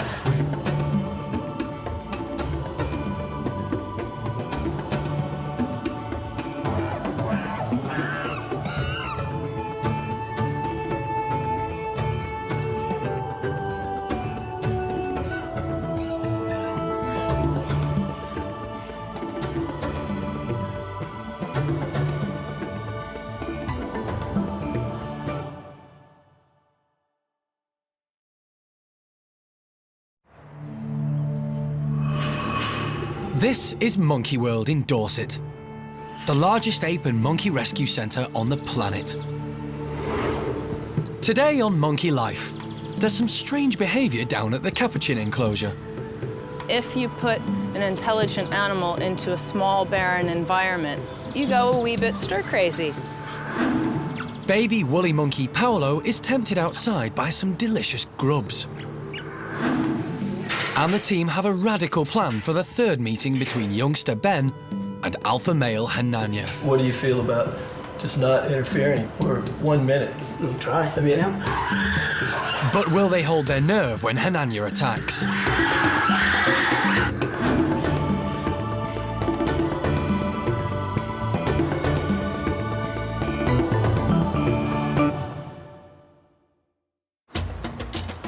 Monkey World's 60 chimps live in 4 social groups. Occasionally, integrating new members into one of these groups can be difficult. Over in the office, Cara, Animal Director Jeremy, and visiting primate specialists Mike and Leanne Bates are watching footage of the recent unsuccessful meetings between alpha male Hananya and youngsters Ben and Pip, to help them come up with a new plan. It looked like Ben just started screaming like a madman. I don't blame him. He is really tying him up like in a ball. You know, he's like grabbing him and holding him down and thumping, and it's not kind of just like a big slap and walk away. He's... The first time Hananya met Ben, He attacked and seriously wounded the young chimp. I told you about playing with the big boys before. Yes, I did. I told you about playing with big boys like that. But the team were determined not to give up. They blunted the tips of Hananya's lethal canine teeth and introduced Ben and Pip to the group's high-ranking females in the hope that they would protect the youngsters from the alpha male. But Hananya continued to attack Ben, and the introductions had to be stopped for a second time.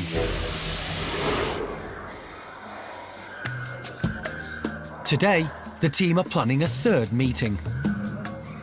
And after reviewing the footage, they've come to a surprising conclusion. Hananya's attacks on Ben might not be as bad as they look. Still, it's dominance, aggression. I don't think it's a lethal attack at all. If he really wanted to hurt him, he had plenty of chances to, because he was doing a lot of pounding, holding, grabbing, not that much biting. It may be that Hananya is simply asserting his dominance as alpha male. Because we know he's going to pound, he's going to grab him, he's going to pull him, he's going to drag him around. The problem is it always looks extreme. Yes. In the past, fire extinguishers were used to break up the meetings. But this strategy has its own problems. I have a little bit of doubt about the benefit of the fire extinguisher so quickly. I don't think it's a huge deterrent. Yeah. And you can actually fuel it by joining in. Yeah, and it hampers our vision of what's going on also. Yeah. And ultimately, they're going to have to work it out. Yeah. You know, forever on. So Mike puts forward a radical new idea. And what do you feel about just not interfering for 1 minute? We'll try. I mean, the initial contact, we'll count to 60. Yeah. Won't interfere. Okay. So I'll go ahead and get Hananya. Yeah, because if we don't do it right now, we're not doing it today. Yeah, we need to do it. Okay. But later, will the team hold their nerve when Hananya targets Ben yet again? And will woolly monkey Paolo brave it off the fence for a creepy crawly?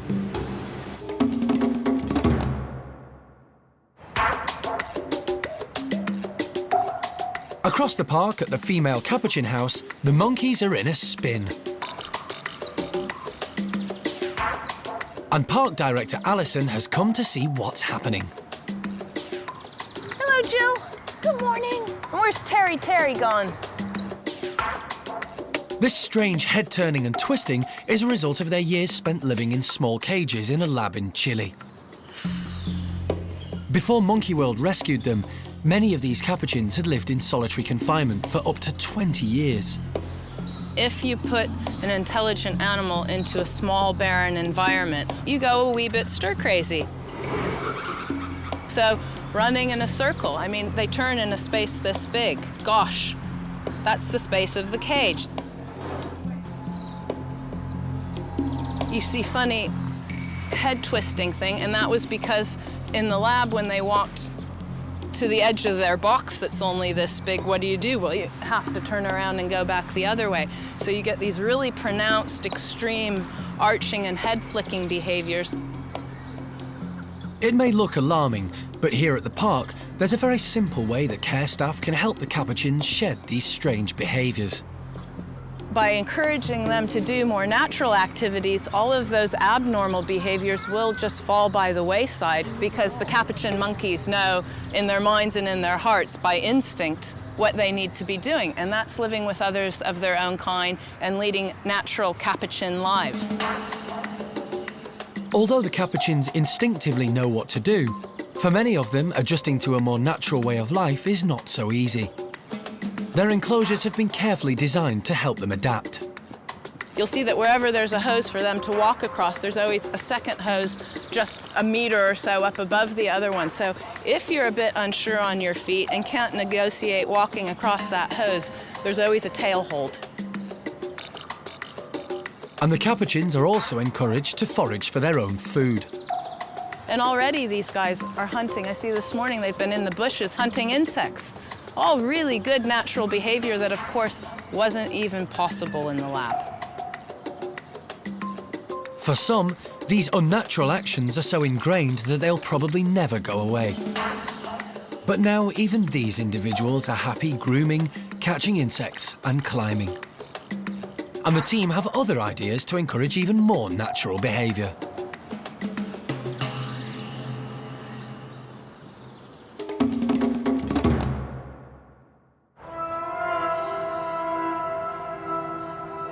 It's crunch time over at Hananya's house.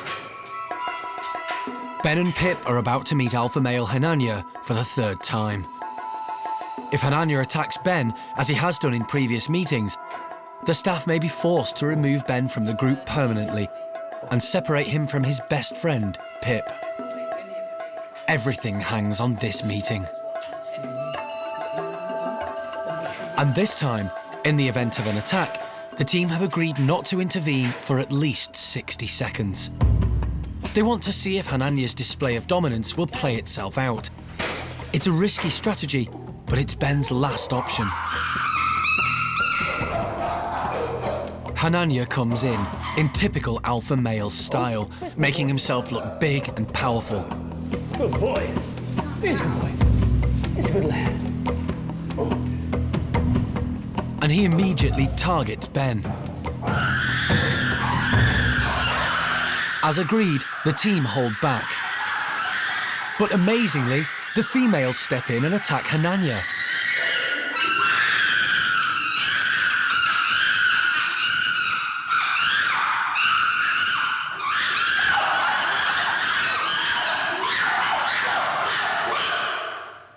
That was better. Very good. Nobody's ever defended like that. This contact lasted 56 seconds, just below the 60-second cut-off point. It seems that the team's new strategy is working, and the females are also doing their job of protecting Ben. Good girl. Was that Pip hanging on his leg? That's never happened before. Oh, that was kind of a neat thing to see. Good girl. Well done. Show him. Hananya has never been challenged before, and the experience has left him confused. And Ben is sensibly staying as far away from him as possible. I don't think I've seen a young male as calm as what Ben is when confronted with a big male. So actually that's obviously going to help a lot. Ben is a very, very, very together little boy. And when you think about what he's been confronted with and what he's gone through, again, that's helped no end, the fact that he hasn't fallen apart.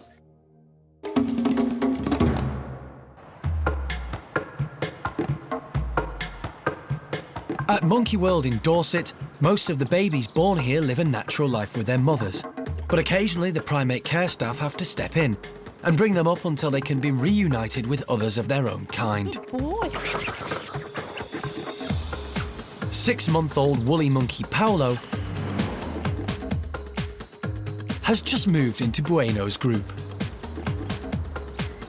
He was hand-reared after being rejected by his mother, but now he's been reintroduced to the woolies full-time and he's settling in really well.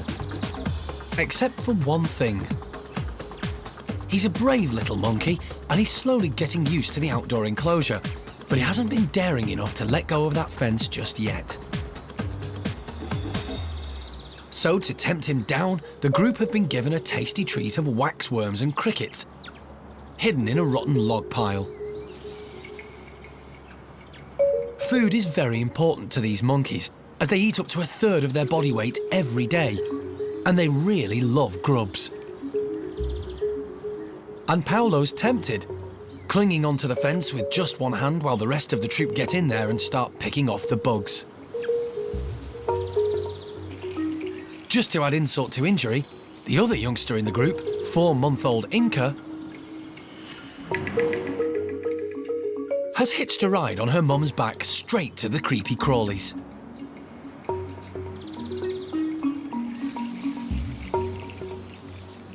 And she might even be able to get one, if Mama just keeps still for a moment.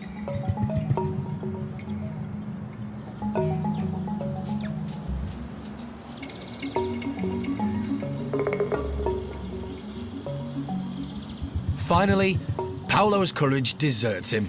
He's right back on that fence and he's not getting down for anybody. To make sure he doesn't miss out, Keeper Emma gives him his share of delicious, crunchy waxworms. And once he gets a taste of them, it won't be long before he's off the fence and finding some for himself. Later, the Capuchin boys are in a frenzy over some smelly onions. And the chimp girls hit back when Hananya targets Ben once again. He may well think twice before he does that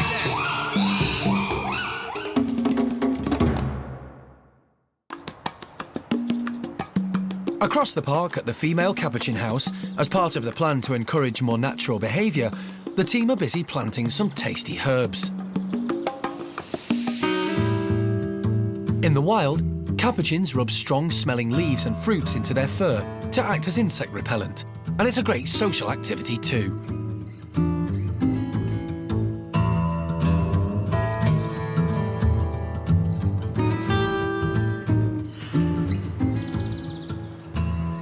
Many of the Capuchins have never seen these plants before, and it's not long before their curious nature means they're checking them out.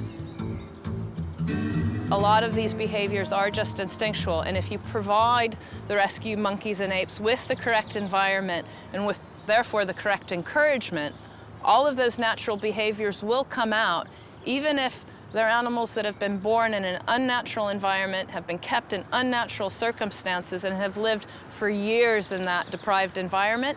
It's all still there. They know how to be Capuchin monkeys. You just have to encourage them to do so. And these smelly herbs seem to be doing the trick. We're trying to let the Capuchins be able to pick their own garlic, to pick their own chives, to pick their own chamomile, basil, all different sort of fragrant things, so that, you know, if that's what you want, you know, you can go over and pick a little bit of something, rub your fur, or just relax, or simply lay around in a lovely smelling, fragrant area where insects are also coming in that might be a tasty treat. They all seem to love the herbs, and by the looks of it, the keepers will have to get growing a whole lot more.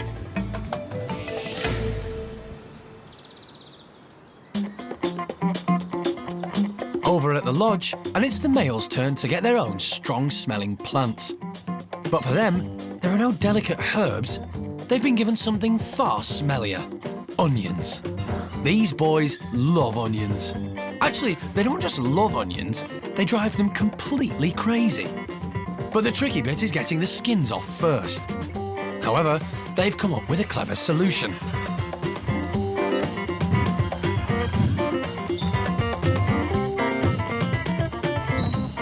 If you bang your onions hard enough, eventually they will crack. Now they've got the hang of it, the leader of the group, Gorillon, is dribbling with excitement about the prospect of getting into his onion. But like the herbs, onions aren't necessarily just for eating. And amazingly, these boys behave just like wild Capuchins as soon as they arrived from Chile. We were quite surprised when we made that long journey and got back here, and the first evening meal included some onions, and instantaneously several of them knew exactly what to do with the onions. Fur rubbing all over the place, which is a very natural, instinctual behavior. Basically, we're giving them the keys back to their own lives again. So the skins are off, and the males are getting down to the serious business of rubbing onions all over themselves. This natural behaviour is a great group activity. And to make sure every single inch of fur is coated, they use every limb possible.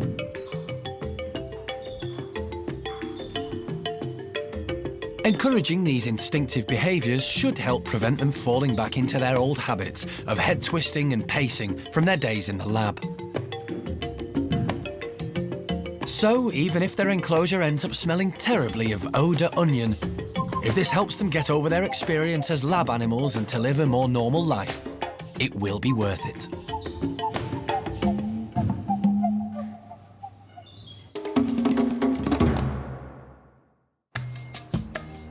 Back at Hananya's, it's been half an hour since youngster Ben was attacked by the big alpha male. Ben seems unhurt, but the team are watching anxiously. Hananya is clearly getting wound up, but instead of lashing out at Ben, he displays his dominance, just as an alpha male should. Well, it looks like it's dissipating into more of displays than actual contact. It's a reminder. And does he think he's made his point? That's the... Yep.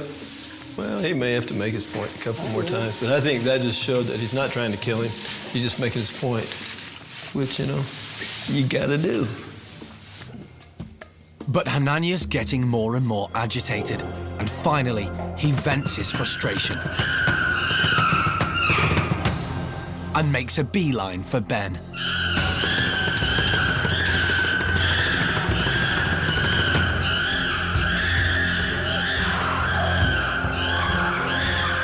But this time, his behaviour is different. He drags Ben around and pounds him, but doesn't bite. It might look severe, but this is the kind of behaviour the team expect to see between an alpha male and a lower-ranking male. So everyone's hanging back, including the female chimps. He's pounded him, but I didn't see him open his mouth at all to bite him. But suddenly, Hananiah's behaviour changes. He tries to bite Ben. And immediately, the females react.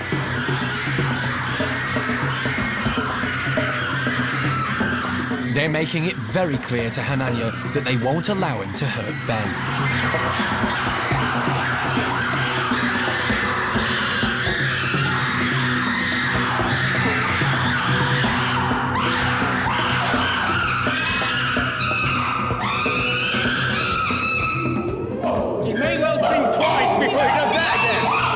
Hananiah's group has now challenged him for the second time, and he's clearly shocked by what just happened.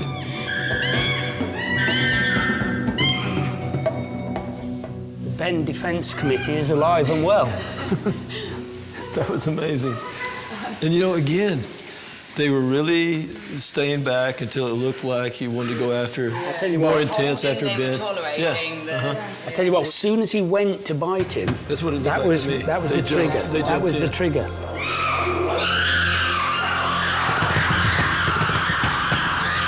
At last, a successful meeting between Hananiah and Ben.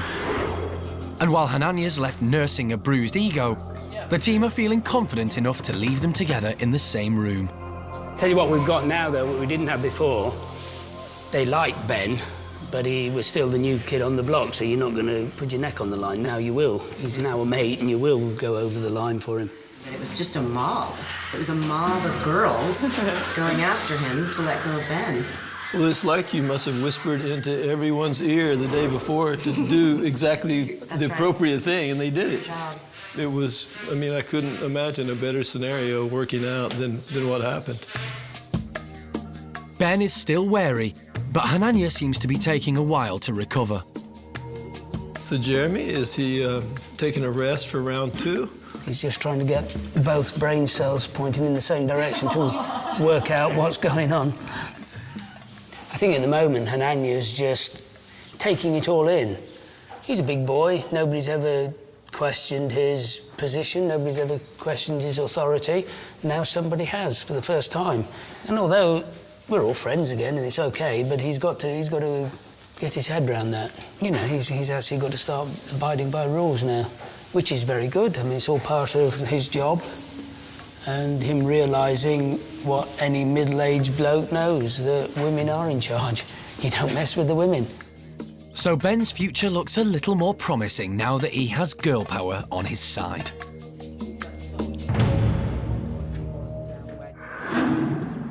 Next time, there's been a scuffle with the female Capuchins, and Tia has a nasty bite wound.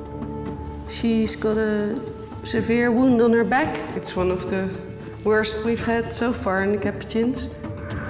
Orangutan Amy is heavily pregnant and very grumpy with it. And it's time for Alison to say goodbye to Paolo, the baby woolly monkey she hand-reared. I think this is it. I think it's time for Paolo to graduate. He's now a fully functioning member of the woolly monkey group, and our task here is done.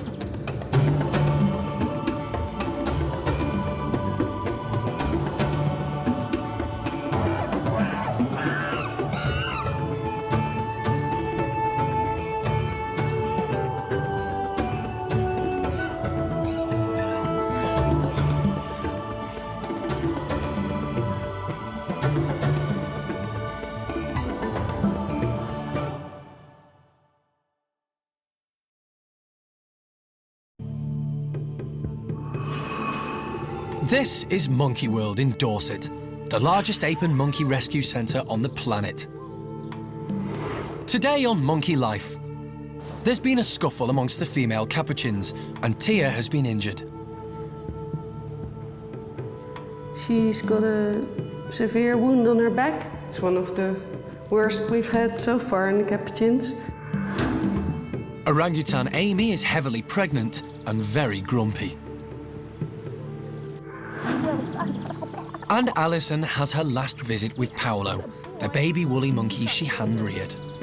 I think this is it. I think it's time for Paolo to graduate. He's now a fully functioning member of the woolly monkey group and our task here is done.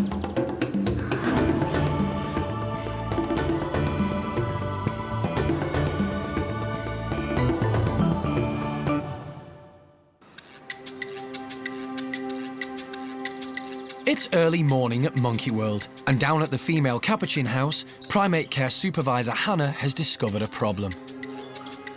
We were just doing our morning checks as usual, and we noticed an individual not moving on top of one of the tube nest boxes, so obviously very concerned and could see an injury on her back. Didn't respond to us calling, so got very nervous very quickly, but luckily she did start wandering around and I could ID her as Tia, and she's got a very nasty cut on her back. The culprit is unknown. It's obviously happened through the night. Tia has been rushed to the medical room, and after her fur is removed, park vet Femke can see the injury looks serious.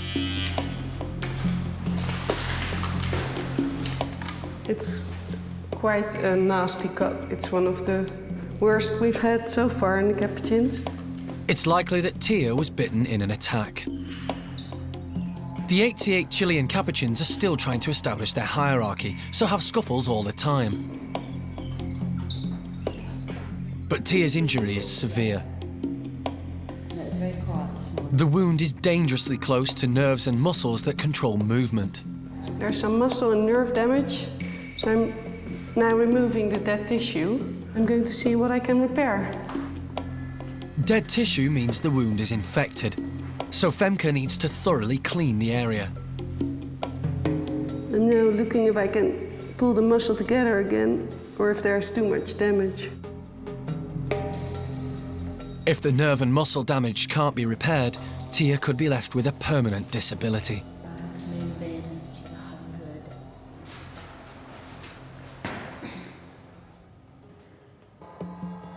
I'm now stitching the muscle together. There was quite a big gap, so I was worried it wasn't possible.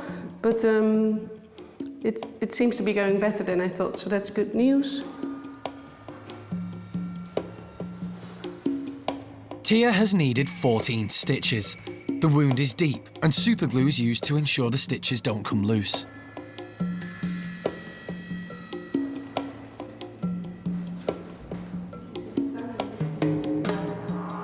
With the injury repaired, Tia must leave it alone to let it heal properly.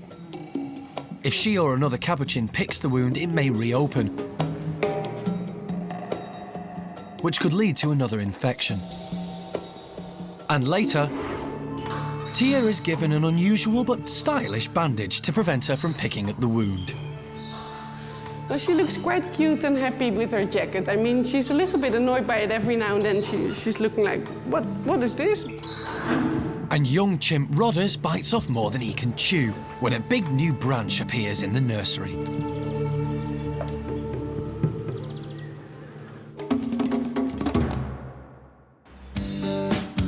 It's breakfast time for the park's residents.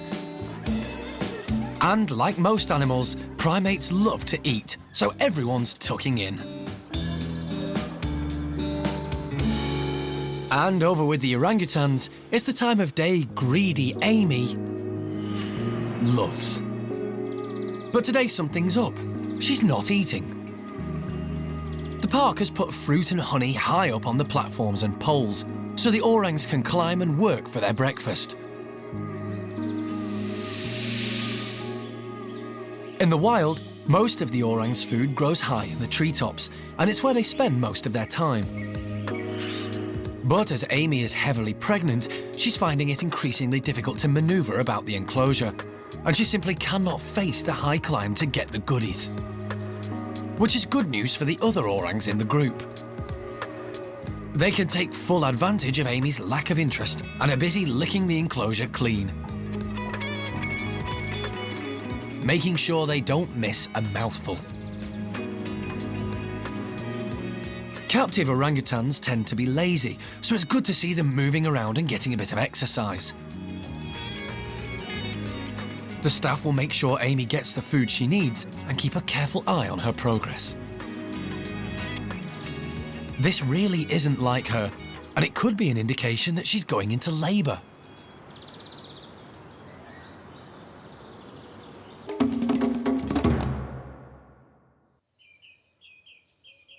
At the chimp nursery, there's a hive of activity. Little do foster mum Sally and her group know that they're about to get a new addition to their enclosure.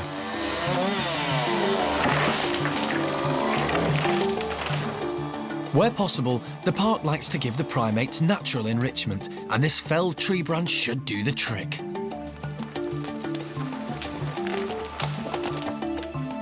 We were worried about a tree that actually is on the outside of the enclosure, but some very big branches were leaning over the overhang. So as a safety precaution, we've removed those. Now we're going to put them inside for something for them to play with. So we're killing two birds with one stone, really, and making sure the enclosure's safe, but also creating some new apparatus for the little ones to play with. So get that V over. So come further back this way, would you? And then feed it back. Everybody is sure that this large branch will keep the chimps amused and also encourage natural movement. Especially with the younger chimps in this group, they're still learning how they move around and what works and what doesn't and how adventurous they can be. So it's nice to have something different that moves and gives and that they really have to test their strength and their agility with. The nursery is mostly made up of youngsters, but at around 3 years old, they already have the strength of the average human man. And they are destructive.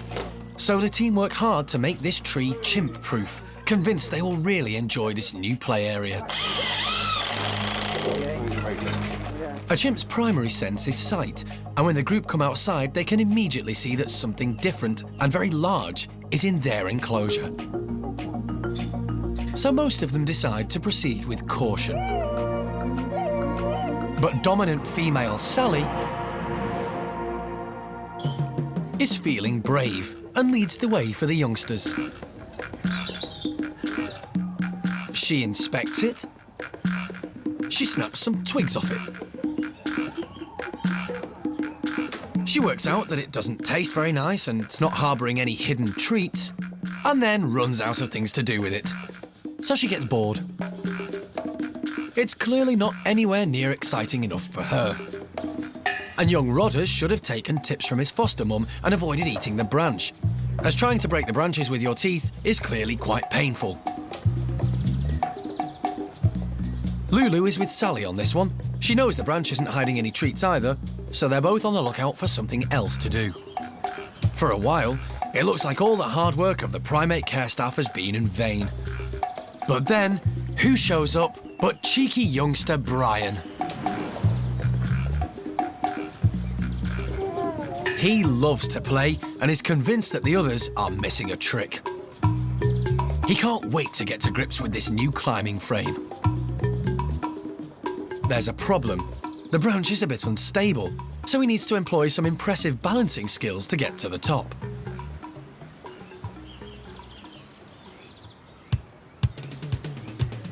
But once he's found his feet, there's no stopping him.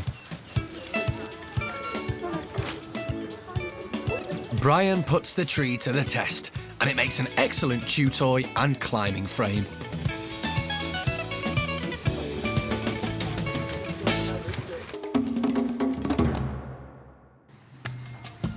Back at the Capuchin house, Tia is recovering from the emergency operation to stitch up her nasty bite wound. Vet Femke had to work quickly to prevent permanent nerve and tissue damage. Luckily, the signs are good. She's looking well and seems to have retained full movement. But as the wound is deep, Femke wants to take every precaution to ensure Tia doesn't pick at the injury and reopen the wound.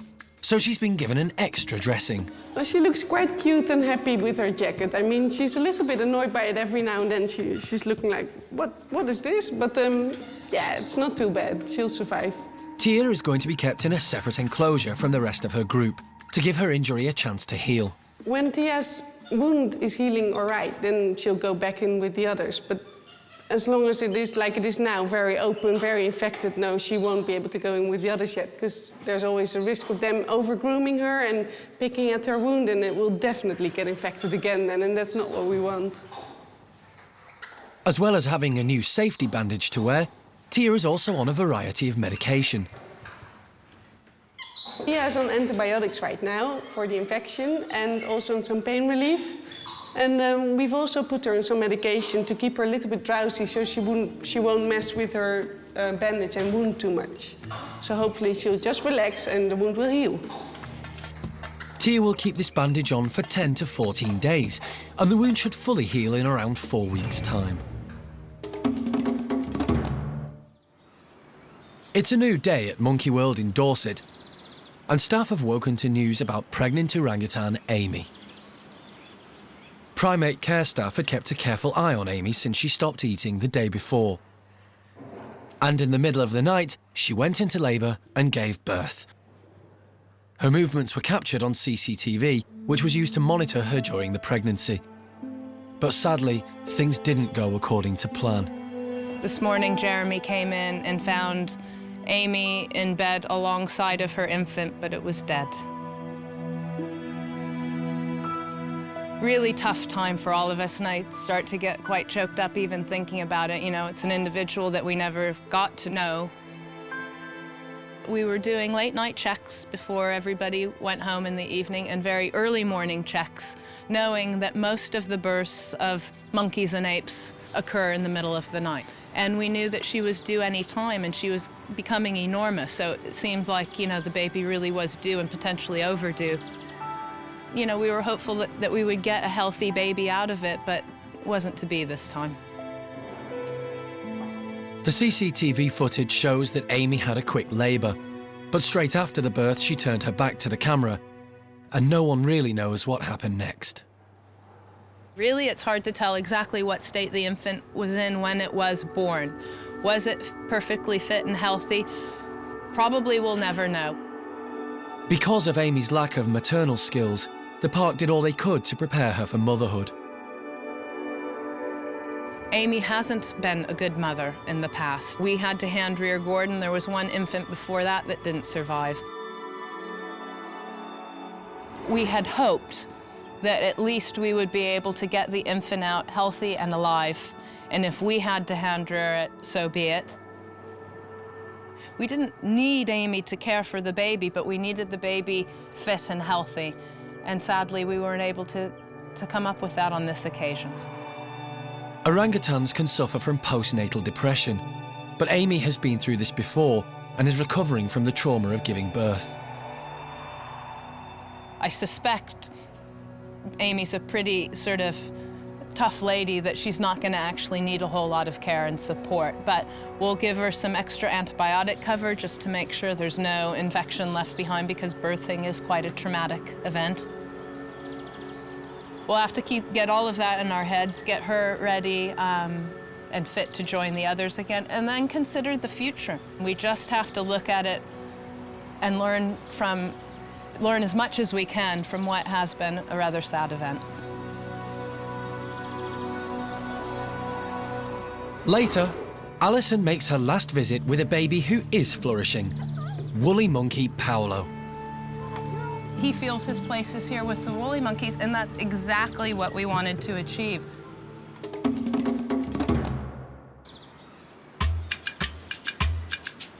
At the Bachelor Boy enclosure, Seamus is feeling relaxed and confident with his group.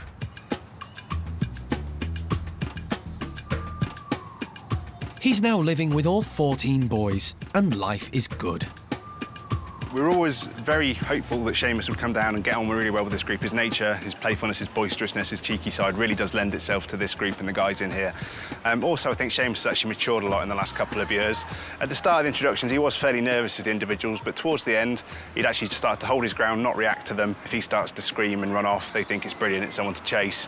But because he held his ground, they actually came over to him, made the first move, initiated contact, and from then on, really, everything was quite smooth. Before moving to the Bachelors, Seamus lived in the nursery and was spoilt rotten. This means he would often get more than his fair share of the food and was piling on the pounds. But since moving in with the Bachelors, Seamus has slimmed down. Seamus has actually lost a lot of his belly since being in the nursery. Obviously up there he could actually dominate all the food and take pretty much what he wanted. Down here he has to compete with the other guys, and Lowe's doing very well at that. He has thinned down a little bit. He's looking pretty much spot on now where we'd hope him to be. So we actually just give him the odd extra just to make sure he actually maintains his weight now. But no, he's looking much better chimp these days. Seamus may have lost the weight, but luckily he hasn't lost too much of his cheeky and lovable character. Still very playful. You see if there's any kind of trouble, he'll actually be involved right in the middle of it. In general, it's been a positive move for everyone. It's actually really sort of buoyed up the group. Having a younger chimp in there has made them all much more playful. And he has to learn how to actually behave in a group situation where he's not the centre of attention, he's not king of the hill anymore. He's done really well at it, he's picked it up. He can read the signs of chimp body language now, so we really are pleased with his progress.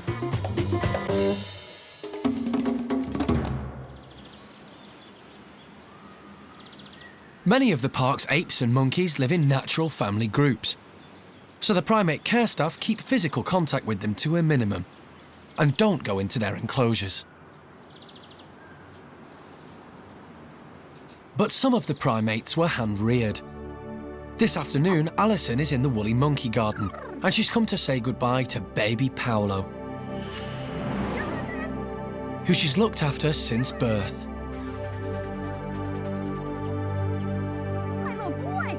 And even though his new enclosure is rather large for this little chap to tackle, the lure of mango and seeing his old foster mum is just too tempting.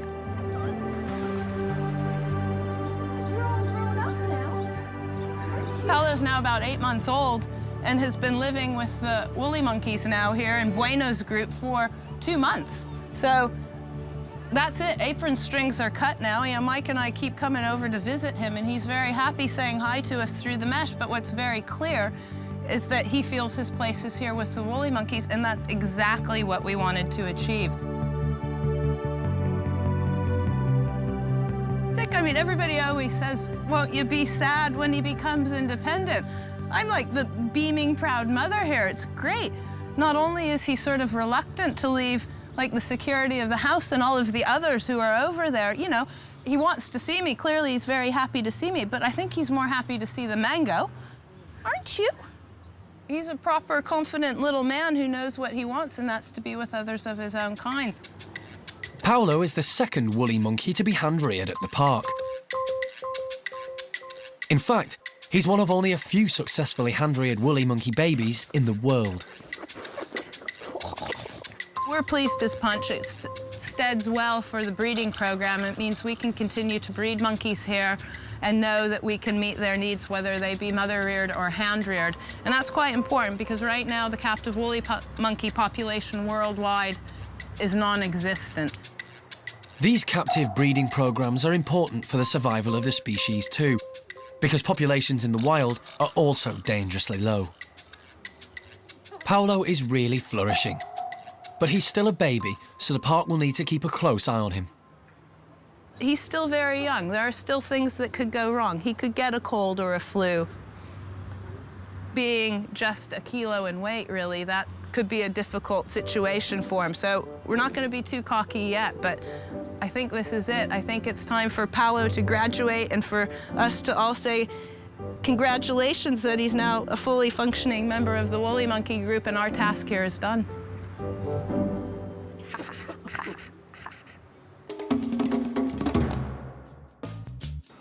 Back at the bachelor pad, Seamus is proving that he's also a fully fledged member of his group. and he's quickly learnt to stay right out of the way when there's trouble. There are plenty of outbursts and dominance displays in the bachelor group. But when peace is restored, Seamus really comes into his own. And that means playtime.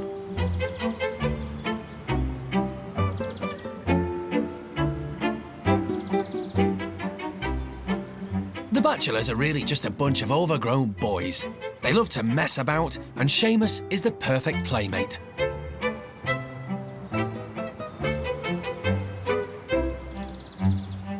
The 9-year-old is much smaller than the rest of the group, and they all love him because he isn't a threat. In fact, the group can't get enough of Seamus.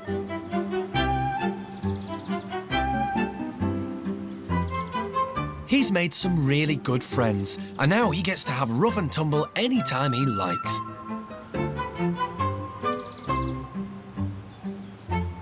And with chimps that are just as silly as him. Seamus is definitely now one of the boys. Next time, Jeremy is worried about young chimp Ben. He had a wound on his foot, which wasn't too horrendous at all, but it's actually become infected. We've got this very badly swollen skin loss and inflammation. In Paddy's chimp group, baby Bart is always on the go, and he's testing his mum's patience. And pregnant woolly monkey Paquita is huge. The team are getting concerned. Paquita's still not had her baby. She's keeping us all on tenterhooks. At the moment, her baby bump is enormous. We don't really think she can get much bigger than she is.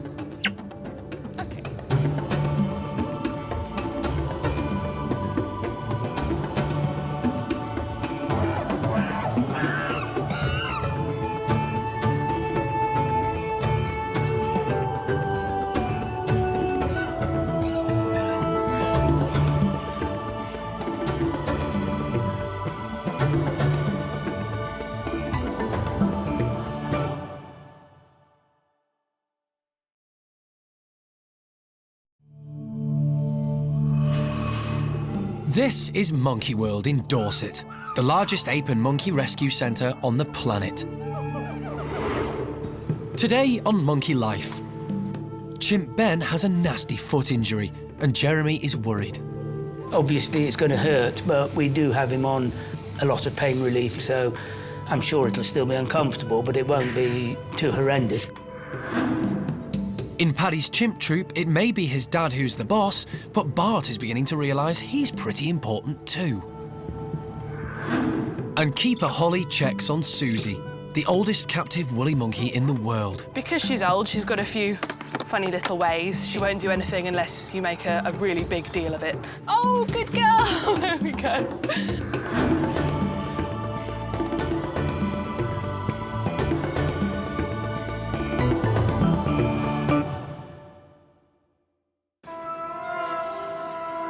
Monkey World is home to 248 primates. Each and every one of them needs to be cared for when they get ill or injured. Inside Hananya's chimp house, animal director Jeremy is checking up on Ben, who has an extremely nasty foot infection. He had a wound on his foot, which wasn't too horrendous at all, quite a normal chimpy sort of wound on the foot. But it's actually become infected. We've got this very badly swollen skin loss and inflammation. The wound started as a tiny cut that he got during one of his meetings with alpha male Hananya. But unfortunately, his foot rapidly became swollen and infected. And on top of that, Ben won't leave it alone. Don't do that. It's a major setback for Ben's introduction to Hananya's group, just when the meetings were starting to show some promise. However, Ben's health is now the priority. Jeremy needs to ensure the blood is still circulating to Ben's toes. If it isn't, he could lose them, or worse, his whole foot. Have a look at your foot. Go on up. Let's feel how warm your toes are. This one is the coldest. And that one isn't quite so cold. Poor little boy. Even though it's a bad infection, chimpanzees are very resilient. He's been remarkably well, because as you can see, it's a pretty horrendous thing. He's getting a bit tired now, but he's eating well, and he's, you know, just giving a bit of TLC, which is a bit of... He likes this. You know, this is obviously going to help him. Obviously, it's going to hurt, but we do have him on a lot of pain relief, so I'm sure it'll still be uncomfortable, but it won't be too horrendous. You know, the fact that he's eating, the fact that he's communicating with me and everything else is a good indication that it isn't too bad at the moment. But an infection this severe isn't going to get better by itself. So the park's vet has prescribed antibiotics for Jeremy to administer. You all right with that? No, it's okay. It's no problem. Ben has never had an injection before, and he's a bit scared of the needle. But with such a bad infection, it's vital that Ben gets treated one way or another. Give me your arm. Come here. My options are to hand inject him with a syringe or to dart him. Well, obviously, a hand injector is nicer than a dart. But if I can just get him comfortable with this, it might just give me the edge to... See? It's only a bit of a... No problem. There, look. There. Good boy. See? That didn't hurt. I didn't even touch you. Jeremy knows how important this injection is, and he's not giving up yet. You got half your foot hanging off and you're worried about that? What you like? See? This is not the first time that Jeremy's had to deal with a serious infection. You're not allowed to eat it. 18 months ago, over in the Bachelor Boy enclosure, 24-year-old Jimmy had an equally nasty injury. Just like Ben's foot, it started as a minor wound, which became infected and got much worse as he picked at it. Jim leg. Good boy. But because of Jeremy's unique relationship with the animals at the park, he could get up close with Jimmy to ensure he had the treatment he needed, often risking his own safety. I reckon I can go in with him. And now Jimmy's knee has fully healed, and he seems to have put his troubles behind him. Hopefully, Jeremy can do the same for Ben and help him pull through. But later, Ben can't overcome his fear of needles, so Jeremy has another idea. Just playing with this syringe here, it's just not going to happen. Whereas if I can lull him against the mesh and then one of the girls can trick him. And orangutan Dinda struggles to overcome a bad case of vertigo.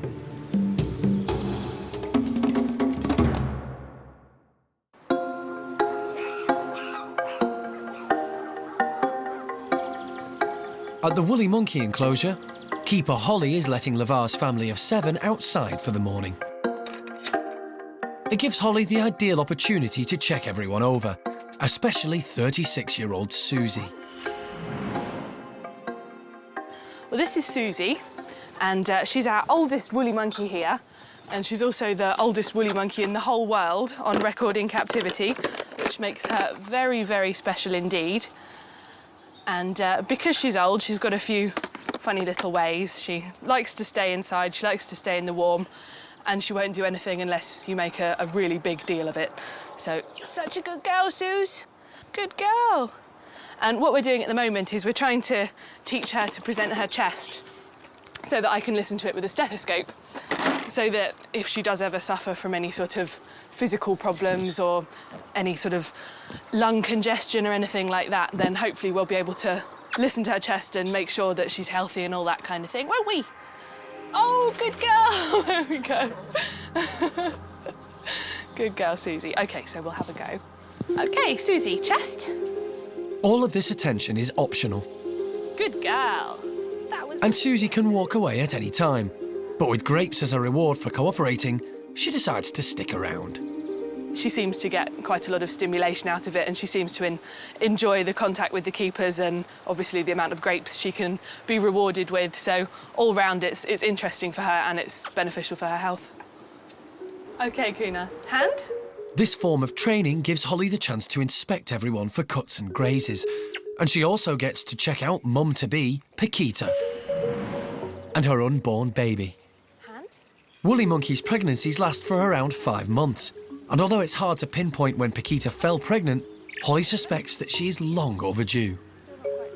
Paquita's still not had her baby. She's keeping us all on tenterhooks, but as you can see, she lets us examine her bump every day, and we can, until she has enough, and we can feel where the lumps and bumps are. We can check that the baby's moving, and if it stops moving, we've got our little sort of emergency plan to make sure that her and her babies are okay. Pregnant woolly monkeys in captivity can suffer from stress and high blood pressure, and this can cause complications during labour, known as preeclampsia. So Paquita may require surgery to deliver the baby. If we find that the baby hasn't changed position for 2 or 3 days, then we'll start to worry and we'll either sedate her and give her a scan or actually perform a C-section caesarean. But at the moment, her baby bump is enormous, it's solid, and we don't really think she can get much bigger than she is. But surgery will only be used as a last resort.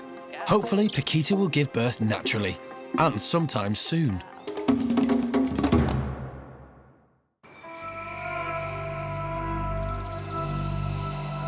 Back over at Hananya's chimp house, animal director Jeremy is still trying to get Ben to take his injection. What about that?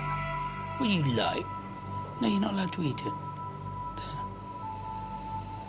This will be the first dose of a course of antibiotics, and it's vital that Ben gets this medication to treat the bacterial infection to his foot. You big Wendy. What you like? But he clearly isn't keen on the idea. Have it touched you? See? No, they're not. No. And it looks like Jeremy's going to have to come up with another plan. Yeah. Just playing with this syringe here, it's just not going to happen. Whereas if I can lull him against the mesh and then one of the girls can trick him, possibly. We've got nothing to lose. Keeper Hannah moves into position with the needle. You turn around here. Cuddle me like that.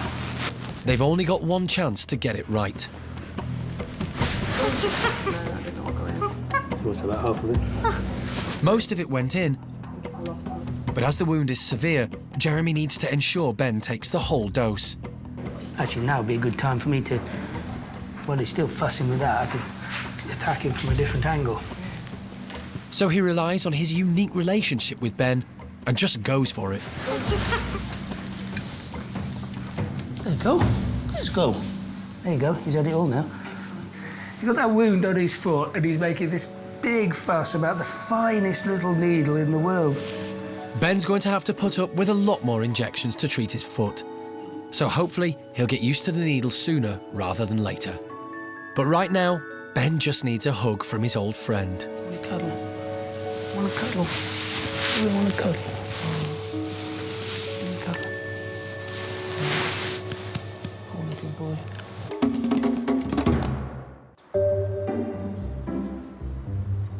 At Monkey World in Dorset, there's one small ape who's growing in confidence every day.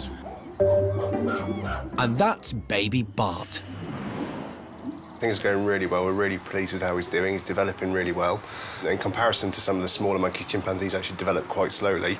But in comparison to humans, they're much faster. So he can move around by himself. He can do chin-ups on the ceiling. He can find his own food. So he's doing brilliant. His canines are just starting to come through. So really, it's been quite a productive year for Bart. He's come a long way. As a baby, Bart has a very privileged position within Paddy's group. And this is clearly signalled to the other chimps by the prominent white tuft on his rear. Basically, it's there so the females can actually locate them. When they're in the forest, it means they can keep an eye on them. And it also is a sort of a signal of rank. As he grows up, that'll actually disappear, but whilst he still has it, he can actually go and take food off any members of the group. He won't really get disciplined by anyone, so he's sort of a hands-off animal, so no one will actually mess with him. And the others in the group have worked out that it pays to be pals with the prince of the park.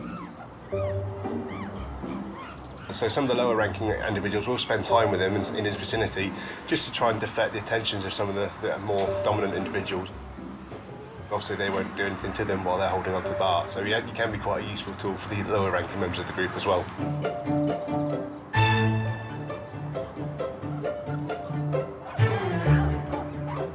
Not only have the lower-ranking members benefited from Bart's arrival, but it's also had an amazing effect on Mum Susie's popularity.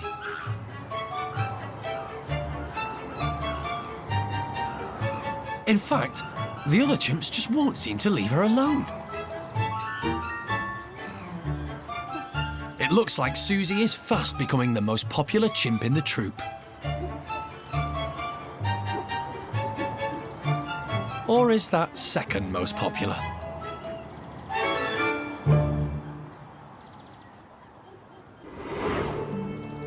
Later, orangutan Dinda has to overcome her fear of heights if she wants to get some of those treats.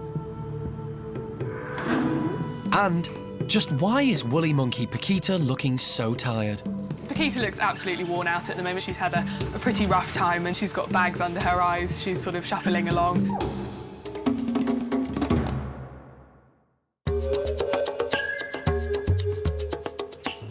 Down at the gibbon house, and golden-cheeked gibbon youngster Tien is outside in the trees with Mum Peanut and Dad Pongyo, and he's growing up fast. Tien has grown so much so quickly. He's just his father's spitting image now. He is far more independent. He's flying around in the trees. Peanut's having trouble keeping up with him and keeping him under control. He's been making some decisions for himself as well. If he wants to stay out and play a bit longer, Peanut has to chase him around to pick him up and bring him in for dinner. But he's grown fast and he's doing so well.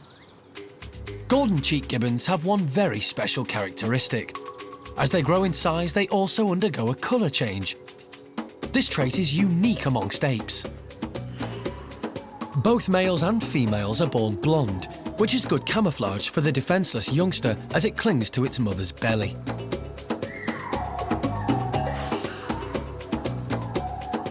But before the young males and females reach a year old, their fur starts to turn black. Tien began this transformation a while ago. He started his colour change at about 8 months of age. We first saw the first whiskers. He sort of got a little black moustache and his chin was going dark. But those are the very first indications. So it's taken him quite a while to change colour. But now, at 2 years old, his transformation is complete. And just like his dad, he'll remain black with those distinctive golden cheeks for the rest of his life. But the young females go one stage further. The females go through a second colour change and end up completely blonde with just a black cap on the top of their head. Tien's mum Peanut went through this transformation 4 years ago. Over 11 months, she went from black through a brindled colour to golden.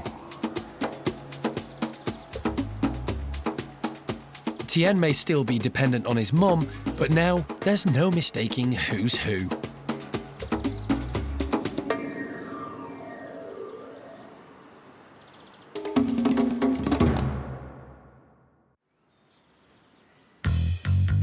Over on the other side of the park in the orangutan creche, most of the youngsters are high up on the ropes, tucking into today's treat.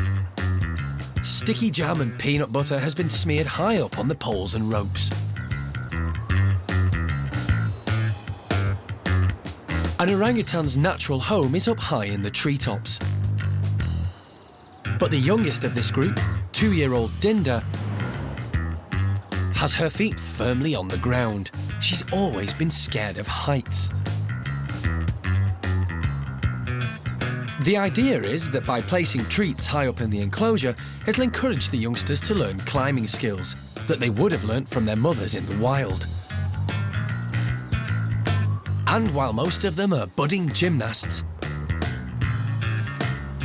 Dinda needs a little more encouragement to overcome her fear of heights.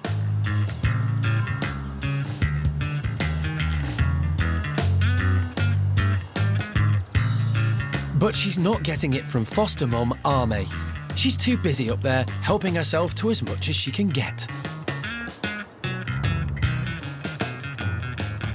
It doesn't matter how hard Dinda licks, there's nothing down there.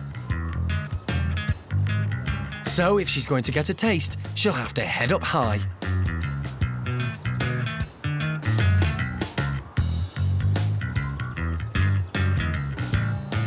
Little by little, she moves up the ropes.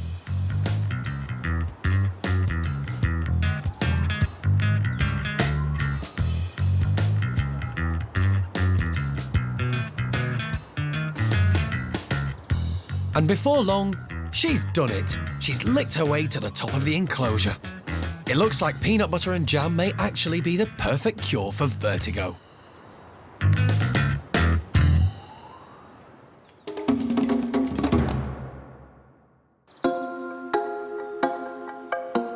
In the woolly monkey house, and there is wonderful news. The big event that the park has been waiting for has finally happened. Paquita has given birth to a healthy baby boy. Paquita looks absolutely worn out at the moment. She's had a pretty rough time, and she's not been a mum before, so this all takes quite a lot of getting used to for her, and she looks very tired. She's got bags under her eyes. She's sort of shuffling along, trying to learn how to be a mum and how to support the baby, and it'll take a while for her to get her rest back, but she's doing okay. There have now been 6 woolly babies born here at the park. Really, they're way too big for him. Unfortunately, not all the mothers have cared for their offspring, and some have had to be hand-reared.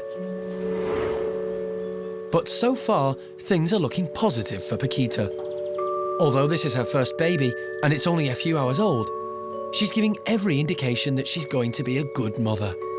We're keeping a very close eye on her, but at the moment all of the signs are very good. She's caring for the baby, she's carrying it round. We've heard sucking noises, which may be suckling, but again, we don't want to make assumptions, but it's going to the toilet as well, which is a good sign that milk is passing through it. She seems to have really good mothering instincts. She's constantly checking he's okay, perhaps even more than she needs to. She's cleaning him, and every time she moves around, she's sort of super cautious. If she needs to hang on with her tail, she supports him with one arm, and if her tail's free, she'll tuck it between her legs and press him up to her belly. So as far as his safety goes, I think he's doing pretty well. As with all newborns, Paquita's youngster is extremely vulnerable. But Holly knows what signs to look out for if things begin to turn for the worse. As far as the baby's health goes, we want to make sure that it's strong, that it's holding on well. Paquita's got a very long abdominal fur that it grows specifically so that babies can cling on to their mothers. We want to make sure that it's clinging on tightly, it's not just her supporting the baby. And naturally their tail is in a spiral shape, and if that spiral starts to drop out and its tail becomes limp or its head starts to roll back, it's a good indication that it's not feeding, it's becoming weak, and we might have to step in. But at the moment, none of that's happening. The baby's clambering about. It's even been on Paquita's back, which they're not supposed to do. And it's been back again, and they're getting on very well. And at the moment, things are looking quite positive. Holly has built up a trusting relationship with Paquita, and the new mum is happy to allow Holly to check over the baby.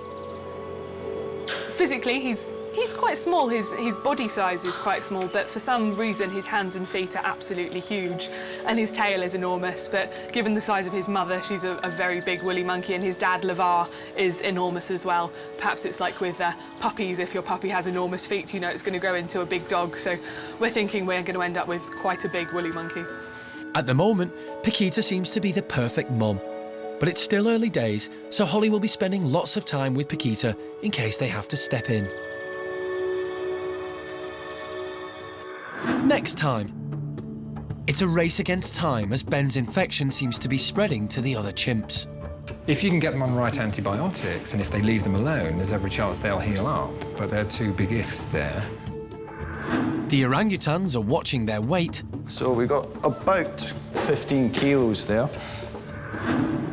And the lemurs and macaques meet for the very first time. Even though those guys don't really belong together, if it's good for the remaining years for those individuals, why not give it a go?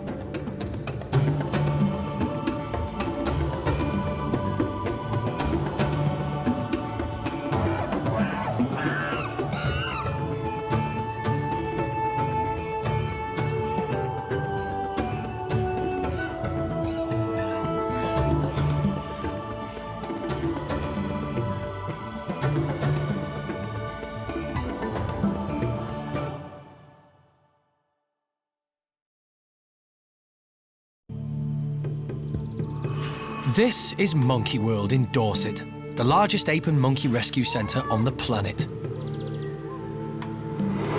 Today on Monkey Life, it's a race against time as the team try to stop an infection spreading amongst the chimpanzees. If you can get them on right antibiotics, and if they leave them alone, there's every chance they'll heal up. But there are two big ifs there. The orangutans are watching their weight, and the lemurs and macaques meet for the very first time. Even though those guys don't really belong together, if it's good for the remaining years for those individuals, why not give it a go?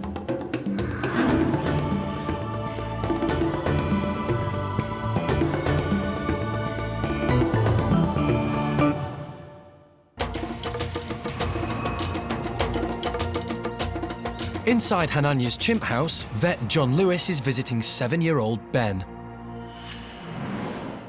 who's suffering from a serious foot infection. A few days ago, the Primate Care Staff noticed that a small cut on Ben's foot had developed a serious infection. He was isolated from the rest of the group and treated with antibiotics.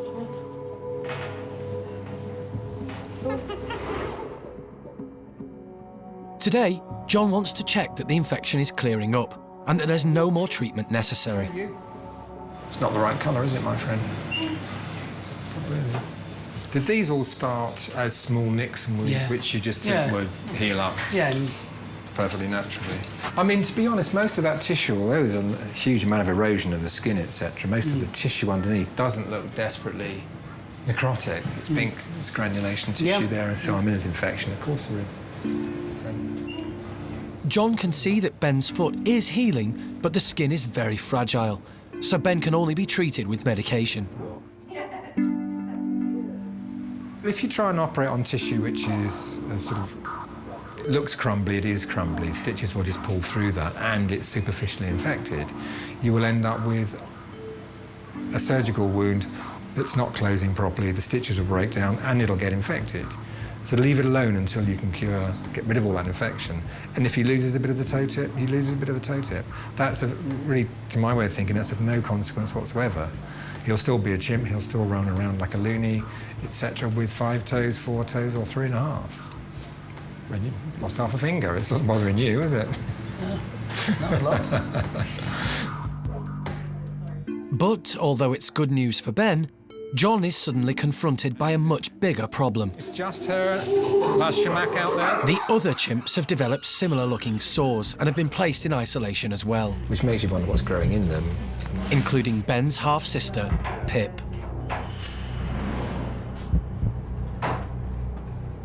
She had 1 or 2 scrapes on her, as chimps do, as they always do.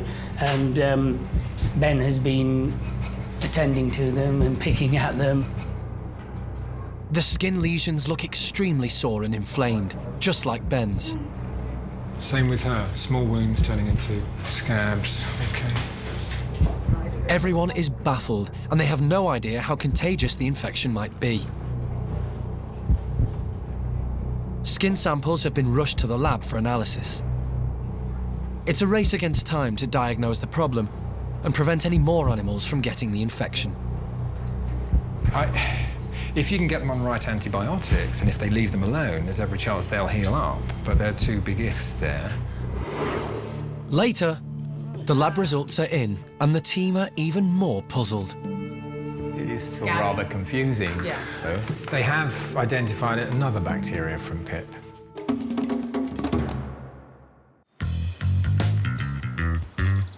In the orangutan nursery, Primate Care Staff Colin and Penny are checking everyone's weight. But trying to get 4 lively orang toddlers to simply step on board the scales isn't that easy. No, they don't make life particularly easy. They tend to turn it into a bit of a game. So quite often we can be in here for up to an hour. Winding up the keepers is much more fun than getting weighed. But there's a serious reason for getting an idea of their pounds and ounces. It's a good way of measuring their progress, measuring how they're growing, how they're getting on. But it's quite useful to have a weight so that we can actually plot a chart of their growth progress. It's also very useful if we ever have to anaesthetise them for any medical treatment. We need an accurate weight so that we can give them the correct dose of anaesthetic. We don't want to overdose or underdose them. So it's quite useful for these two reasons. This is not an easy job, but somebody has to do it. And Colin and Penny have a plan. What I do is either myself or Penny will get on the scales first of all, get our own weight, and then obviously we try and hold on to the kids as best we can. Then just, you know, subtract what will be their weight from the final total. And as usual, they always come to the person that doesn't have the scales. That's the, thank you. That's the traditional method. On the face of it, it's a perfectly sensible plan. But Linga has other ideas. The idea with this as well is to make it into a kind of a game. If you really focus and really concentrate on, you know, I must hold you and I must get away from you, they don't really respond that well. You like to keep one hand attached to something, so it's quite tricky. You can catch them as they swing, thus. And then you've got a couple of seconds to get an idea of the weight. Sorry, Colin. Confident as you sound, that's not going to happen. It's time for Penny to step into the arena. Let the professionals do it. Professionals do it, OK.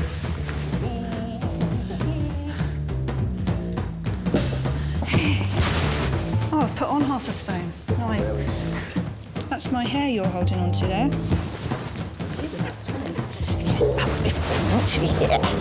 He's about 15.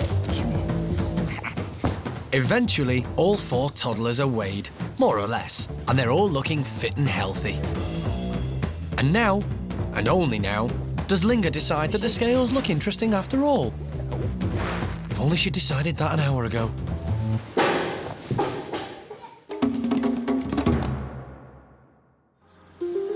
There are 28 groups of primates living at Monkey World, and staff work hard to ensure that troops are well matched and live happily together as a unit. But sometimes things just don't work out, and monkeys have to be moved. Today, the team are hoping to resolve some gripes amongst a few of the park's older residents by creating a brand new group in a vacant enclosure. Rather than leaving the house in the enclosure that's beautiful, laying there empty, waiting for our next rescue, we thought the geriatric stump-tail macaques, which would be Coco, Gerald, and Roland, we thought that they would actually go in here really quite well, and they can scoot around. And well, we have 4 remaining stroppy female old-timer lemurs. They were making the boys' lives a nightmare up in Malagasy, so we thought that the stumptails could live in the house and in the enclosure down low. The ringtails could bounce around above them as they will, and that everybody will sort of just coexist.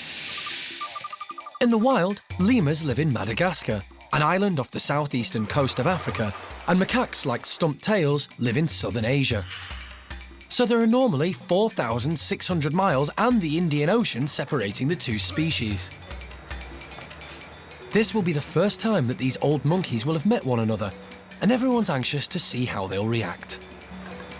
Even though those guys don't really belong together, if it's good for the remaining years for those individuals, why not give it a go? I mean, that's what we do here. So what we're doing is looking at the welfare of the 2 groups and thinking that actually they might benefit from a little bit of stimulation from each other. For us, that's the main thing, is keeping their minds busy, keeping them occupied, and keeping them in a good environment that meets their needs. First out of the travelling boxes are the macaques. They just get along with what they have to do and take it all in their stride. More at market, huh? Now it's time to let the lemurs into the house. But they seem to be a lot more anxious. They're released into a bedroom alongside the macaques, so that the 2 groups can check each other out from a safe distance. The elderly macaques don't seem in the slightest bit bothered by their new roommates. And the lemurs have calmed down. So the team decide it's time to open the linking door and let the groups interact. Roland makes his way into the other room, followed by Gerald. But the lemurs are still tentative. Coco's also a little more wary of the new neighbours and hangs back. But then she spots something. Gerald's tucking into lunch, and that's enough to change her mind. And as the macaques settle down to enjoy their meal, the lemurs rapidly realise that they're missing out.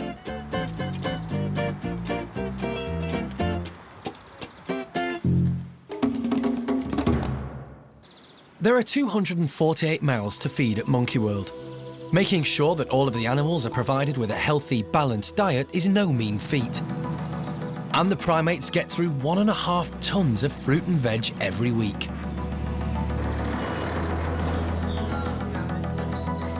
There are a grand total of 94 Capuchins now living at Monkey World, and they're fed a main meal twice a day, with some nice snacks in between. Today, the bachelor group's afternoon treat is walnuts. It's the first time the group have tried them, and as everybody knows, a walnut is a very tough nut to crack. Capuchins are the most intelligent of the small monkeys, and they're extremely inquisitive. So this isn't just a snack, it's an intelligence test.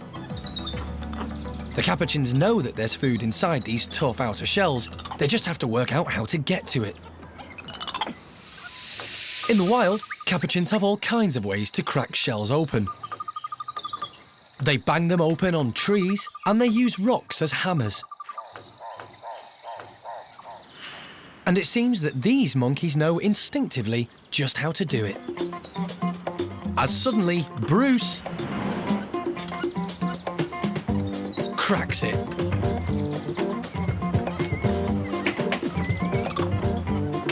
And once they've seen how it's done, it's not long before the others get the idea.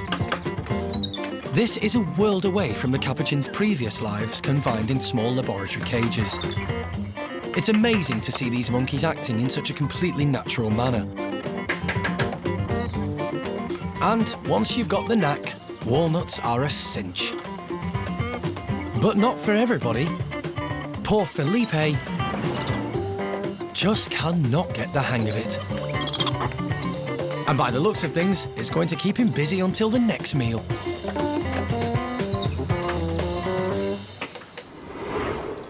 Later, grumpy macaque Roland gets into a food fight with one of his new housemates.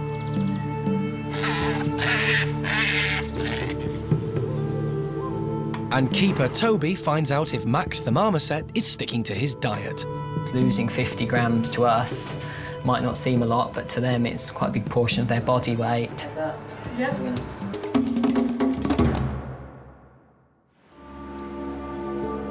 Over in the office, Alison, Jeremy and wildlife vet John Lewis are checking the lab results from both Ben's infected foot and the mysterious lesions that are breaking out on some of the other chimps in Hananya's group. It is still rather confusing. They're hoping that the lab results will tell them what the sores are and how the chimps got them. Dr. John. Right now, John's talking to the lab, and we're trying to find sort of a history and a pattern. We know sort of what bacteria Ben has had on his wounds. We've taken a sample from Pip as well, because she has a couple of little spots, but nothing as bad as Ben. But John's, I think, trying to get to the origins of why these sores started in the first place. The results from the lab show that some of the chimps have the same infection as Ben, but there are a few other infections as well.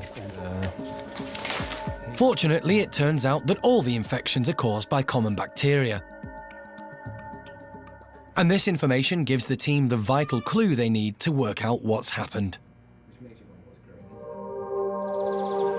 The animals at the park live in open spaces that simulate their natural environment. And just like in the wild, they're exposed to a variety of bugs and bacteria every day. Wildlife comes in and out, and there's all sorts of contaminants, if you will, that are present just in every day in the world. But it's not a problem for us if we're generally healthy. The team know that Ben is stressed out. He's been dealing with joining a new group after all, and this has clearly made him more susceptible to an infection on his cut. The fact that it's on his foot hasn't helped to keep it clean. The chimps here lead such sociable lives, it was only a matter of time before the others in his group picked it up. They're all going outside and encountering bird feces and everything else, as well as grooming each other and sticking their fingers and lips and mouths into each other's wounds and picking them and that kind of thing. They're all sharing whatever bacteria that they have. The lab results show that Ben's initial infection spread through the group, causing those lesions. And then other bugs present in the environment attack the already vulnerable chimps, adding to their woes. So most of these things that we're encountering are just normal environmental bacteria that are around and about in the world, and it's whether or not they take hold. That's what it looks like. Okay. It's a complex diagnosis, but now that John knows exactly what bacteria are involved, he can figure out the right combination of antibiotics he needs to treat the problem. You're not unduly worried, although we need to be cautious at this point with Ben's foot. Yeah, you need to be cautious. He's got a lot of healing to achieve. Given that he's a chimp, given that it's looking better now than it had done, say, a few days ago, I think there's every chance it will heal up. But you're not out of the woods yet. Yeah, okay. Only time will tell if the antibiotics will work and prevent the infection from spreading to the rest of the group.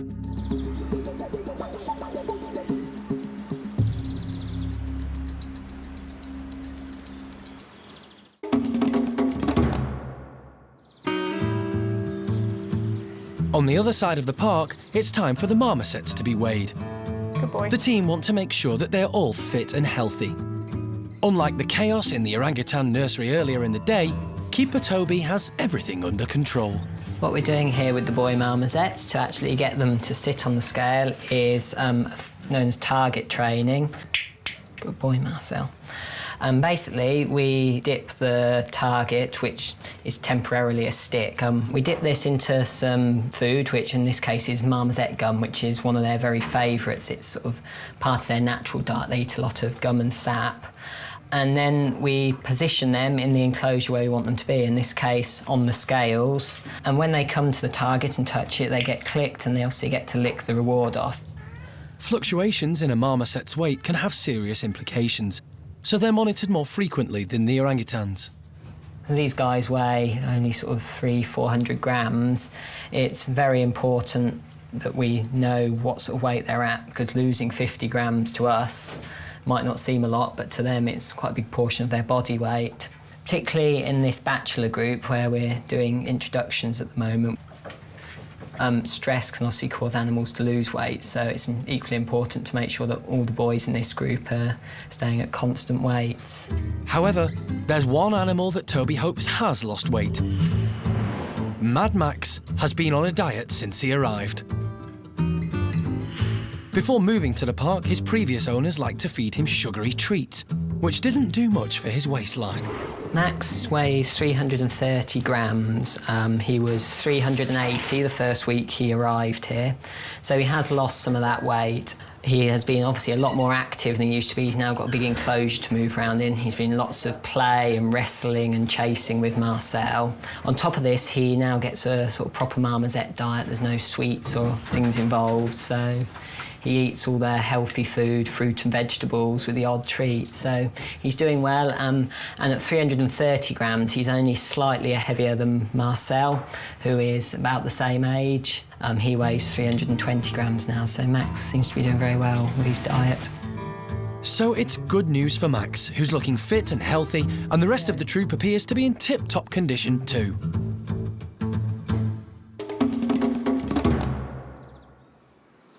Back at the old Capuchin house, a bunch of geriatric housemates are checking out their new outdoor enclosure. This is the first time that these ring-tailed lemurs and stump-tailed macaques have ever lived together, and it's clearly going to take some getting used to. Their first challenge: can they share feeding time without a fight? The keepers have provided them with some fruity ice lollies. They've been fixed at different heights to suit the feeding habits of both species and to make sure everyone gets something to eat. Lemurs like to feed in the trees, whilst macaques like to forage around at ground level. But macaque Gerald seems to have forgotten he's supposed to forage at ground level. He loves his food so much, he's willing to climb to get to it. The macaques are on a strict diet, so any snacks between meals are a real treat, and Gerald is certainly going to make the most of it.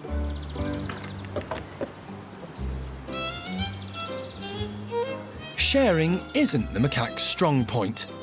Grumpy Roland isn't about to let his new housemates anywhere near his lolly. Gerald's fingers are bent and arthritic from his days living in a lab, so he's finding it difficult to grasp onto the fruit. But eventually the lollies start to melt, and the lemurs are able to use their dexterous fingers to dislodge some of the best bits. So when the fruit begins to drop, it gives the other residents a chance to get their fair share.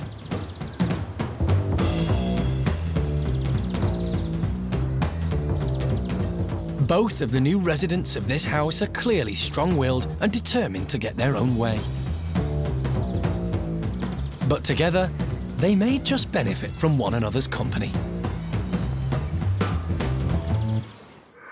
Next time, Chimp Ben loses one of his infected toes, but the staff are relieved. Yeah, the vet's advice was that really they couldn't do anything surgically for Ben because the whole of the foot area is an open wound. I'm bigger than you, OK? Jeremy has a run-in with feisty female orangutan Linga. Oof. And it looks like another chimp has been struck down by the bacterial infection.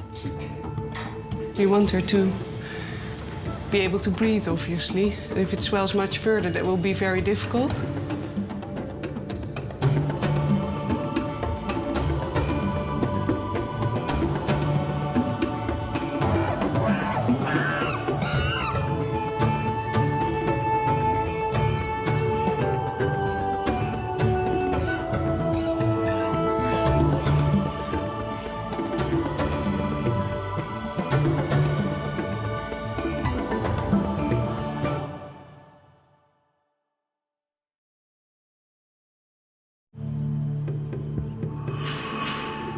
This is Monkey World in Dorset, the largest ape and monkey rescue centre on the planet. Today on Monkey Life. Chimp Ben loses one of his infected toes, but the staff are relieved. He was very bothered by that toe that we were worried about, so now really that it's fallen off, the healing process can start. I'm bigger than you, OK? Jeremy has a run-in with feisty female orangutan Linga. Stop it. And another chimp seems to have been struck down by the spreading infection. We want her to be able to breathe, obviously. If it swells much further, that will be very difficult.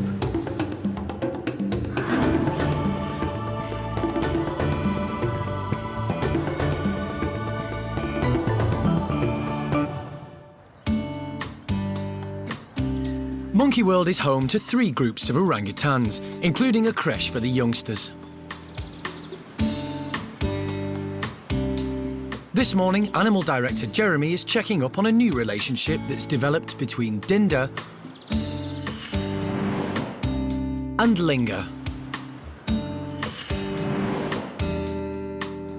Linga is very clingy to Dinda, and as you can see, they're like Siamese twins going round together.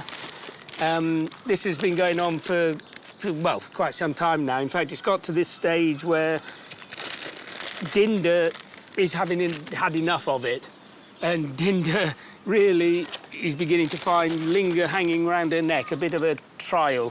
So I'm sure in the near future that Dinda's going to try and break away a bit from Linga. But for now, Dinda doesn't stand a chance of escaping, unless, that is, Jeremy's around to tempt Linga away. But it's not because he holds a special place in Linga's heart. Stop it. Stop it. OK? Relax. Now stop it. Linga has issues with Jeremy. I'm bigger than you, OK? I should intimidate. And she has him under attack. Stop it. Look, you're not helping this, you're not.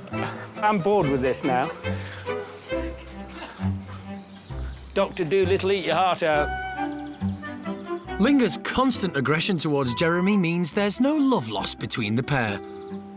People get a bit funny with me when I say I don't like Linga. Why would I like an animal that's always trying to bite me?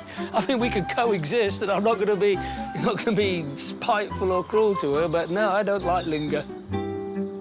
But there is some comfort for Jeremy. Apparently, it's anything of the male gender that she has a problem with, not just me. as she gets older, she's getting more aggressive with it. You know, although initially she would come and say hello and you could pick her up, but she'd always got this hard attitude about it all. As she's developed with that, she's come less and less wanting anything to do with male of the human species. And that's just an example of what you're seeing there. Amazing attitude that animal's got. Well, Linga's made her feelings perfectly clear to Jeremy. She's waving her fist at me in the corner over there now. Jeremy's usually loved by the primates at the park, but his charm is lost on Linga. Yeah, I've been beaten up in better places than this, so I'm going to leave now, so we'll meet again, possibly. Later, Jeremy has to play the bad guy again when one of the female Capuchins won't go to bed. We're just trying to get our last individual in, Esther. She does the same thing every evening. And chimp Ben is at last on the mend, but it's not without loss. Although it's a shame in terms of the place that we were at a few weeks ago, we're glad that it was just the one toe.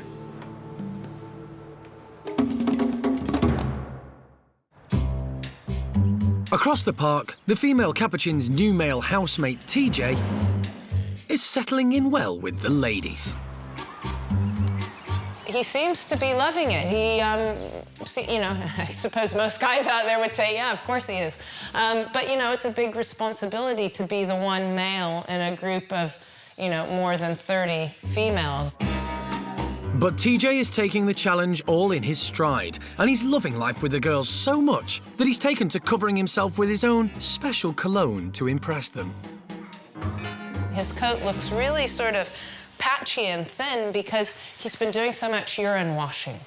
And Capuchin monkeys use urine washing as a way of sort of their identifying scent. His coat is really spiky and looks like he's been squirted down with a hose pipe, but he hasn't done. What's happening is he's got a very sticky coat covered in dried urine and sometimes, you know, wet urine that he's been splashing around to show off to all of his ladies, presumably. Strange as this may seem, TJ's indulging in perfectly natural Capuchin behaviour. In the wild, dominant male Capuchins would do exactly the same, and the females find it very attractive.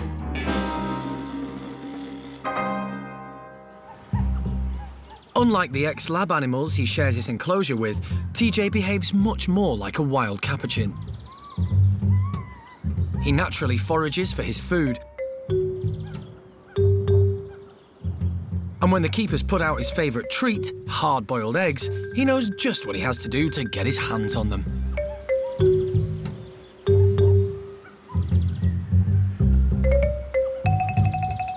They've been hidden in nests to encourage the Capuchins to forage in the same way as they would in the wild, and that's exactly what TJ is doing. But the female Capuchins have only been here for 6 months. And back in Chile, they used to be served their food on a tray.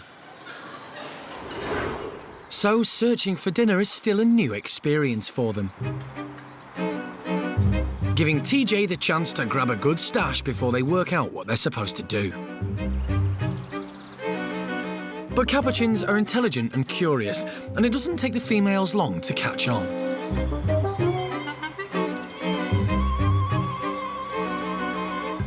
And TJ better watch out. The females are becoming more like wild Capuchins every day, which means they could soon get to TJ's precious hard-boiled eggs before he does.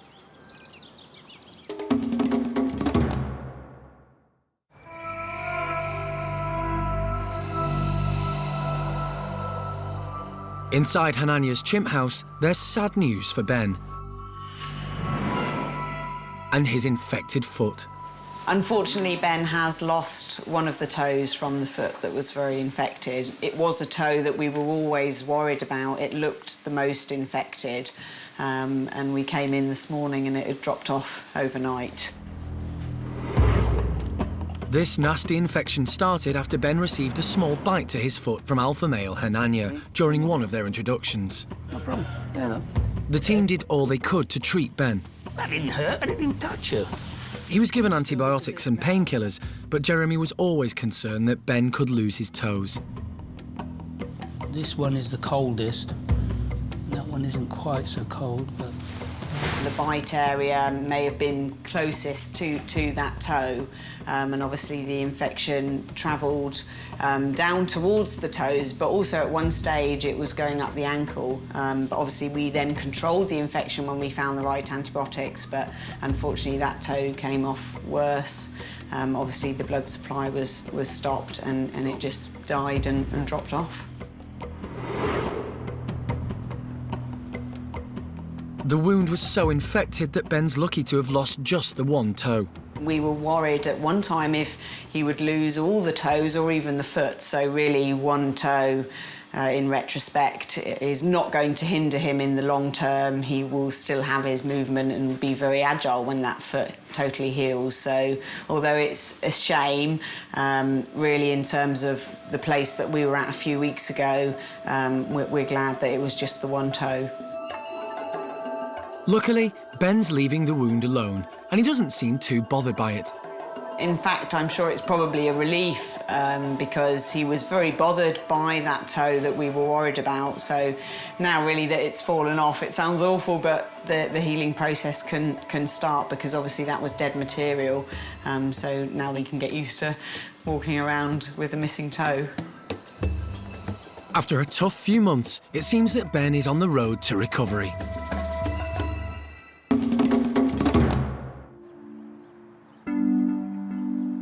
At Monkey World, in Hananya's chimp house, Honey has a seriously swollen tongue. The team are concerned that she has the same bacterial infection as Ben and 3 of the other chimps. But Honey's infection could be more serious. It's on her tongue, and she's finding it difficult to eat, drink, and breathe. Honey needs immediate medical attention. So park vet Femke and local vet David are here to help her out. Good girl, Honey. Yeah. Honey has to be anaesthetised, and as she's been taking part in injection training, Primate Care Supervisor Cara is able to hand inject her.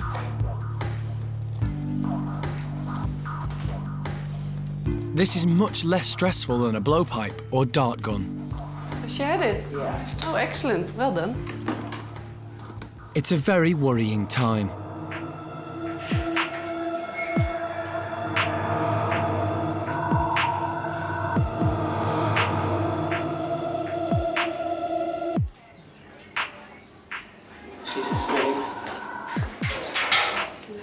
With Honey asleep, it's vital that Femke checks her airway to make sure it's clear. But when Femke touches Honey's tongue, Jesus. Honey wakes up. She took her hand injection fine, and then we thought she was asleep. I poked her ear, I squeezed her fingernails to see if she reacted to pain, which she didn't. But then I wanted to look in her throat to see if the airway was clear, and I had to push the tongue down, and then she reacted and she was awake again. It must be very painful, I think. Honey can't be moved until she's fully sedated. But as she's in pain, it's taking longer for her to fall asleep. Maybe switch them off. To help, it's lights out, and everyone is silent.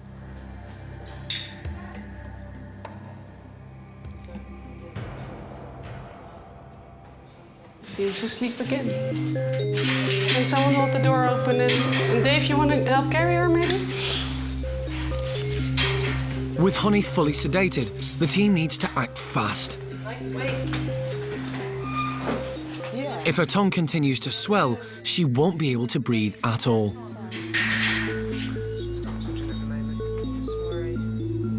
Look, I don't think that's possible. Later, can't really see anything. No. There's even more tension. Honey's tongue is so swollen, the team struggle to insert a vital breathing tube. Do you want to try?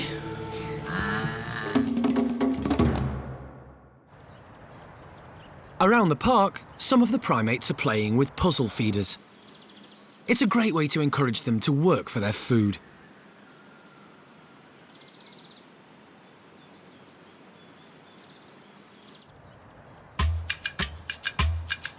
In Hananya's group, their feeder is in the form of a swinging platform. In the wild, chimpanzees have to forage for food. Their diet consists mainly of fruit, leaves and insects. And they can spend up to 3 hours fishing for termites. So at the park, it's good to make the chimps work for their treats. This feeder should also allow the whole troop to take part and work together to get the nuts and seeds out. Well, that's the idea anyway. Chimps being chimps, it doesn't take long before the taking part and working together bit turns into a squabble.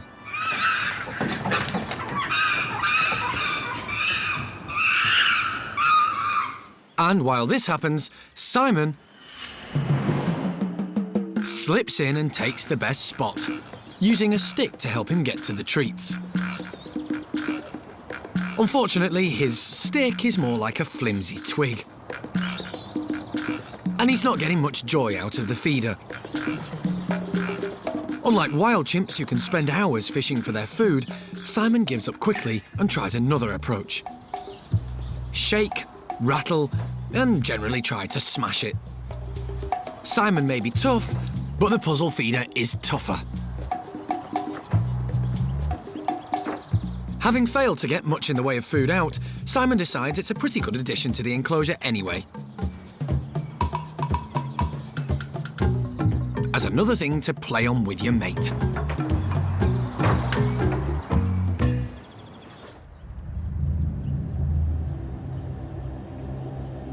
Back inside Hananya's house, chimp Honey is asleep under anaesthetic, so vets Femke and David can check her extremely swollen tongue. Without medical attention, Honey could die. We want her to be able to breathe, obviously. If it swells much further, that will be very difficult. But before the medical examination can even begin, there's a problem. Look at her tongue. Do you want to try? Honey's tongue is so swollen that it's preventing the breathing tube going into her throat. I can't really see anything from there. No. I would probably just have her on oxygen through her nose. Yeah. Now that David can properly examine her tongue, he can see that the severe swelling is caused by an infection.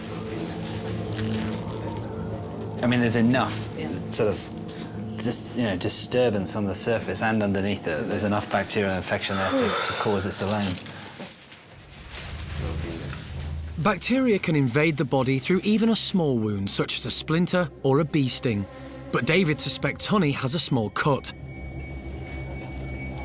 And because this is how the other chimps in Hananya's group got their infection, it's likely Honey developed hers in the same way.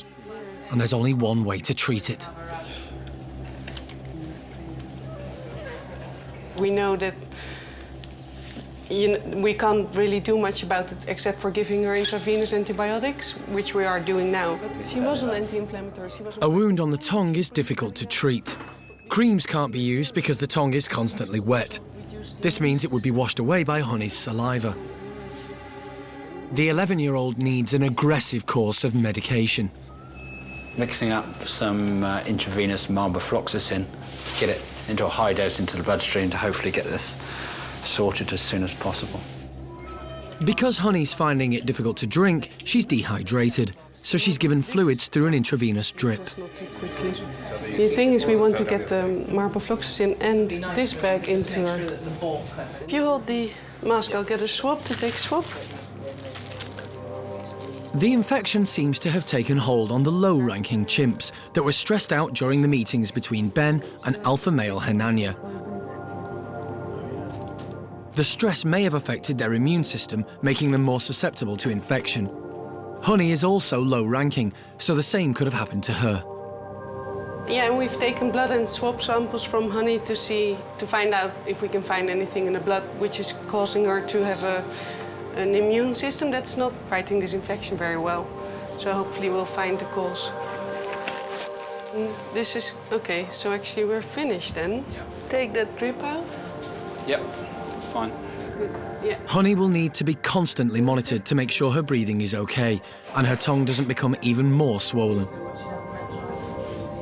I mean, I would hope over the next 24 to 48 hours we'll certainly see a considerable improvement. You know, I wouldn't lose too much sleep about it not having gone down today, as long as it's not getting bigger. I think that's the main thing.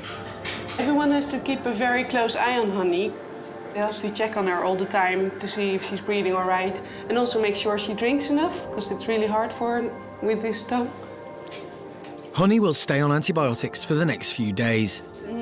Hopefully, she'll improve and be the last chimp to contract this nasty bacterial infection.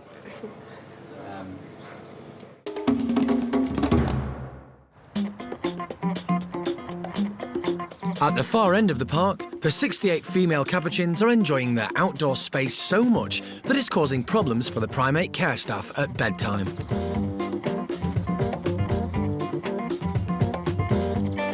At the moment, obviously, they're still getting used to the new routines and even the fact that that's their home and this is where they can have access to in the daytime.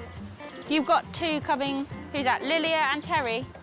It is important that they are coming in for the right reason. In the evenings, we put in whole fruits and insect scatters and lots of reasons for them to want to come in. But even with all these tasty treats, one of the gang still needs a little more persuasion. We're just trying to get our last individual in, Esther. She does the same thing every evening. If it comes to it, then we'll have to call for assistance. And this assistance comes in the shape of Animal Director Jeremy. Just to let you know, I'm afraid Esther's still outside and going high. Yeah, just by the orange, I'll come down there. Thank you. Hannah and her team have worked hard to build a trusting relationship with all of the new Capuchins. So as not to jeopardise their friendships, it's left to big, bad, scary Jeremy to usher her in. It's important for Capuchin keepers not to be this negative influence, so that's why we call people like Jeremy down to help us in these situations to get her in. And if you've seen any of that, you'll realise it is quite stressful for the animals, and it's certainly not something that we want to be doing long term. It's quite stressful for us as well to actually have to see these animals go through this. But obviously, because of their background and what they've been through, this is all new for them, and hopefully they'll be getting used to the routine by the end of the summer. Jeremy's presence has done the trick, and with Esther safely indoors, she can join the others for supper. Then she can restore her energy, ready to give Jeremy the runaround tomorrow night. Next time, Gibbons, Adidas and Delumi head to the trees for the very first time. Really pleased. You can't get anything better than a gibbon in a tree. Heavyweight Hananya puts a punch bag through its paces. And there's a problem with chimp Freddie. But will the team get to the bottom of it? Freddie just doesn't look entirely happy. He just looks a little bit concerned all of the time.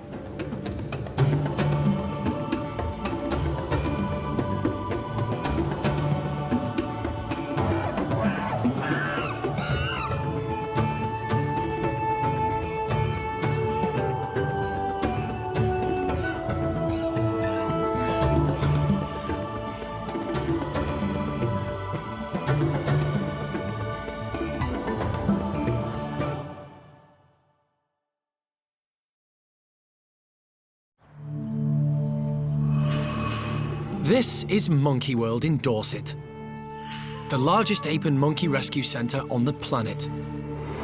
Today on Monkey Life, Gibbons, Adidas and Delumi head for the trees for the very first time. Really pleased. You can't get anything better than a gibbon in a tree. Heavyweight Hananya puts a punch bag through its paces.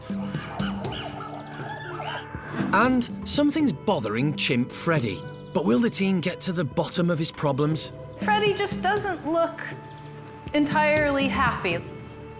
He just looks a little bit concerned all of the time.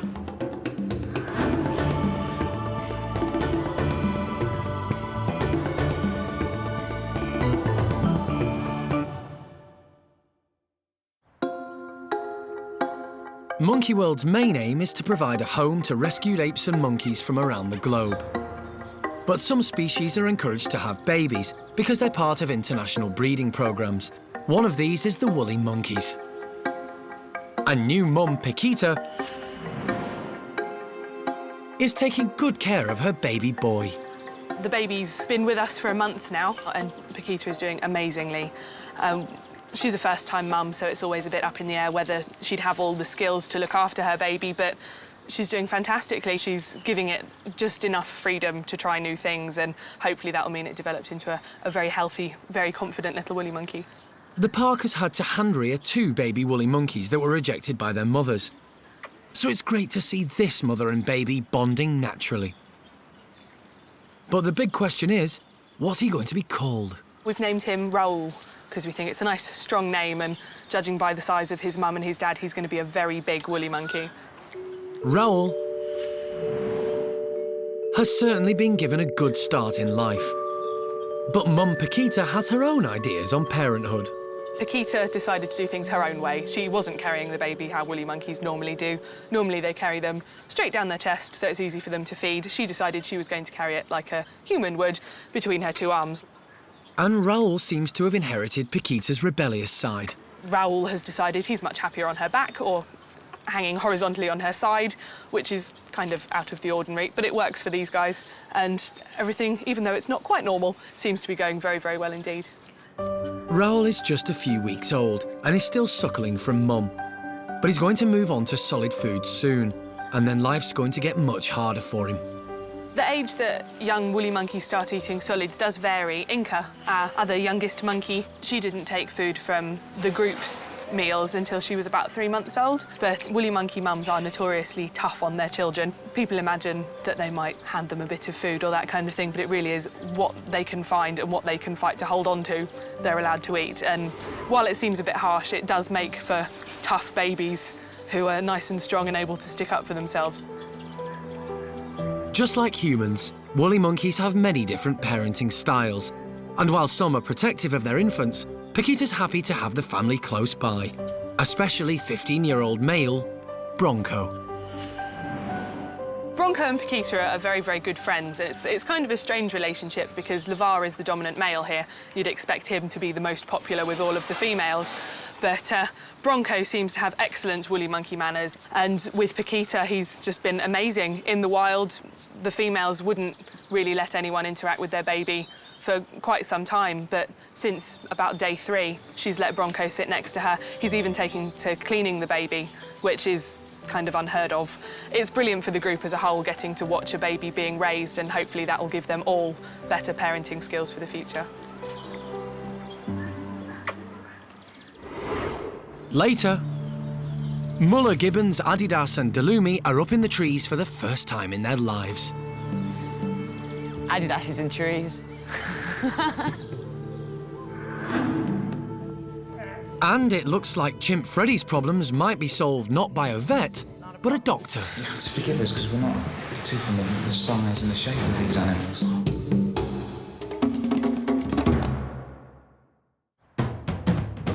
Down at Hanania's chimp troop, and something new has got them all excited. Punch bags.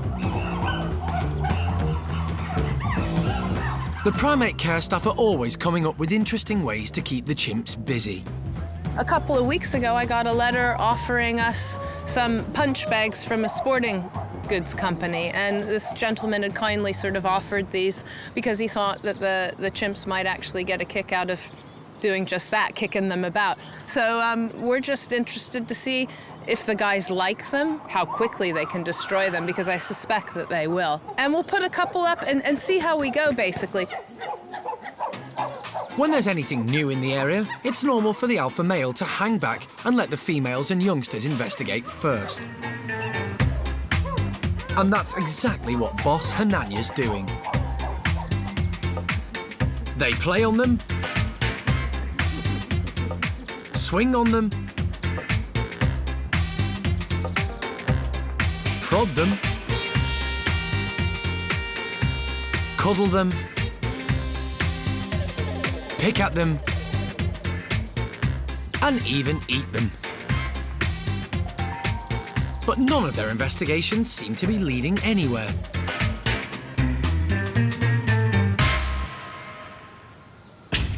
Until alpha male Hananya decides it's time for him to show the others exactly what to do. And that's to display on it. You see the alpha males sort of puff up and they get their hair all stood on end, and basically they charge around the enclosure, making themselves look as big and as ominous and as powerful as possible.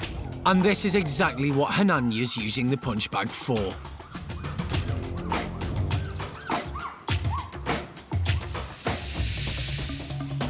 In the wild, large male chimps use branches and tree roots to intimidate other chimps. So alpha male chimps will run up to big buttress tree roots and use them almost like drums, and you'll see them sort of virtually run up the side of the tree, stomping with their hands and feet, and that noise actually echoes throughout the forest. So they really do make quite a display using the various objects that are both on the ground and higher up by taking branches and breaking them off and lashing them about. And that's the kind of thing we're hoping for here. So actually, an unnatural item in the end might help promote natural behavior, and that's what we're all about. So now that Hananya's shown them how to do it, the other chimps start their own versions of Hananya's display. None of which give quite as much punch as the big alpha males.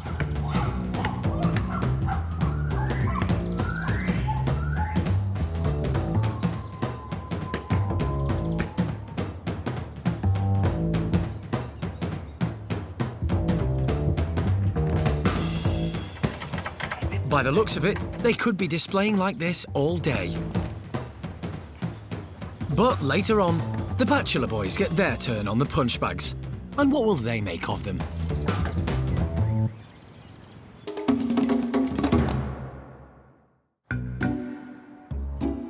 For the moment, the bachelor boys' enclosure is uncharacteristically calm. And 19-year-old Freddie is particularly quiet. He's been having some problems with his bowels. Freddie just doesn't look entirely happy. Like, you have to know the individuals and so on, but if you look at Freddie, to me, he just looks a little bit concerned all of the time on his face.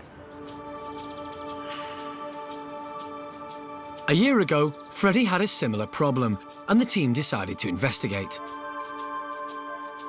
So we had a chap in from the local hospital who actually got an endoscope up inside of Freddie and actually had a look at the inside of his gut wall, and we found that, you know, like so many humans out there, Freddie's actually got some piles, some hemorrhoids. Hemorrhoids, or piles, are swellings in the back passage, which can cause intense pain and itching. And Freddie's been on a range of treatments to soothe the problem, but a year on, and he's still no better.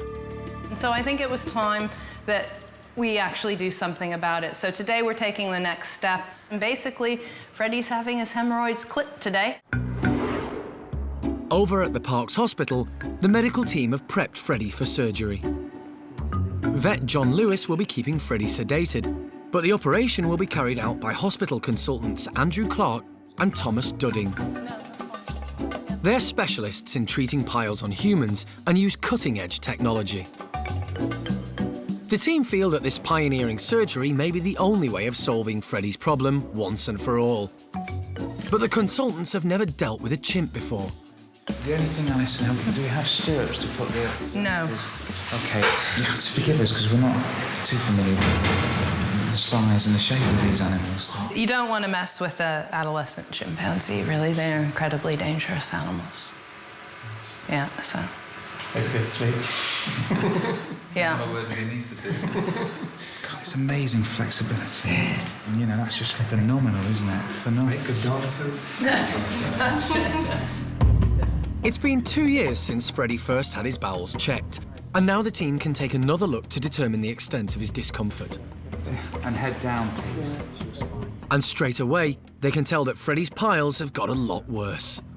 Now that we've gotten in here and actually seen what's going on and the experts are here to deal with Freddie's hemorrhoids, I'm really pleased that we've done this for him, because now that we can actually see what's happening in there, he's got several areas that have really quite severe hemorrhoids.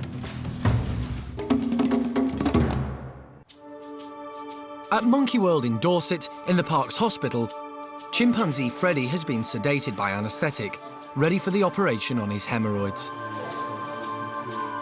Consultant Andrew Clark is a specialist from the local hospital and has never worked on a chimp before. And are these very common procedures for people? I mean, how often do you do this procedure? Oh, we'll do 2 or 3 of these a week as day case procedures in the huts. Piles in humans are normally caused by either constipation or pregnancy. But it's very unusual for a chimp to have them. He's the first chimp I've seen with piles. I've never heard other people flag it up either, so it is unusual. They don't spend their lives constipated, quite the opposite. But it's a problem for him. And clearly that just needs dealing with. A procedure this complex requires a special probe called a proctoscope, which uses sound waves to locate the blood supply to each of the hemorrhoids. That's the Doppler signal. Yeah. He's got a slow pulse, so it's easy to miss, but that, I think, is... So, Tom... Once the blood vessels are located, consultant Andrew Clark uses stitches to tie a knot in the precise place, so he can cut off the blood supply to each of the swellings. If we reduce the blood supply to the tissue, it'll contract down. We're already starting to see evidence of that. Now it's not pouting out as much and it feels a lot firmer, so I'm just going to try and put one more in and hopefully that'll do the job. As the proctoscope is designed for humans, one of the challenges facing Andrew is to make sure the stitches are high enough so that Freddy can't pick at them. Someone's got to do it, so it's left to vet John to check. Now, I don't think there's anything that you can get hold of. There's no long threads, there's nothing, there's just bunched tissue. You can reach, but there's no edge to put a finger. There's no edge to work on. I think we cut his nails right back. Yeah, so but sort his nails out first then. He may suffer from some slight discomfort for a few days, but with a bit of luck, Freddy's problems will have been solved. The end result I don't think we'll see here. Part of the process will be this contracture as the blood supply has been reduced. So I don't think this is the end result, although it does look a lot better even now, so fingers crossed. Although Alison is pleased with the way the operation has gone, there are still some unanswered questions. There's that one little doubt in my mind that why did he get hemorrhoids in the first place? But maybe that's just his personal deal in life like it is other people. But we know his diet's good and we know that everybody else on the current diet is good. So I think it's just a case of trying to get Freddy's physical problems sorted out and he should be fine thereafter. Really happy. And with the operation finished, Jeremy gives Freddy's nails a quick manicure so he won't be able to undo all of Andrew's good work. Later, Keeper Wendy is over the moon as 4 years of hard work finally pays off. It's what makes this job the best thing in the world.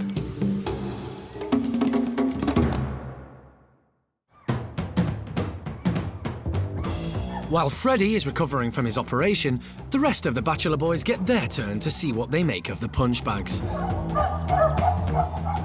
The chimps are keen to investigate. And this being an all-male group, those investigations are likely to be much more boisterous than over at Hananya's. Just to prove it, first on the scene and ready to show everyone that he's king of the castle is up-and-coming Paco. Unfortunately, he's not the king of this particular castle, as alpha male Butch points out. But there's always the other punch bag for Paco to take out his frustration on. So the two heavyweights have proved their point. But what about the others? It's not long before these boys do what they do best: break things. They're boisterous, heavy-handed, and destructive. Except that is for old boy Charlie. He's far too busy to bother with punch bags. It is lunchtime after all. And while Charlie's happily finishing off his meal in peace, the boys have had enough of tearing the punch bag to pieces. That game's got boring. Which means it's time for Charlie to have a go. He's waited patiently, he's had his lunch, and now it's his turn to be king of the castle. All by himself.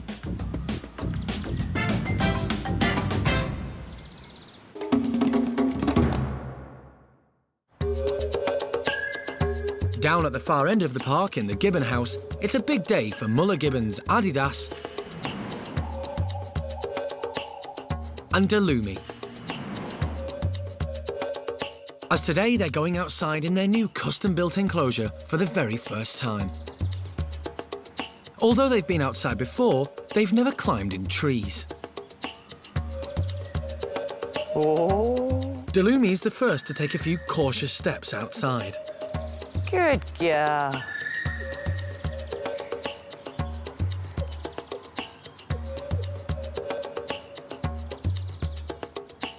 And then goes back inside again. Is it too much? That may have appeared to be a complete damp squib. However, yes, Delumi came out, she looked around, contact called all the time, calling to her mate who was too scared. He was sitting inside going, yeah, I'm staying in here, thank you. She came out, had a look. Didn't look very impressed, to be honest with you, but she was very brave to do that. She's been let out to a new area. She has no idea who or what is living in there. If she's going to be attacked, what's going to happen? So she went back indoors again. It's cold and it's raining and she's a sensible girl. That's fine. Gently and slowly is always good. 8 years ago, gibbons, including Adidas and Delumi, were confiscated by the Taiwanese authorities after they were stolen from the wild and smuggled into Taiwan illegally for the pet trade.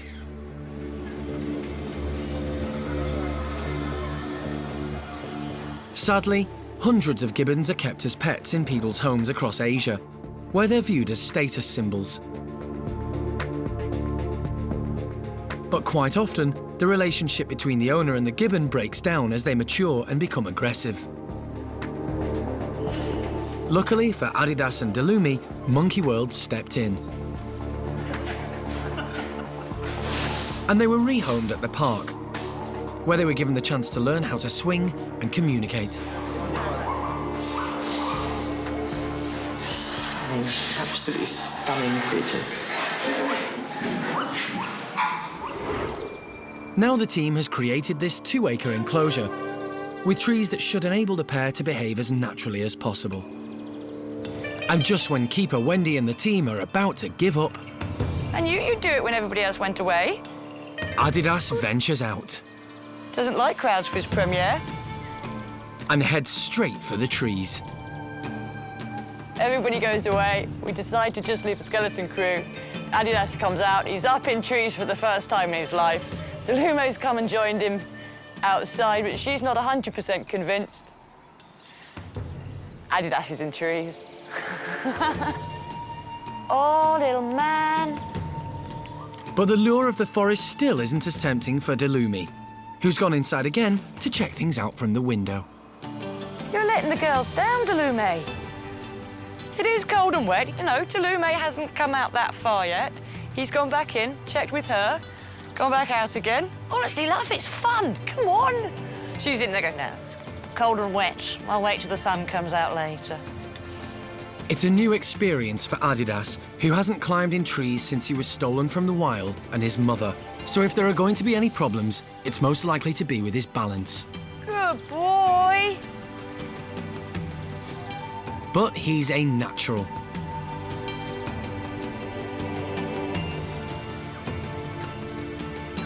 For Wendy and the Gibbon team, this moment has been a long time coming. Really pleased. You can't get anything better than a gibbon in a tree. A gibbon that's been in captivity, who's been abused, who's been hurt, who's been wounded, who's been damaged, to go out in a tree. A full, big tree. Adidas has done that for the first time today. It's what makes this job the best thing in the world.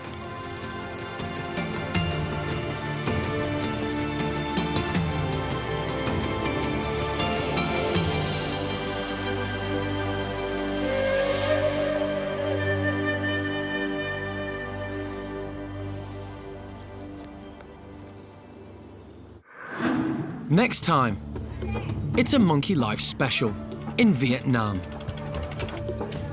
Monkey World's exciting new project is up and running. A rescue centre for golden cheek gibbons and langurs. We meet the centre's newest gibbon, Ellie. She needs a health check to make sure she's fit to return to the wild.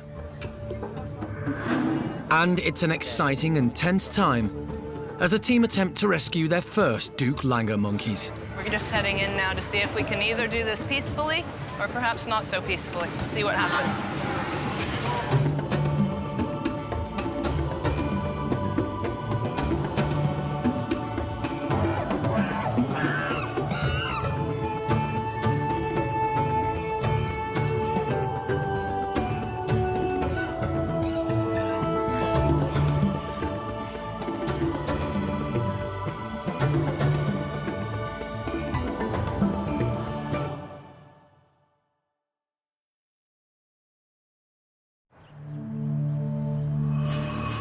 This is Monkey World in Dorset, the largest ape and monkey rescue centre on the planet. Today's programme is a Monkey Life special in Vietnam, where Monkey World's rescue centre for golden cheek gibbons and langurs is up and running. We meet the centre's newest gibbon, Ellie. She needs a health check to make sure she's fit to return to the wild. And it's an exciting and tense time as the team attempt to rescue their first Duke Langur monkeys. We're just heading in now to see if we can either do this peacefully or perhaps not so peacefully. We'll see what happens.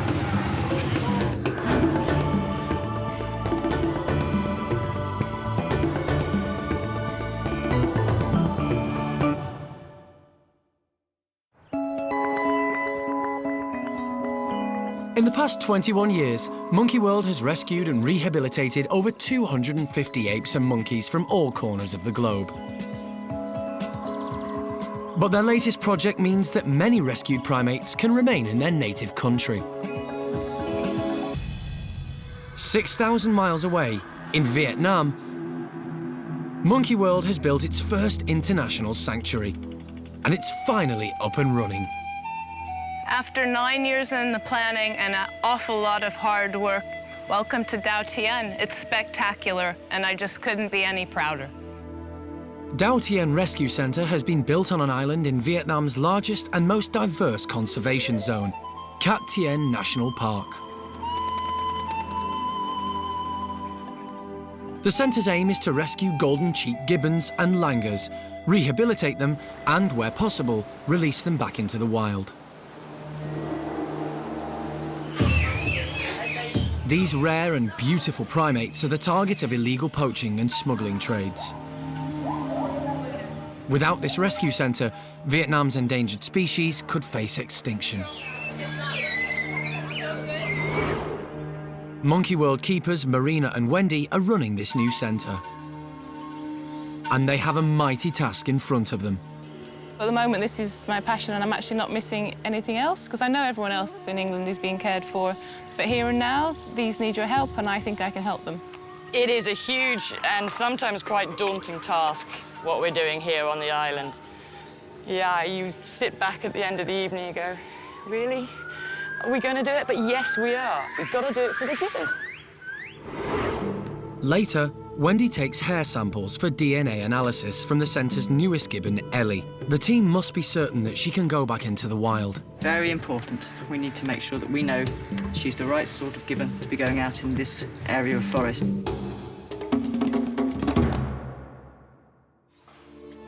Today, Alison and Marina are hopefully going to rescue their first Duke Langur monkeys. But all the centre's primates need to be looked after very differently to those at Monkey World. We consider Monkey World more for the rehabilitation and care and retirement, if you will, of the individuals on site. Here on Dau Tien, it isn't about the individuals so much as it is getting rescued primates back out into the wild and ensuring that they're protected and safe in the wild setting and that illegal trade doesn't continue. And that's something that we haven't done before, so that's a little bit of scary new territory for us, but well worth it. It's a nervous time for the team as they head out on their rescue mission.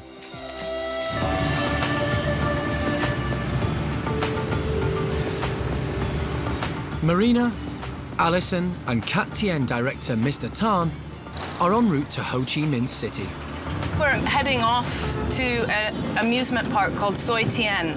We've had a report that there are 2 Duke langurs kept in the back in small cages. So this is a bit of a tip-off, and Mr. Tan has organised the Forestry Protection Department, the FPD, to meet us there and try and go inside and confiscate the Duke langurs. So we don't know if we'll be successful. We don't know if the people at Soi Tien are going to freak out at us. But, you know, we definitely want to get hold of those Duke langurs if we can, because they're very sort of vulnerable in their current state.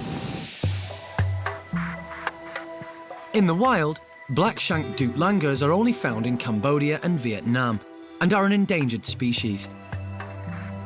They have a specialist diet of unripe fruit and young leaves. But in captivity, they're often fed the wrong food, and in stressful situations, they can go into shock. Most don't survive. We do know that they've had dukes before and they died, so it's really important we do go with the Forestry Protection Department, the police, and a special wildlife crime unit are also coming. So if we do manage to get them, they know that it's not a good idea to replace them. Soi Tien theme park is unaware that the team are gathering outside their entrance. And as soon as the Forestry Protection Department arrive, they spring into action. We're just heading in now to see if we can either do this peacefully or perhaps not so peacefully. We'll see what happens. Soi Tien is a massive theme park and the owner is extremely rich and powerful. This is a sensitive situation that needs to be handled diplomatically. The team are quickly ushered into the management offices and no one knows what's going to happen next.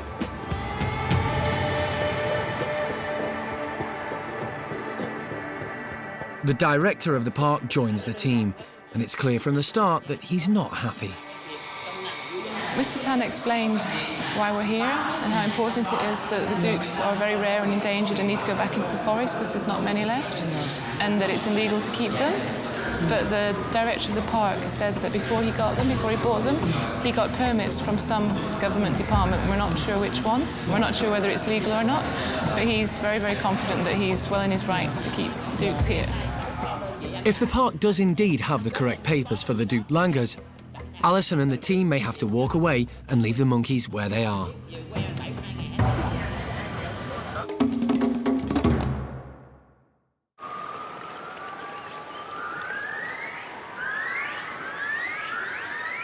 Back at Cat Tien National Park, the wild gibbons are singing their morning chorus.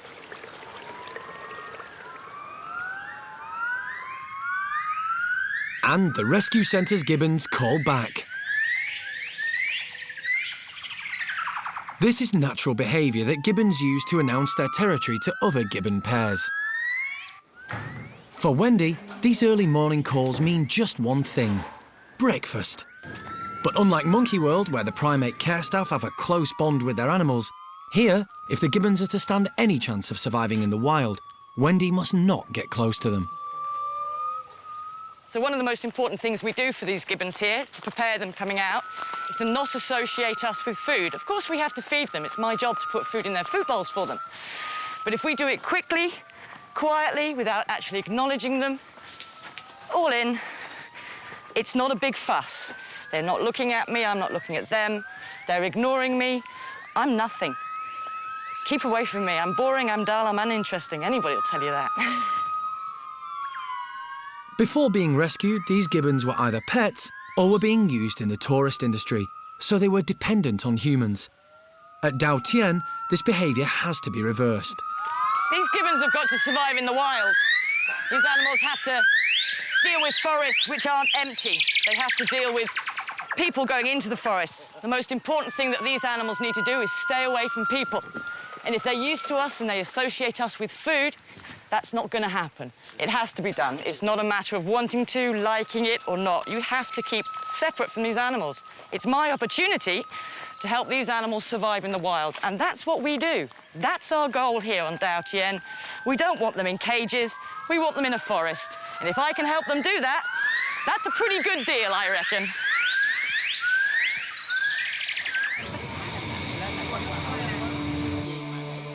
Back at Soi Tien theme park, the team are still in a heated debate. They've reached deadlock. The park doesn't want to hand over the Duke Langurs, and it looks like the team may have to leave empty-handed. When Alison decides to try a different approach. So I apologize if we have caught him off guard, but I would like to invite him to join us in conserving the primates and have a very good professional face for Soi Tien. This is not to make a bad story, this is to make a very positive story. Mr. Tan just gave a very, very powerful, persuasive speech explaining how important it is, and the directors just turned around and actually said, we actually would like to support and maybe collaborate and work together for the conservation of these rare species. And his face is a little bit happier now. Luckily, Alison's tactics work. The director has agreed to hand the monkeys over. It's a massive achievement, and even better, he wants to work with Dao Tien in the future.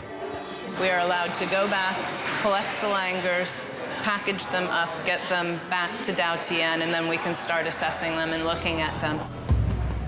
To everyone's surprise, the Duke Langurs are already waiting outside the office.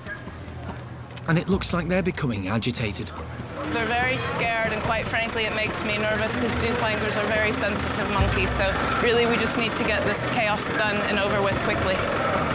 But suddenly, disaster strikes. One of the monkeys escapes.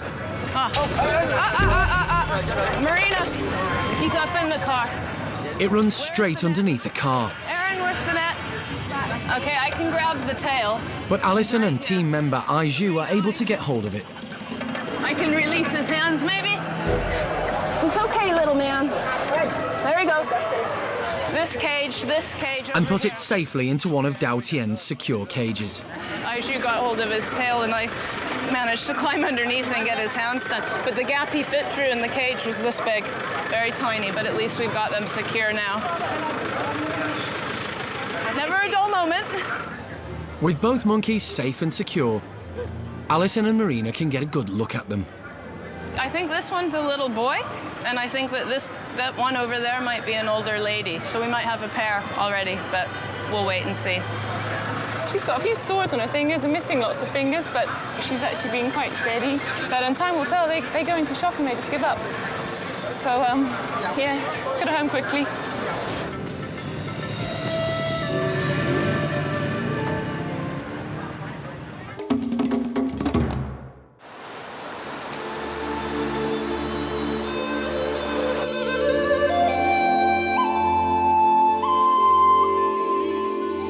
In Vietnam, the Monkey World team have arrived at Dao Tien Island with the centre's first Duke Langurs. These monkeys are very delicate. They require a specialist diet and they can easily go into shock, so everyone wants to move quickly to get them settled into their new home. Ready? Yep. I think she will move quick. Very good. Well done, guys. With the Dukes safely in their enclosure, the team can see their true condition. And it's not good news. The female, now that we've got her out of her box, her legs are really quite weedy and like toothpicks, and she's actually very unsteady on them. She's also got breaks in her tail. Little boy looks quite precocious and very happy and content. I'm far more concerned about the female. I think she's had a rougher go of it than him, so we'll have to keep an eye on her and try and get her fed up, but hopefully just moving around and using those legs will make her come right. After being separated for the journey, the pair are happy to be back together, and the female grooms the young male. This is to reinforce their bond, but their closeness could also mean that they're related. I can't imagine two strangers would ever be so lovely together as that. He's so relaxed with her, and as soon as he saw her, he gave her a small hug, and then said, groom this, groom that. So he's used to being with someone else, and that individual's most likely have been his mum, so we can do quick DNA from hair samples and just confirm whether she is mum. It's great to see the Dukes settling in so well, but the biggest test is yet to come. Are they eating properly? And later, when the team do test the Duke's diet, there's cause for concern. She must start eating leaves, otherwise her stomach and her guts are going to go terribly wrong and we could lose her.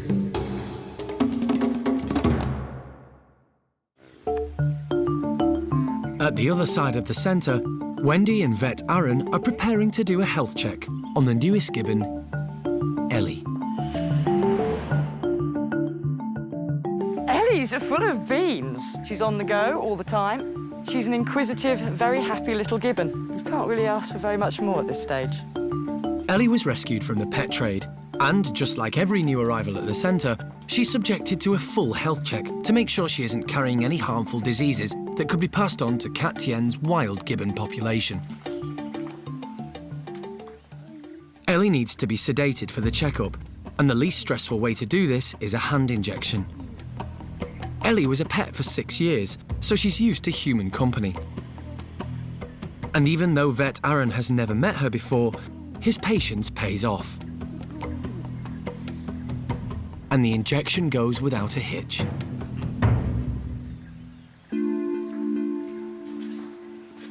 The anaesthetic begins to work immediately.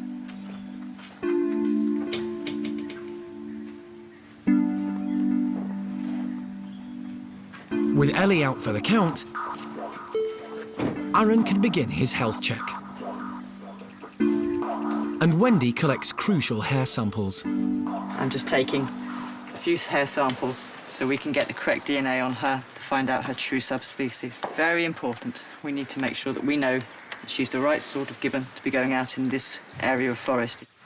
Right. Wendy also measures Ellie's neck. So I'll just take a quick neck measurement before you do. Each gibbon that's released back into the wild is going to be fitted with a GPS collar that will track their movements. It's important for us to know what they're doing once we release them. We need to be able to make sure we know where they're going, where they are, where they've been. Are they still moving? And eventually that collar will actually then drop off. But we've got very, very valid information, vital data. Ellie's examination is almost complete, and physically she looks in good condition. She's fine, yes. From Aaron's examination and what he showed me today, there's no reason why that little girl shouldn't start to become a normal gibbon. There's nothing at the moment as far as we can make out until we get the blood results back to prevent her going off. But that's the all-important thing, is those blood results have to come back to us clear. And then she's got the all go. Ellie's given a reversal to bring her around from the sedation, and she's up as quickly as she went down. Ellie, open your eyes before you start to climb. Really helps. If Ellie gets the all clear, she can go on to find a mate and eventually return to the wild. Hello.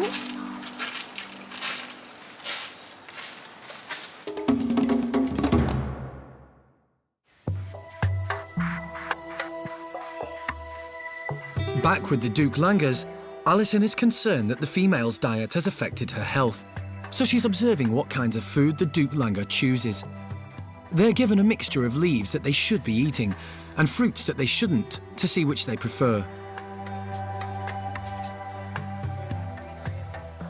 It's very clear that her diet hasn't been correct because all of the leafy things that she should be interested in eating chucked out onto the, straight out onto the ground and straight in for the fruits. So we're going to have to work on this one because we cannot continue to let her eat just fruit. She must start eating leaves, otherwise her stomach and her guts are going to go terribly wrong and we could lose her. If these monkeys are to stand any chance of survival back in the wild, they must eat the correct diet. So Marina and her keepers head deep into the jungle to collect the right range of foods to see if there's anything the monkeys recognise or want.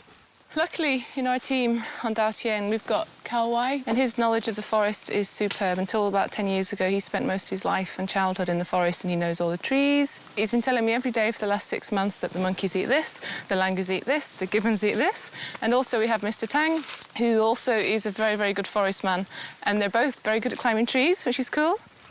Marina has extensive knowledge of gibbons as she studied Capuchin's wild population for 4 years. During this time, she also had encounters with wild Duke Langurs and observed their eating habits. Because the thing is, the dukes don't only just eat leaves. They eat flower, they'd eat some figs, but they'd also eat all the mosses off the tree trunks. So for us to get healthy dukes, we really do need to spend most of our time in the forest collecting all sorts of things. And from what we've seen already, they're very picky. They eat a couple of leaves and that's enough of that species. They would like another species. So we need to be offering 5-10 species per day, really, to keep them eating enough wild leaf that will sustain them and keep them healthy. Everything that Marina and her team do is to help teach the primates what they'll need to survive in the wild. And back with the dukes, Cal Y has arrived with his freshly picked leaves. And he's hit the jackpot. It's just amazing. Can you even believe it? She just saw the leaves coming and came, get out of the way, let me have them.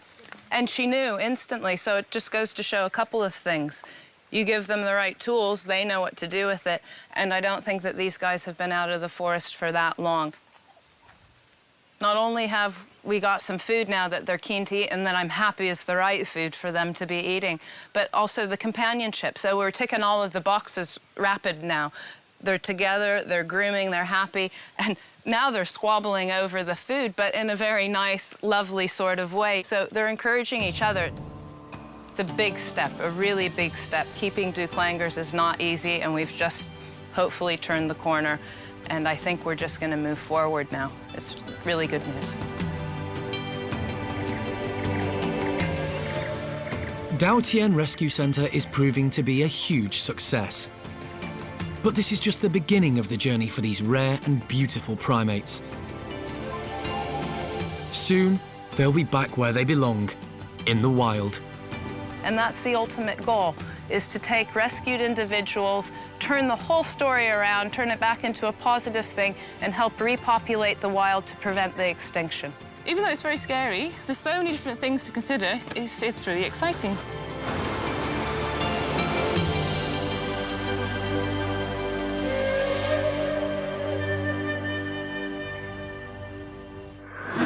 Next time, back at Monkey World in Dorset, geriatric stump-tailed macaque Coco is getting too old to groom herself, so the Primate Care Staff help out. We just give her coat a quick brush just to get any mucky bits out. Chimp Jester gets more than his fair share of the bachelor boy's walnuts. And have the team been able to stop the skin infection outbreak in Hananya's chimp house? Anything that's spreading throughout the group is always cause for major concern for us.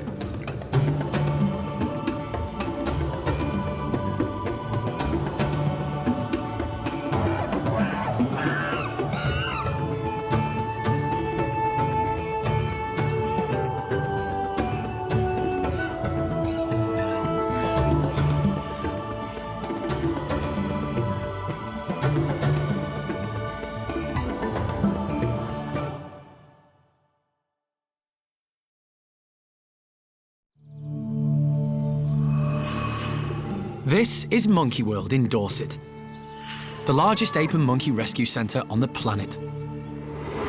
Today on Monkey Life, geriatric stump-tailed macaque Coco is getting too old to groom herself. We just give her coat a quick brush just to get any mucky bits out. Whereas Jonathan has nothing left to groom. He doesn't have a lot of hair left. Others started over-grooming him and pulling his hair out. Chimp Jester gets more than his fair share of the bachelor boy's walnuts. And the team find out if they've stopped a skin infection outbreak in Hananya's chimp house. Anything that's spreading throughout the group is always cause for major concern for us.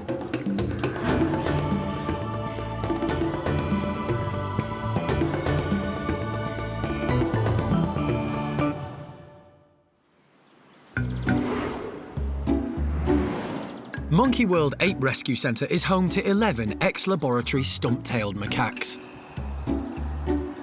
They're affectionately known as the ugly monkeys. 22-year-old Coco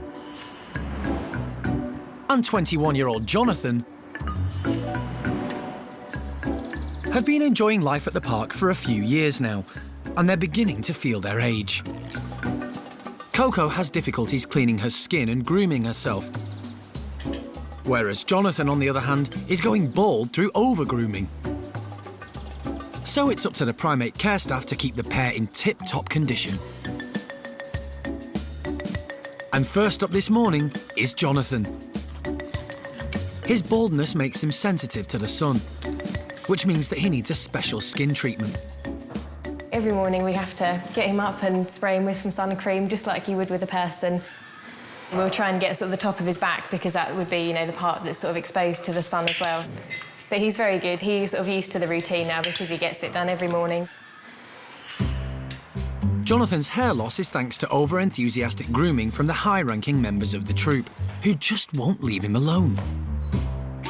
Others started sort of over-grooming him and just sort of pulling his hair out rather than grooming sort of gently, but because he's low-ranking, he wouldn't sort of want to turn around to them and be aggressive and sort of say, no, that hurts, so he doesn't have a lot of hair left. Jonathan's been having his daily treatment for 4 years, and it's proved to be a success. The lotion has stopped him from burning, and the team have the perfect way of persuading him to cooperate. We give him a banana as a reward, so he gets clicked and treated, so he knows once the sun cream goes on, if he gets clicked for that, then that's the correct behaviour that we want, and then he'll get the reward of a banana, which is one of their absolute favourites, so it's quite a pleasant experience for him as well. With his sunscreen on, Jonathan joins the others, safe in the sunshine, to search out his breakfast. But the geriatrics pampering session doesn't end here. Next door, Coco is eagerly awaiting her wash and brush up too. Later, Coco takes a laid-back approach to her makeover grooming session. We just wipe her over with an antibacterial skin cleanser, and then we rub some baby nappy rash cream into her. Chimp Ben's infected foot is on the mend. The infection has really gone, so it's just a case of the new skin and tissue growing back. But are the rest of the group out of danger?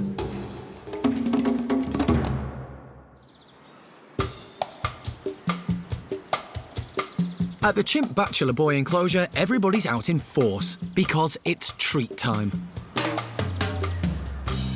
And today, they're getting walnuts.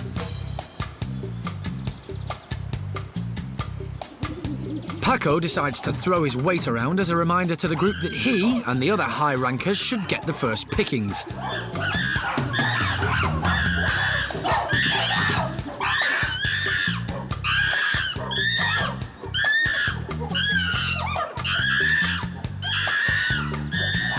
But while he's making a big display of himself, Jester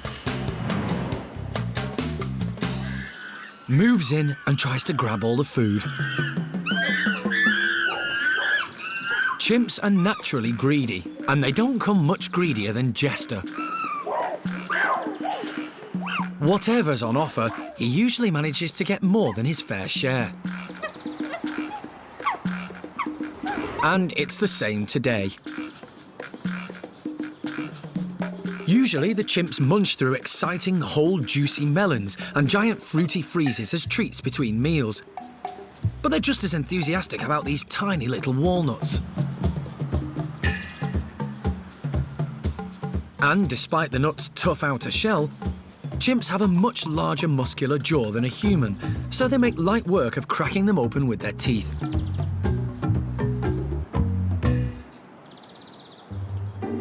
As usual, it's the low rankers who have to wait until last to get their hands on the treats. In this case, Seamus and old boy Charlie. Seamus is still wary of the big guys at mealtimes and doesn't risk joining in. Whereas Charlie is just Charlie. He's not the sharpest tool in the box. And when begging doesn't work, he just hangs back. Then the inevitable happens. With just a few nuts left, the boys start to squabble over them. Which means that Charlie can simply step in and grab one at last.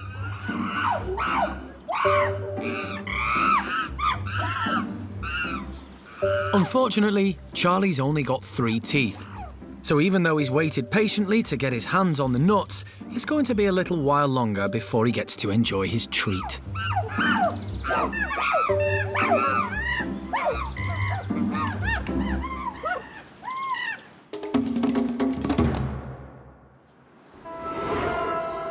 Down at Hananya's chimp house, Primate Care Supervisor Cara is keeping a close eye on 7-year-old Ben. Recently, Ben had a very nasty infection, which sadly resulted in him losing a toe. Come on, Benny boy. But now, a week later, things are starting to look better. Really now the infection has really gone, so it's just a case of the new skin and tissue growing back. But I think it will be several weeks before the foot actually looks in any way normal. You can still see a lot of the red tissue where it's healing, but we're definitely out of the danger period, and we're happy with his progress. You all right with that? When Ben's infection was first spotted, the team had to work quickly to find the correct antibiotics to treat him. But while the team were waiting for the test results from the lab, the bacteria spread. Other members of the troop started to show signs of similar skin infections. While most of the infections caused extremely nasty-looking sores, 11-year-old Honey had a severe reaction to the bacteria. Her tongue swelled so much that she couldn't eat or drink, and Honey could have died from dehydration. The team had to act fast. They gave her fluids and treated her with strong antibiotics and anti-inflammatories to reduce the swelling. A tiny bit, maybe. And now, she too seems to be on the mend. Honey is looking much better now, so I'm really happy about that. She can close her mouth again, she can drink, she can eat. Good, Honey. You're such a good girl. You are a good girl. When Honey opens her mouth, you can still see some pussy bits on there, actually. The infection hasn't gone down completely yet. I mean, there's still some of it to be resolved, but she's still on antibiotics, and it will probably disappear within a few days, I think. All the chimps have now been treated, but it leaves some serious questions as to why some of Hananya's troop fell ill in the first place. This situation that we've just had in Hananya's house for the past couple of weeks is extremely unique. It was effectively the perfect storm scenario. We've got an introduction of 2 new arrivals from the nursery group. The whole group has been split in sort of half, and there's stress and introductions going on. Everybody's emotions have been up and down, and lo and behold, the individuals that are quite low ranking, at the bottom of the heap, therefore subjected to the most stress in their life, start picking up these infections that normally their bodies should just be able to deal with. So it seems like a huge nightmare, panic, oh my gosh, what's happening in Hananya's house? But really, if you step back and look at it, what you see is actually 2 or 3 individuals who are suffering from skin infections, basically, due to normal, run-of-the-mill bacteria that you and I encounter on a daily basis. It's been a worrying time, and the team have taken the bacterial breakout very seriously, as it could have easily been a lot worse.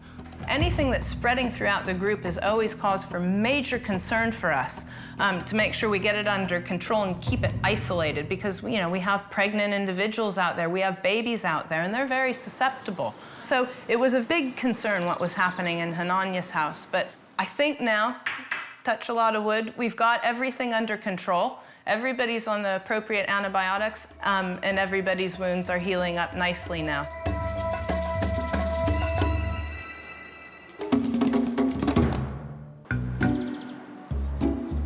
At Monkey World in Dorset, the keepers have to tend to the needs of everyone, from newborns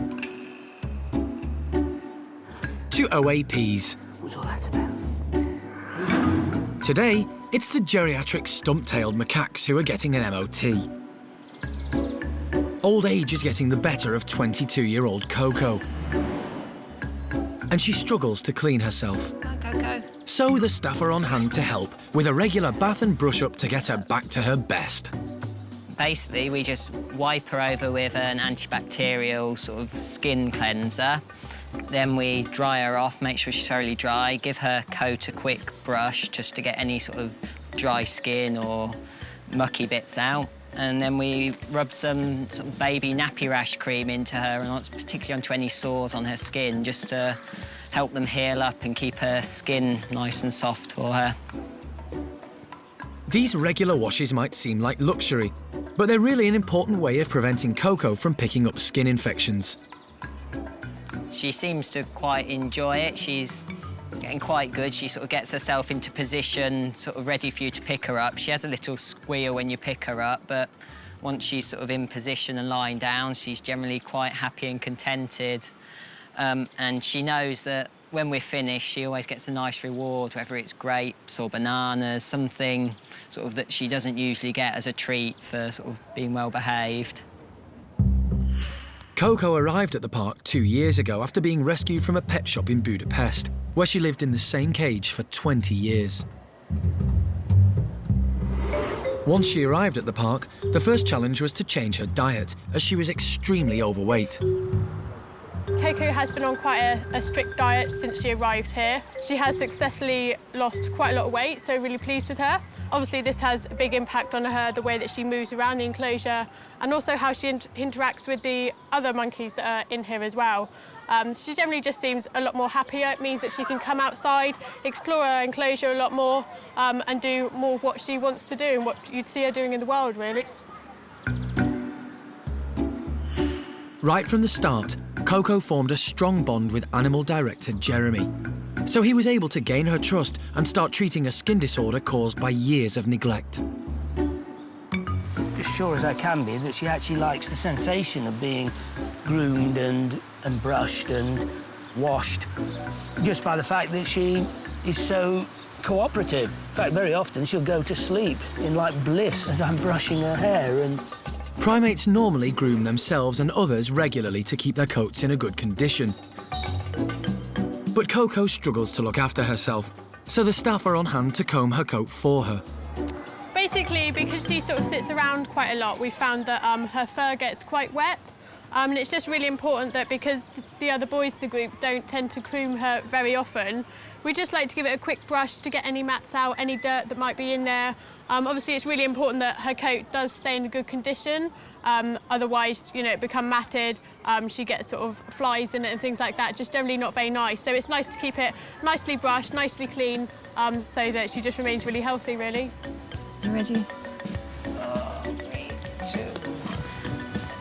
With a new hairdo and her morning beauty regime complete, it's just left to Toby to treat her to some juicy grapes.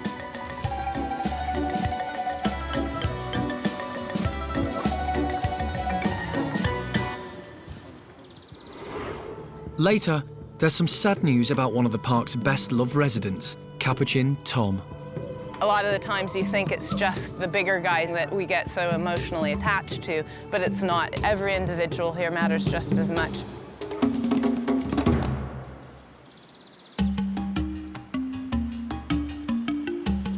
Over at Paddy's chimp troop, it's their turn to get all excited about walnuts. And as always, it's the high-ranking chimps who are first to tuck in. At the bottom of the pecking order in this troop is little Eddie. Life has changed a lot for Eddie recently, and not necessarily for the better. Try as she might, she's finding it increasingly difficult to get what she thinks is her fair share of anything.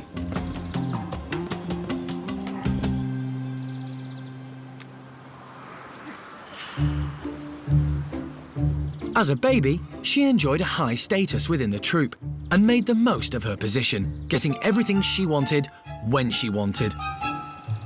And if she didn't get her own way, she'd have a temper tantrum, which generally worked.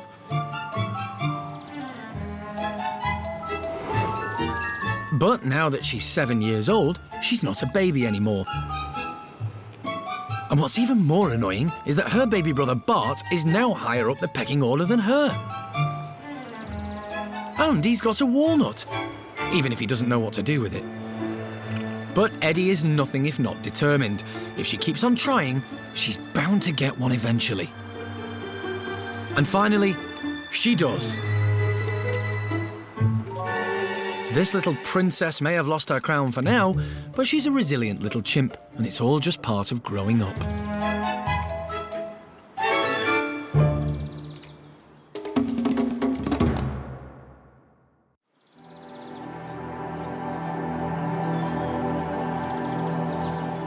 It's been a difficult day at the Capuchin Lodge, as there's been some sad news about one of the park's most lovable residents, Tom. Yeah, one of the biggest characters here at the park sadly has passed away, and it was really unexpected. We didn't see it coming. Although Tom was fairly old, he had been relatively healthy. Within the last sort of 12 to 24 hours, all he had was a little bit of a runny nose, and then all of a sudden he lays down and isn't responsive. So immediately took a blood sample, rushed it off, and it came back that his kidneys weren't functioning, like at all. That meant that his kidneys weren't filtering out all of the toxins from his bloodstream, which is what your kidneys normally do. You know, I suppose, luckily for Tom, in this case, it sort of, happened in a short period of time, and he just lapsed into a coma and went. So it was a peaceful end, albeit unexpected and very hard for all of us here.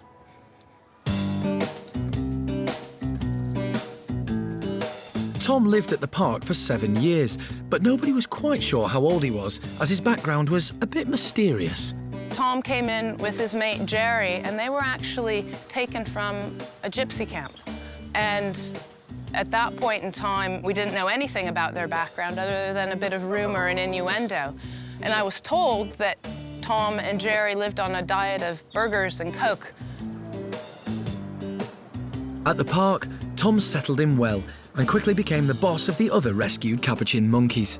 He took on all of these old boys, Peppy, and spent time letting Peppy groom him and grooming Peppy and sort of looking after TJ, and he was always really lovely. And of course, Terry was besotted by him and used to hover around him like a butterfly, flashing her eyelashes at him. Life changed for Tom when the park rescued the 88 Capuchins from Chile. The team were concerned that he might have a battle for top spot. When those guys came in and we separated Tom and put him in with the rest of the Capuchins, he didn't want to be boss. He wanted to put his feet up and have a retirement. And he handed the reins over to Gorillon, the new dominant male in the Capuchins, and Tom never looked back. He just started playing, grooming, and his favorite activity, eating. There's no denying it. Tom will be remembered for his love of food.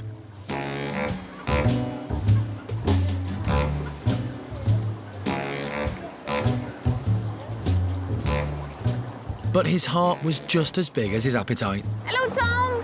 Are you going to come all the way down, or are you going to stay there? Oh.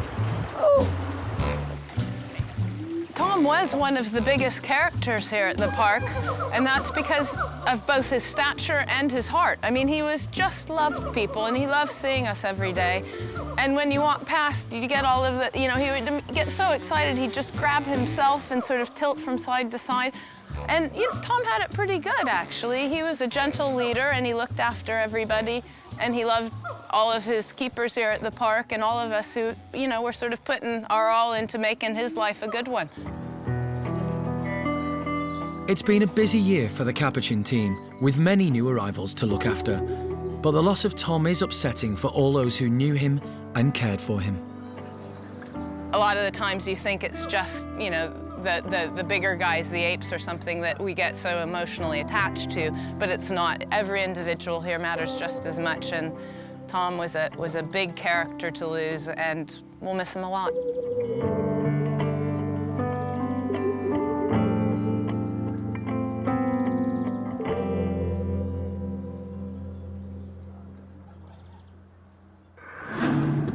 Next time, orangutan youngster Kai gives Amy the runaround. There's a surprise delivery for the woolly monkeys. But is history going to repeat itself for the new mum? I just don't know what it is with Kuna at this point. I'm really disappointed. And the nursery chimps have a ball with a colourful play session.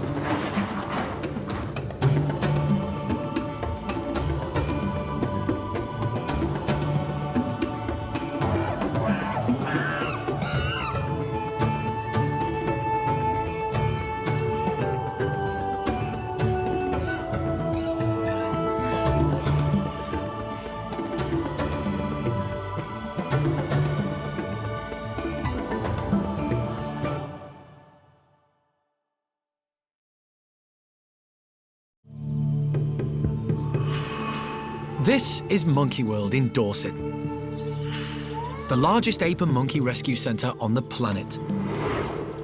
Today on Monkey Life, disturbing footage reveals the park's next rescue mission. I've just been sent a link today of this film clip.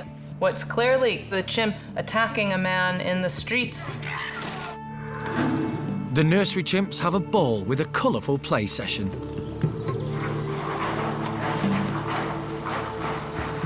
And there's a surprise delivery for the woolly monkeys. But is history going to repeat itself for new mob Kuna? I just don't know what it is with Kuna at this point. I'm really disappointed.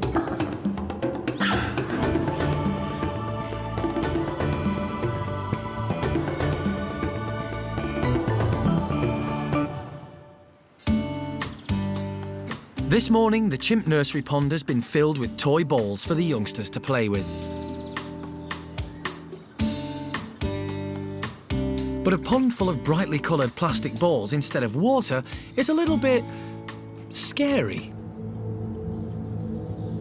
So toddlers, Rodders and Ash decide that the safest thing to do is climb up high as far away from the terrifying balls as possible. And they're not the only ones who are keeping safe. It takes 20-year-old Sally to work it out. She's been at the park long enough to know that these balls are bound to be tasty treats. Well, they're not that tasty, but if they keep trying, there's sure to be a good one in here somewhere. Rodders and Lulu follow Sally's lead, and they decide that the red ones are most likely to be the tastiest. But Brian's not convinced. It's in a chimp's nature to be curious, and Ash seems to be investigating the possibilities for play. But will any of the chimps be brave enough to actually enter the scary play pit? Coming up, the baby chimps show that they do actually have the balls. And we catch up with one of the park's most well-loved characters, Charlie.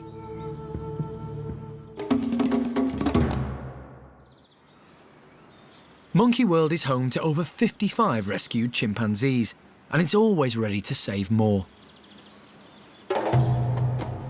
Over in the office, Alison is watching some disturbing footage from Mexico.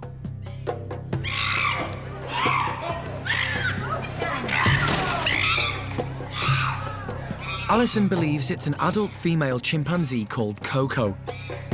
Monkey World has been trying to rescue her for 5 years now. I've just been sent a link today from one of my Primate Care Staff of this film clip. What's clearly Coco. Coco the chimp attacking a man in the streets. Coco is one of many chimps around the world being used for the tourist industry. They're forced to work as photographers' props and have been known to suffer cruelly at the hands of their owners. 2 years ago, Alison and her late husband Jim went to Mexico to rescue Coco and another chimp called Brian. They successfully brought Brian back to Monkey World, but Coco wasn't so lucky. Jim and Alison spent days trying to track her down in Mexico, searching tourist areas where she was likely to be working. We've been going through the shopping centers, the beaches, in the midday sun, doing exactly what Coco does, and I can tell you right now, it's hard, hot work, but finally, at the end of today, we had a tip-off. Despite tip-offs, Coco was nowhere to be found, and Alison was very concerned. At over 20 years old, Coco may have suffered for years, and there's no telling how this may have affected her. For Coco, it's all very dangerous and on a knife edge. The trainer, owner, photographer isn't controlling her. He's getting bloody noses. She's attacking people in the street and then being given ice cream. It's a disaster waiting to happen, and we need to try and stop that disaster before it happens to Coco. It's actually very difficult to confiscate a chimpanzee in trouble unless there's proof that they were smuggled from the wild or are being worked. Now this new video has come to light, Alison finally has the evidence she needs to take action. For us, it means we really need to step things up. We need to get back to the Mexican authorities now make sure they're ready to go, and Monkey World will be straight across there with relevant boxes and veterinarians to sort Coco out ASAP. Hopefully, Coco will soon be en route to Monkey World, where she can enjoy a happy and healthy retirement.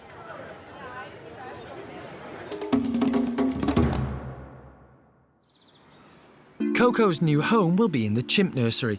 It's usually home to the babies, but it's also the place where newly rescued and vulnerable adult chimps have lived and learned to become chimps again. And it'll be up to this gang to ensure Coco has a gentle introduction to chimp life and lots of fun. Today, it looks like the youngsters have overcome their fear of the pond full of the plastic toys, and they're having a ball. Playtime is just as vital for young chimps as it is for human kids. And for Brian, an important part of playtime is making a mess. It's good to see him relaxed and enjoying life. When he first arrived, he had a hard time settling in. But not anymore.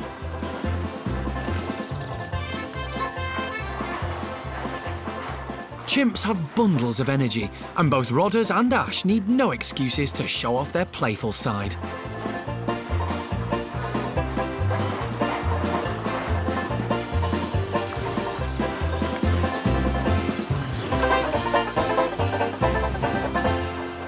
They're all having such a great time that even Lulu's decided to join in the fun. But Sally still thinks she knows better. There's bound to be some food in here somewhere. Isn't there? And just in case she's right, Brian's in position to scrounge some off her. But there are 3,000 balls in the pond, and none of them seem to taste any better than the last, or have anything inside. So Sally's trying a different strategy. If the balls themselves aren't a tasty treat, surely there's got to be something delicious hiding underneath them.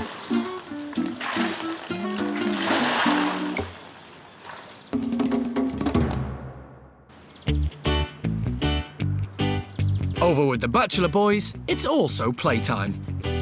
And it doesn't matter how big and boisterous they are, they still love messing around.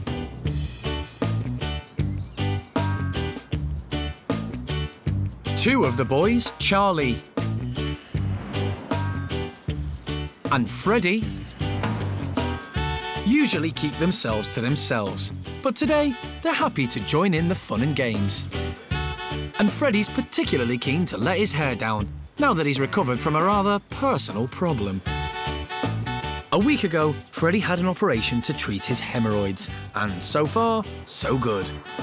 He's actually done really well, and he hasn't been playing with it or fiddling. He doesn't seem to have had any discomfort, and we haven't seen any more blood. So fingers crossed that's done the trick. Freddie had cutting-edge surgery, which located the blood supply to each of the swellings in his bottom.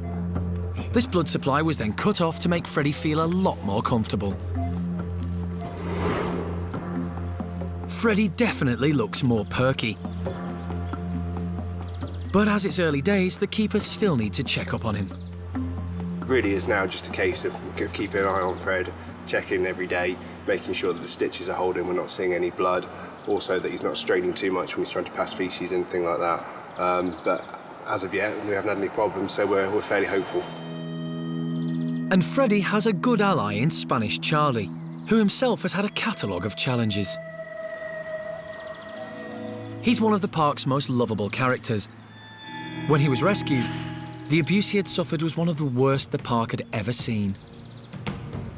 He was a drug addict with cataracts, a broken jaw, and only a few teeth left. His physical and psychological scars made it difficult to find him the perfect group to live with. His displays at passing tanks from the nearby army barracks would upset one group. He was ousted from another. And then he moved into the nursery, but eventually became too boisterous for the youngsters. But it's the Bachelor group where Charlie seems happiest. He's lived here for 6 years now, and although he's never really been the most sociable character, every now and then he feels secure enough to join in with the antics of the other chimps. And it looks as though today's the day for him and Freddie to let it all hang out. Despite all of the traumas Freddie and Charlie have been through, they seem to have found a haven in the bachelor group, and hopefully they'll be living there for many years to come.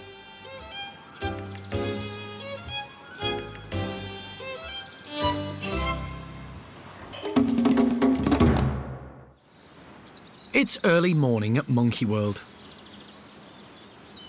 And down at the orangutan enclosure, the youngest and liveliest orang in the park, Kai, is happily playing by himself. But he's just been joined by one of the older and least lively orangs in the park, 25-year-old Amy. A few weeks ago, Amy gave birth, but her infant didn't survive. Like humans, orangs can suffer from postnatal depression, and since the birth, Amy's been keeping herself to herself. Until now. The only problem is, Kai's quite independent now, and he wants to do things on his own. But Amy doesn't want to stop his games, she just wants to play. This is quite a surprise because orangs are not renowned for being overly active, especially Amy. But today, she's definitely in the mood for some fun. Unfortunately, Kai's already having fun without her, and he wants to keep it that way.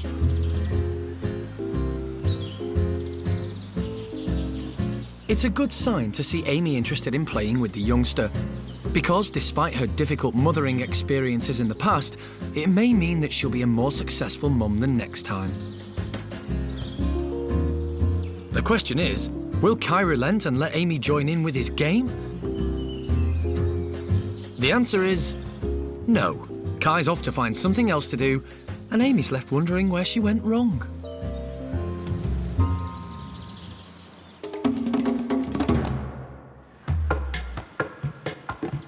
Next door in the woolly monkey enclosure, park director Alison is checking up on another independent youngster.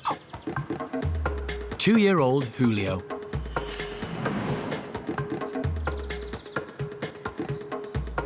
Julio's no longer a little boy. I mean, in every way, shape, and form, his, sort of size, he's growing up. He's getting a really big, thick tail, and his head's starting to broaden. And behaviorally, the other day, I've come up this high because the other day, he wouldn't even come down to see me. He was in the tops of the trees and really lovely to see, sort of moving through the trees like you see in the wild, sort of holding on with his tail and legs to one side and then leaning across and grabbing the branches and walking through the tops of the trees like a spider. So it was really lovely to see because even the other adults that we have here in this group, Lavar and Bronco, they don't even do it so well. So Julio's really sort of fallen into his own in terms of moving around the enclosure. Still very interested in people, but at the same time, he's a really happy, functioning member of the group, and now just flying through the tops of the trees. So we're really pleased for him. He's come on leaps and bounds. Alison cared for him when he was rejected by his mother, Kuna. He wasn't caring for the baby, so I think it's going to be our job now. Julio's been living with his woolly family for over a year now. He was pretty confident moving around the bedroom, but when he first went outside, he was very nervous. In the wild, babies get guidance on how to climb and move around by learning from their mothers. So, being hand-reared, Julio had a little bit more work to do. But now he's learnt for himself, this confident little woolly monkey takes it all in his stride. It only goes to show, if you can rear them properly and get them back into their own society, a woolly monkey society at a young enough age, all of the physical behavior and sort of adaptation to living with woolly monkeys, it's all innate, it's all in there. You just have to get them back into the group at a young enough age. So proud of my little boy. It's going well, really pleased. A year after Julio was born, his mum Kuna gave birth again to Paolo. He was also rejected and hand-reared by the keepers, but now at 9 months old, he lives with his woolly family full-time and is flourishing too. And later, the boys have a new baby brother, but it seems Kuna's mothering skills have not improved. This baby was born more than 24 hours ago, and we don't believe that he's actually suckled at all.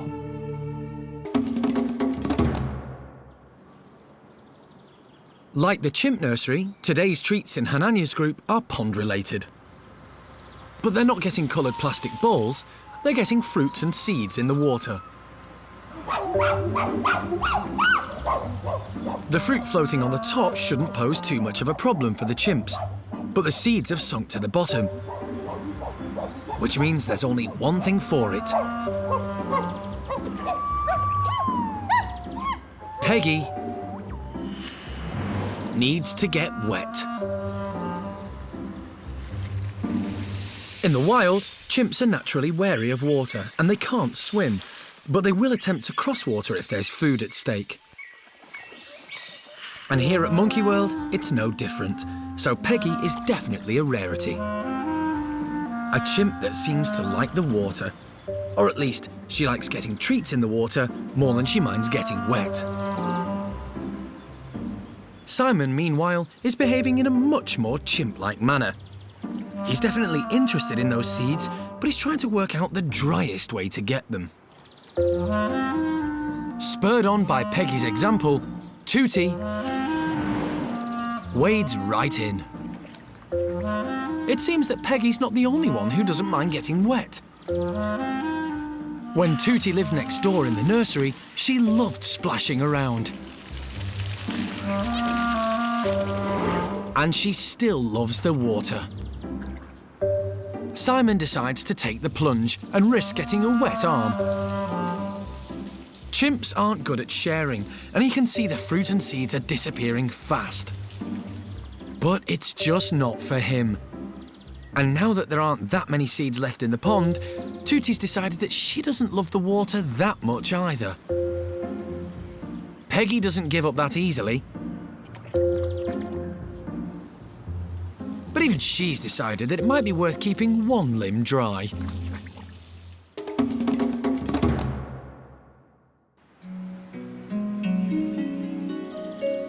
It's been a good year for the woolly monkey breeding programme at the park, with 3 babies born to 3 mums. And this morning, there's been another rather unexpected addition to the troupe. Kuna has given birth to a baby boy, but staff were concerned for his welfare, as Kuna has failed to look after 2 of her previous offspring. So they've decided to step in and rear him by hand. We've only just taken him from his mum, and we now need to make sure that he's fit and healthy. He's still got the umbilical cord. No, let go of that. He's pulling on his own cord. Oh. He's got his foot wrapped around the cord. That might hurt, little man. Don't, ouch. No, don't do that. That's why you're yelping. Let go of that. You can see the cord already. It's a bit of a nightmare. It's a very hard, stiff thing now that's left behind. It's, you know, sort of very tempting to consider sort of giving it a wee bit of help along the way, but really you're best off just to simply let it fall off naturally. When he was born, the Primate Care Staff waited anxiously to see if he would suckle from Kuna. But the signs weren't good. I just don't know what it is with Kuna at this point. I'm really disappointed. First Julio, then Paolo came along. He's clearly not suckling. We have to take him too. I don't know what it is that Kuna does that means she's got babies that don't latch onto her nipples and feed, because clearly they're fit, healthy, and hungry. This little man's hungry now. To begin with, it's important that the baby is rehydrated with water. I know, he says, where's the real food? He's not terribly dehydrated at the moment, but he is a wee bit dehydrated because that skin peak, you know, when you pinch your own arm, it snaps back into place. His skin isn't snapping. It means that he's dehydrated. This is a really tricky time because he's yelling, he's a bit wriggly, and the biggest concern right now is just even one drop of this fluid. If he inhales it, it goes straight down into his lungs and he can get pneumonia. So we're being very, very cautious to make sure that this first feed goes in just drop by drop, and ideally when he's not yelling. Because Kuna's other babies had to be hand-reared, the park gave her the contraceptive pill to give her a break from pregnancy. But just like with humans, sometimes the pill doesn't work. We hadn't actually planned for her to give birth yet. It wasn't that I was intending for her never to get pregnant again, because with Paquita in that very same group, having just given birth and caring for her baby perfectly, we were hoping that Kuna had picked up a few tips and was actually going to be a better mum this time. Unfortunately, it wasn't meant to be, and the staff are always prepared to step in when there's a primate in need. Everything changes at the park. Life sadly comes to an end now and again here, and then you get reminded very rapidly that new lives begin as well. And whether that's us going out and rescuing individuals and letting them start their life again here at the park as they should, or whether it's little guys that are born here and just need our help and attention to get started in life, to get the best start in life. That's what we're here for. Monkey World's mission is that every individual matters. So whether the park welcomes newborns or rescued primates, they all have a home here for the rest of their lives.